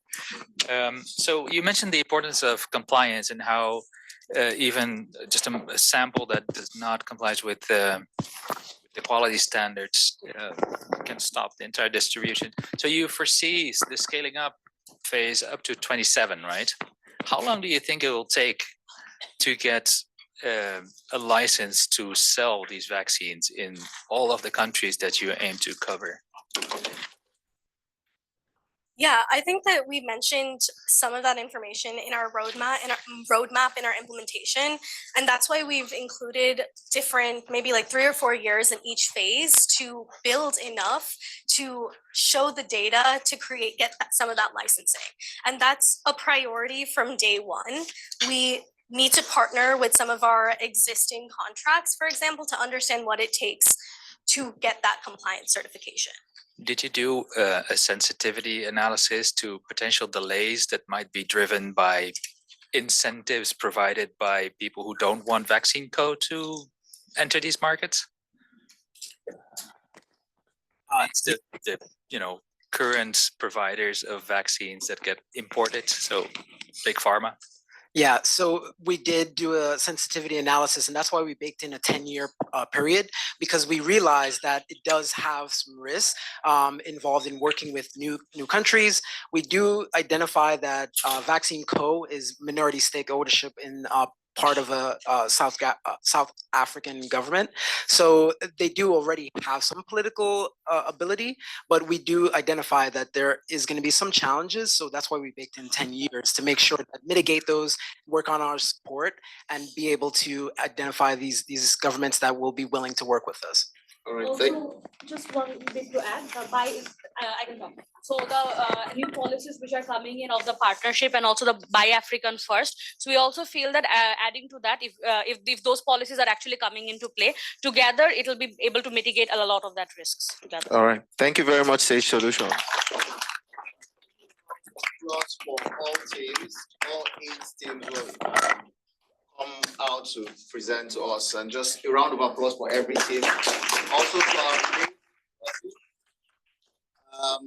yes, okay. Thank you very much, our judges. So just to note a few announcements. Results will be announced at 4 p.m. in the same room. So please, everyone, let's come here. Our judges will be going out to 228, room 228 for final deliberations. Would want to the official presentation of prices will be tomorrow during the annual conference, and then we want to take a picture with all of the teams and the judges as well. Just get one picture with everyone before we go, and then finally after the pictures, all participating teams are required to take a cup before the real price. All right, please, all teams, participating teams, please, if you could come down. Judges, please, if you also come down. Picture. Yes, it's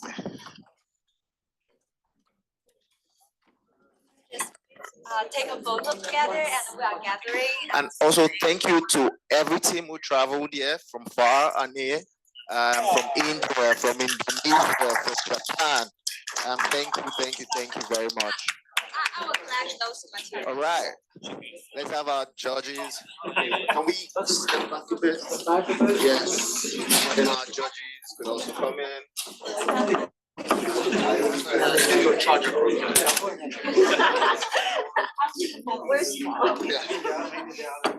Guys,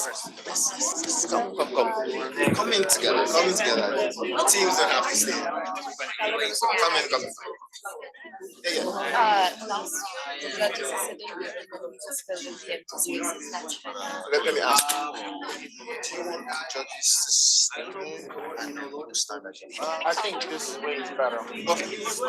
Sorry, change of plans. The judges stay here in front, and then the participants. Thank you. The creative minds have won. It's good. All right, guys. So just the judges could sit and then just go behind the judges. Okay. Yeah, so there's some judges here. Behind the judges. Behind the judges. Can they sit or? They could sit.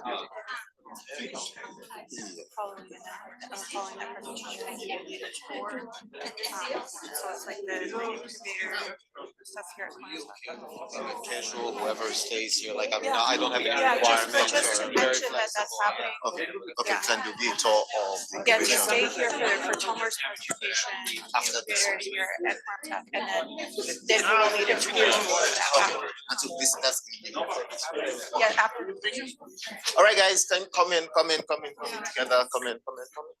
Like, let's go center. Thank you.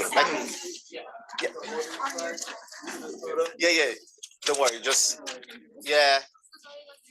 still going. Could your team move to the next that.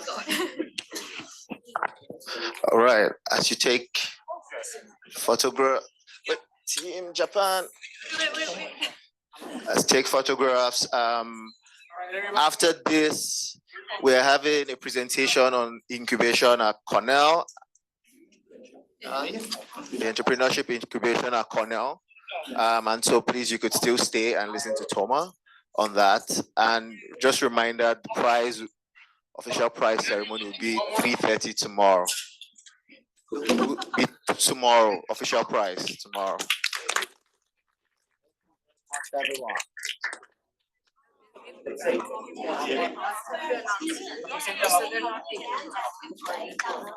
Yes, thank you. You can leave all the documents here, but bring your personal stuff.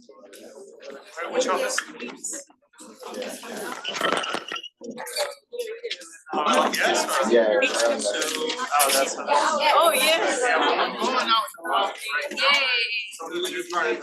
I won't be able to call scores without Zoom, but I can be on Zoom. Let's see, do you want to share with me the number? Let me see if I have. Let me see if I have an invitation. Oh, thank you. Yeah, because I have a poor memory. Yeah, we're collecting the grades right now. Oh, yeah, we're calculating that. Right, get the food. Sorry? Yeah, we have the grading.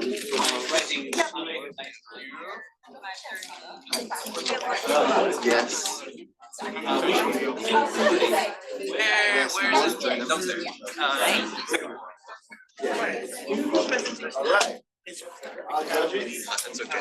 That's okay. It's okay. Going to room 228. Think about the storage.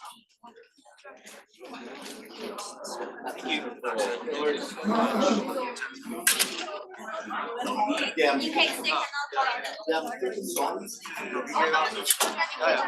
Yes. Fingers crossed. Right into it already. Hi, John.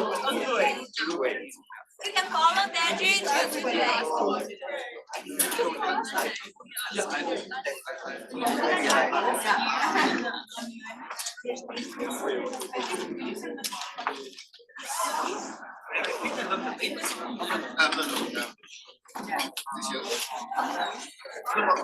You have Zara.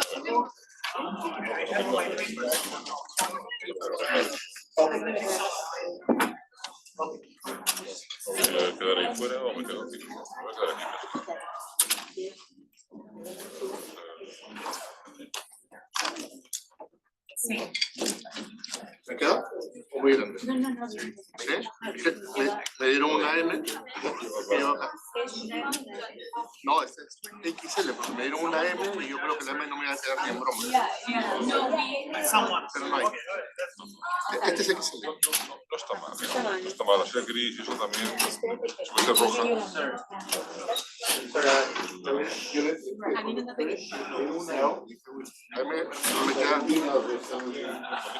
Puede ser roja. No worries. Ese, one of the organizers. Te dieron una L, uy, a mí me dieron rojo. Es que si hubiese cogido más las normales me sobraría. Okay, small audience. I'm gonna keep it short. I'll also say it's absolutely fine. It's absolutely fine if you are not interested in early stage startups and entrepreneurship. This is not the place we're going to discuss it for the next few minutes. I'm going to give a quick overview of Cornell Tech and the startup incubation program that started here. So, hello everyone. Excuse me. A ti te queda un poco Sure. No está mal, de manga y todo está bien, si no te quedaría grande. Está bien, está bien. Para Valencia, que no hace tanto frío, va perfecto. Muy bonita. We have a presentation here. I know, it's not, it doesn't seem like it. Welcome. Want to join us, please? So hello everyone, my name is Tomer. I'm the Associate Director of the Startup Incubation Program here at Cornell Tech. I'm going to give a quick overview of our program. I think 5 to 10 minutes. I'll try to keep it short, and then we're going to take a quick tour of campus and walk around and enjoy this beautiful day because we don't want to stay in class the whole time, right? So let's jump into it. So welcome to Roosevelt Island and Cornell Tech. Cornell Tech was founded or envisioned, if I may say, by Mark Bloomberg.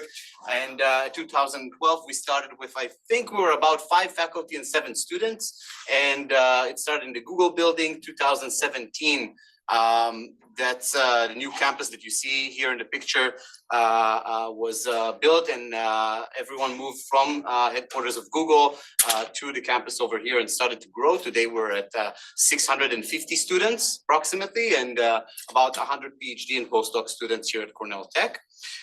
Cornell Tech is focused on building leaders and technologies for the AI era, focusing on applied research and building entrepreneurship and new ventures. So a very unique focus for this place. So it means that everyone who's coming here to study are pretty much engaging in entrepreneurship and startup in one way or another. Sort of a flagship program for everyone who's coming to do a master's degree, the 650 students. A program called Studio. It's about 25% of the curriculum of 1 to 2 years students who study here for one of the 10 master degree that here on campus, including an MBA, a law degree, an LLM, and a couple of computer science and information technology master degrees. And what we do in Studio, we actually take these groups and we combine them and mix them together. So you get an MBA, a computer science, information technology, everyone together, practicing building products in companies. So part of the curriculum itself is actually practicing building products in companies.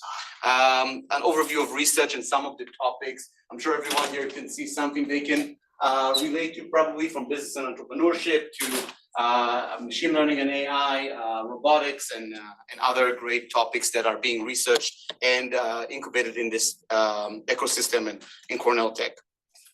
The New York City ecosystem is one that we're a part of.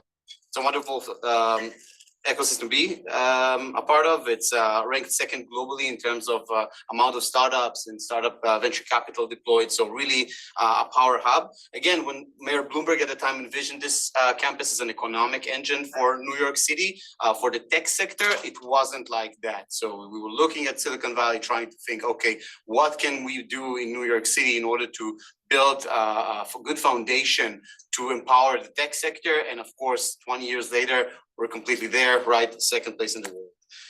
Cornell Tech is beautiful. Just a few other pictures that are nice to watch from different angles of campus. Hopefully you're going to step aside at 5 minutes and see it in person. I'm going to talk about our main focus. We create a very unique program that helps PhDs start startup companies. We hire them for a postdoctoral position of 1 to 2 years. We invest resources, training, funding in them, and help them start their own startups. We built over 60 companies like that by now. What's unique about us that doesn't happen in other places is that we're early and deep in technology. So what we say a lot of the time is all you need is a PhD and an idea to apply for our program. It's a full-time experience, so we don't think that building a deep tech startup is a part-time, something that you do as a side hustle. It's really all-consuming experience, and this is why we need to be able to pay for dispositions and include benefits in order for the postdocs to do that. We're accepting people from all over the world, so we're very proud about the diverse audience that we have here, and we're academically strong. We're engaging with academic ecosystem, doing a lot of research, creating a lot of patents and IP. All of that is happening here. Some key pillars about the curriculum that they're going through. We have a full curriculum that include strategy, decision-making, entrepreneurship, finance, legal workshop, etc. So they're getting all the foundations they need in order to start a startup company. Mentorship from we have a lot of great Cornell alums who are invested and coming to campus to coach these entrepreneurs. Financing, so 2-year appointment, that's paid appointment, and salary, research budget, and other great things. We are becoming equity holders in the company, so we are investors in these companies. And in terms of IP, we encourage them to create intellectual property patents and actually publish new research. We have the curriculum and mentorship that is based on a few things, but I don't want to go too deep into that. I would say that building as part of a cohort is one of the main value propositions. So you build with other scientists, entrepreneurs alongside them, and it brings a lot of value. You have someone to consult with, someone who's building early stage deep tech like you, and it's very beneficial for them to be there for one another and create a community. In total, between the few types of startups that we started here at Cornell Tech, a few different paths, We have a portfolio of about 128 companies that we invested in. Some of them raised dozens of millions, some of them sold in hundreds of millions of products. So we're very proud of them. About 40% of them in health technology specifically. So again, startups who do and build great things in the world. 500 jobs, over 500 jobs that was created here, 31% woman-led, and we have a lot of also a high representation rate of minorities as part of the program. IP I mentioned, academic excellence I mentioned. We do a lot. We are also a feeder, so we try to make sure that we feed from our program into different incubation programs, communities, venture capitalists that I'll show in a second. But we are a pipeline building early stage teams that then grow and evolve in the ecosystem. These are some of the investors that invested in our companies, some familiar names: Google Venture, Sequoia, 645 Ventures, which is a Cornell alum founded, and a few others. A small team, but mighty. We're all bringing a mix of entrepreneurship and academic background. And these are some of the companies that were created here. A few notable one, Cairo, creating AI agents for health technology services, just raised a 45 million round. Wesper, creating a sleeping labs at home medical devices company that raised over 40 million. We have Nanit, where is Nanit? Somewhere over here. This is a company who sold over 100 million in product.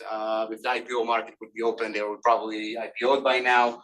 And we have many other ones in cybersecurity, in other different business models, and AI machine learning optimization. So many different types. I think I'll stop here. Here I have a few examples, but I'll stop here for questions, and then maybe we can step outside because I think it's a nice day and it's worth being outside, and I can talk more about campus and answer questions over there. But any quick questions about this?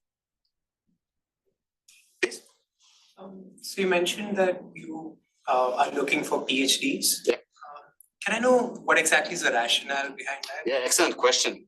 So when Cornell Tech started, we took there was an opportunity here to kind of explore different areas of entrepreneurship that there wasn't others before. You know, there's a lot of entrepreneurship program for undergrads, masters, MBAs. With PhD is a very specific audience. There's actually more than 55,000 PhD students graduating every year in the US. And for this group, under 10% of it are actually staying in academia, which is kind of what PhD generally pushes you towards. So we're talking about 90% of them kind of leaving academia, which means pretty much going to industry most of the time. The idea was to take this group of people that we know that are able to study independently, apply research and experiment ideas into the startup world, and the ability to take this very research-oriented group and try to see if entrepreneurship could be a viable career path for it. Again, this is the goal was to try and find some niche that were not necessarily was served or underserved in a sense. And what we found out is that if you give them the tools and support, they can become excellent entrepreneurs and actually starting 1, 2, sometimes becoming serial entrepreneurs. So that's an issue. Additionally to that, there's also sort of an existing mechanism called a postdoc, which postdoc you can hire them for a year, 2-year, 3-year position, and just utilizing that mechanism in order to actually provide salary, health benefits, visa at times. So we were able to actually expand, we mentioned 55,000 only in the US. There's an international market over here that we can serve. So I think the rationale was to try and find something that kind of an opportunity that is untapped in the intersection of academia, entrepreneurship, and deep tech, computational technology specifically, which is what we do at Cornell. So that was kind of the rationale behind it. There's actually a paper written on it by one of the founders of the program, Professor Uzi Dahan from the Technion, Israel Institute of Technology. We can, I'm happy to keep talking about it, but I think I'll stop here. Any other questions? No? Wonderful. Okay, so if anybody is interested in the campus tour, I can do a quick walk around this building, this floor actually, and just show you a little bit around the views, 360 views of the building, and answer any questions about campus if you have any. Yeah.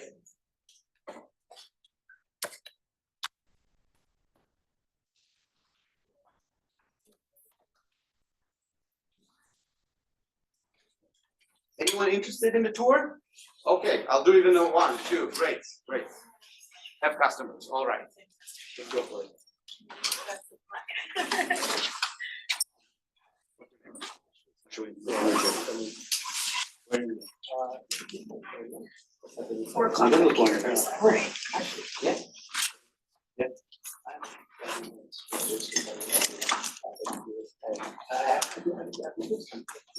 It's a very, I'm Tomer. Nice to meet you.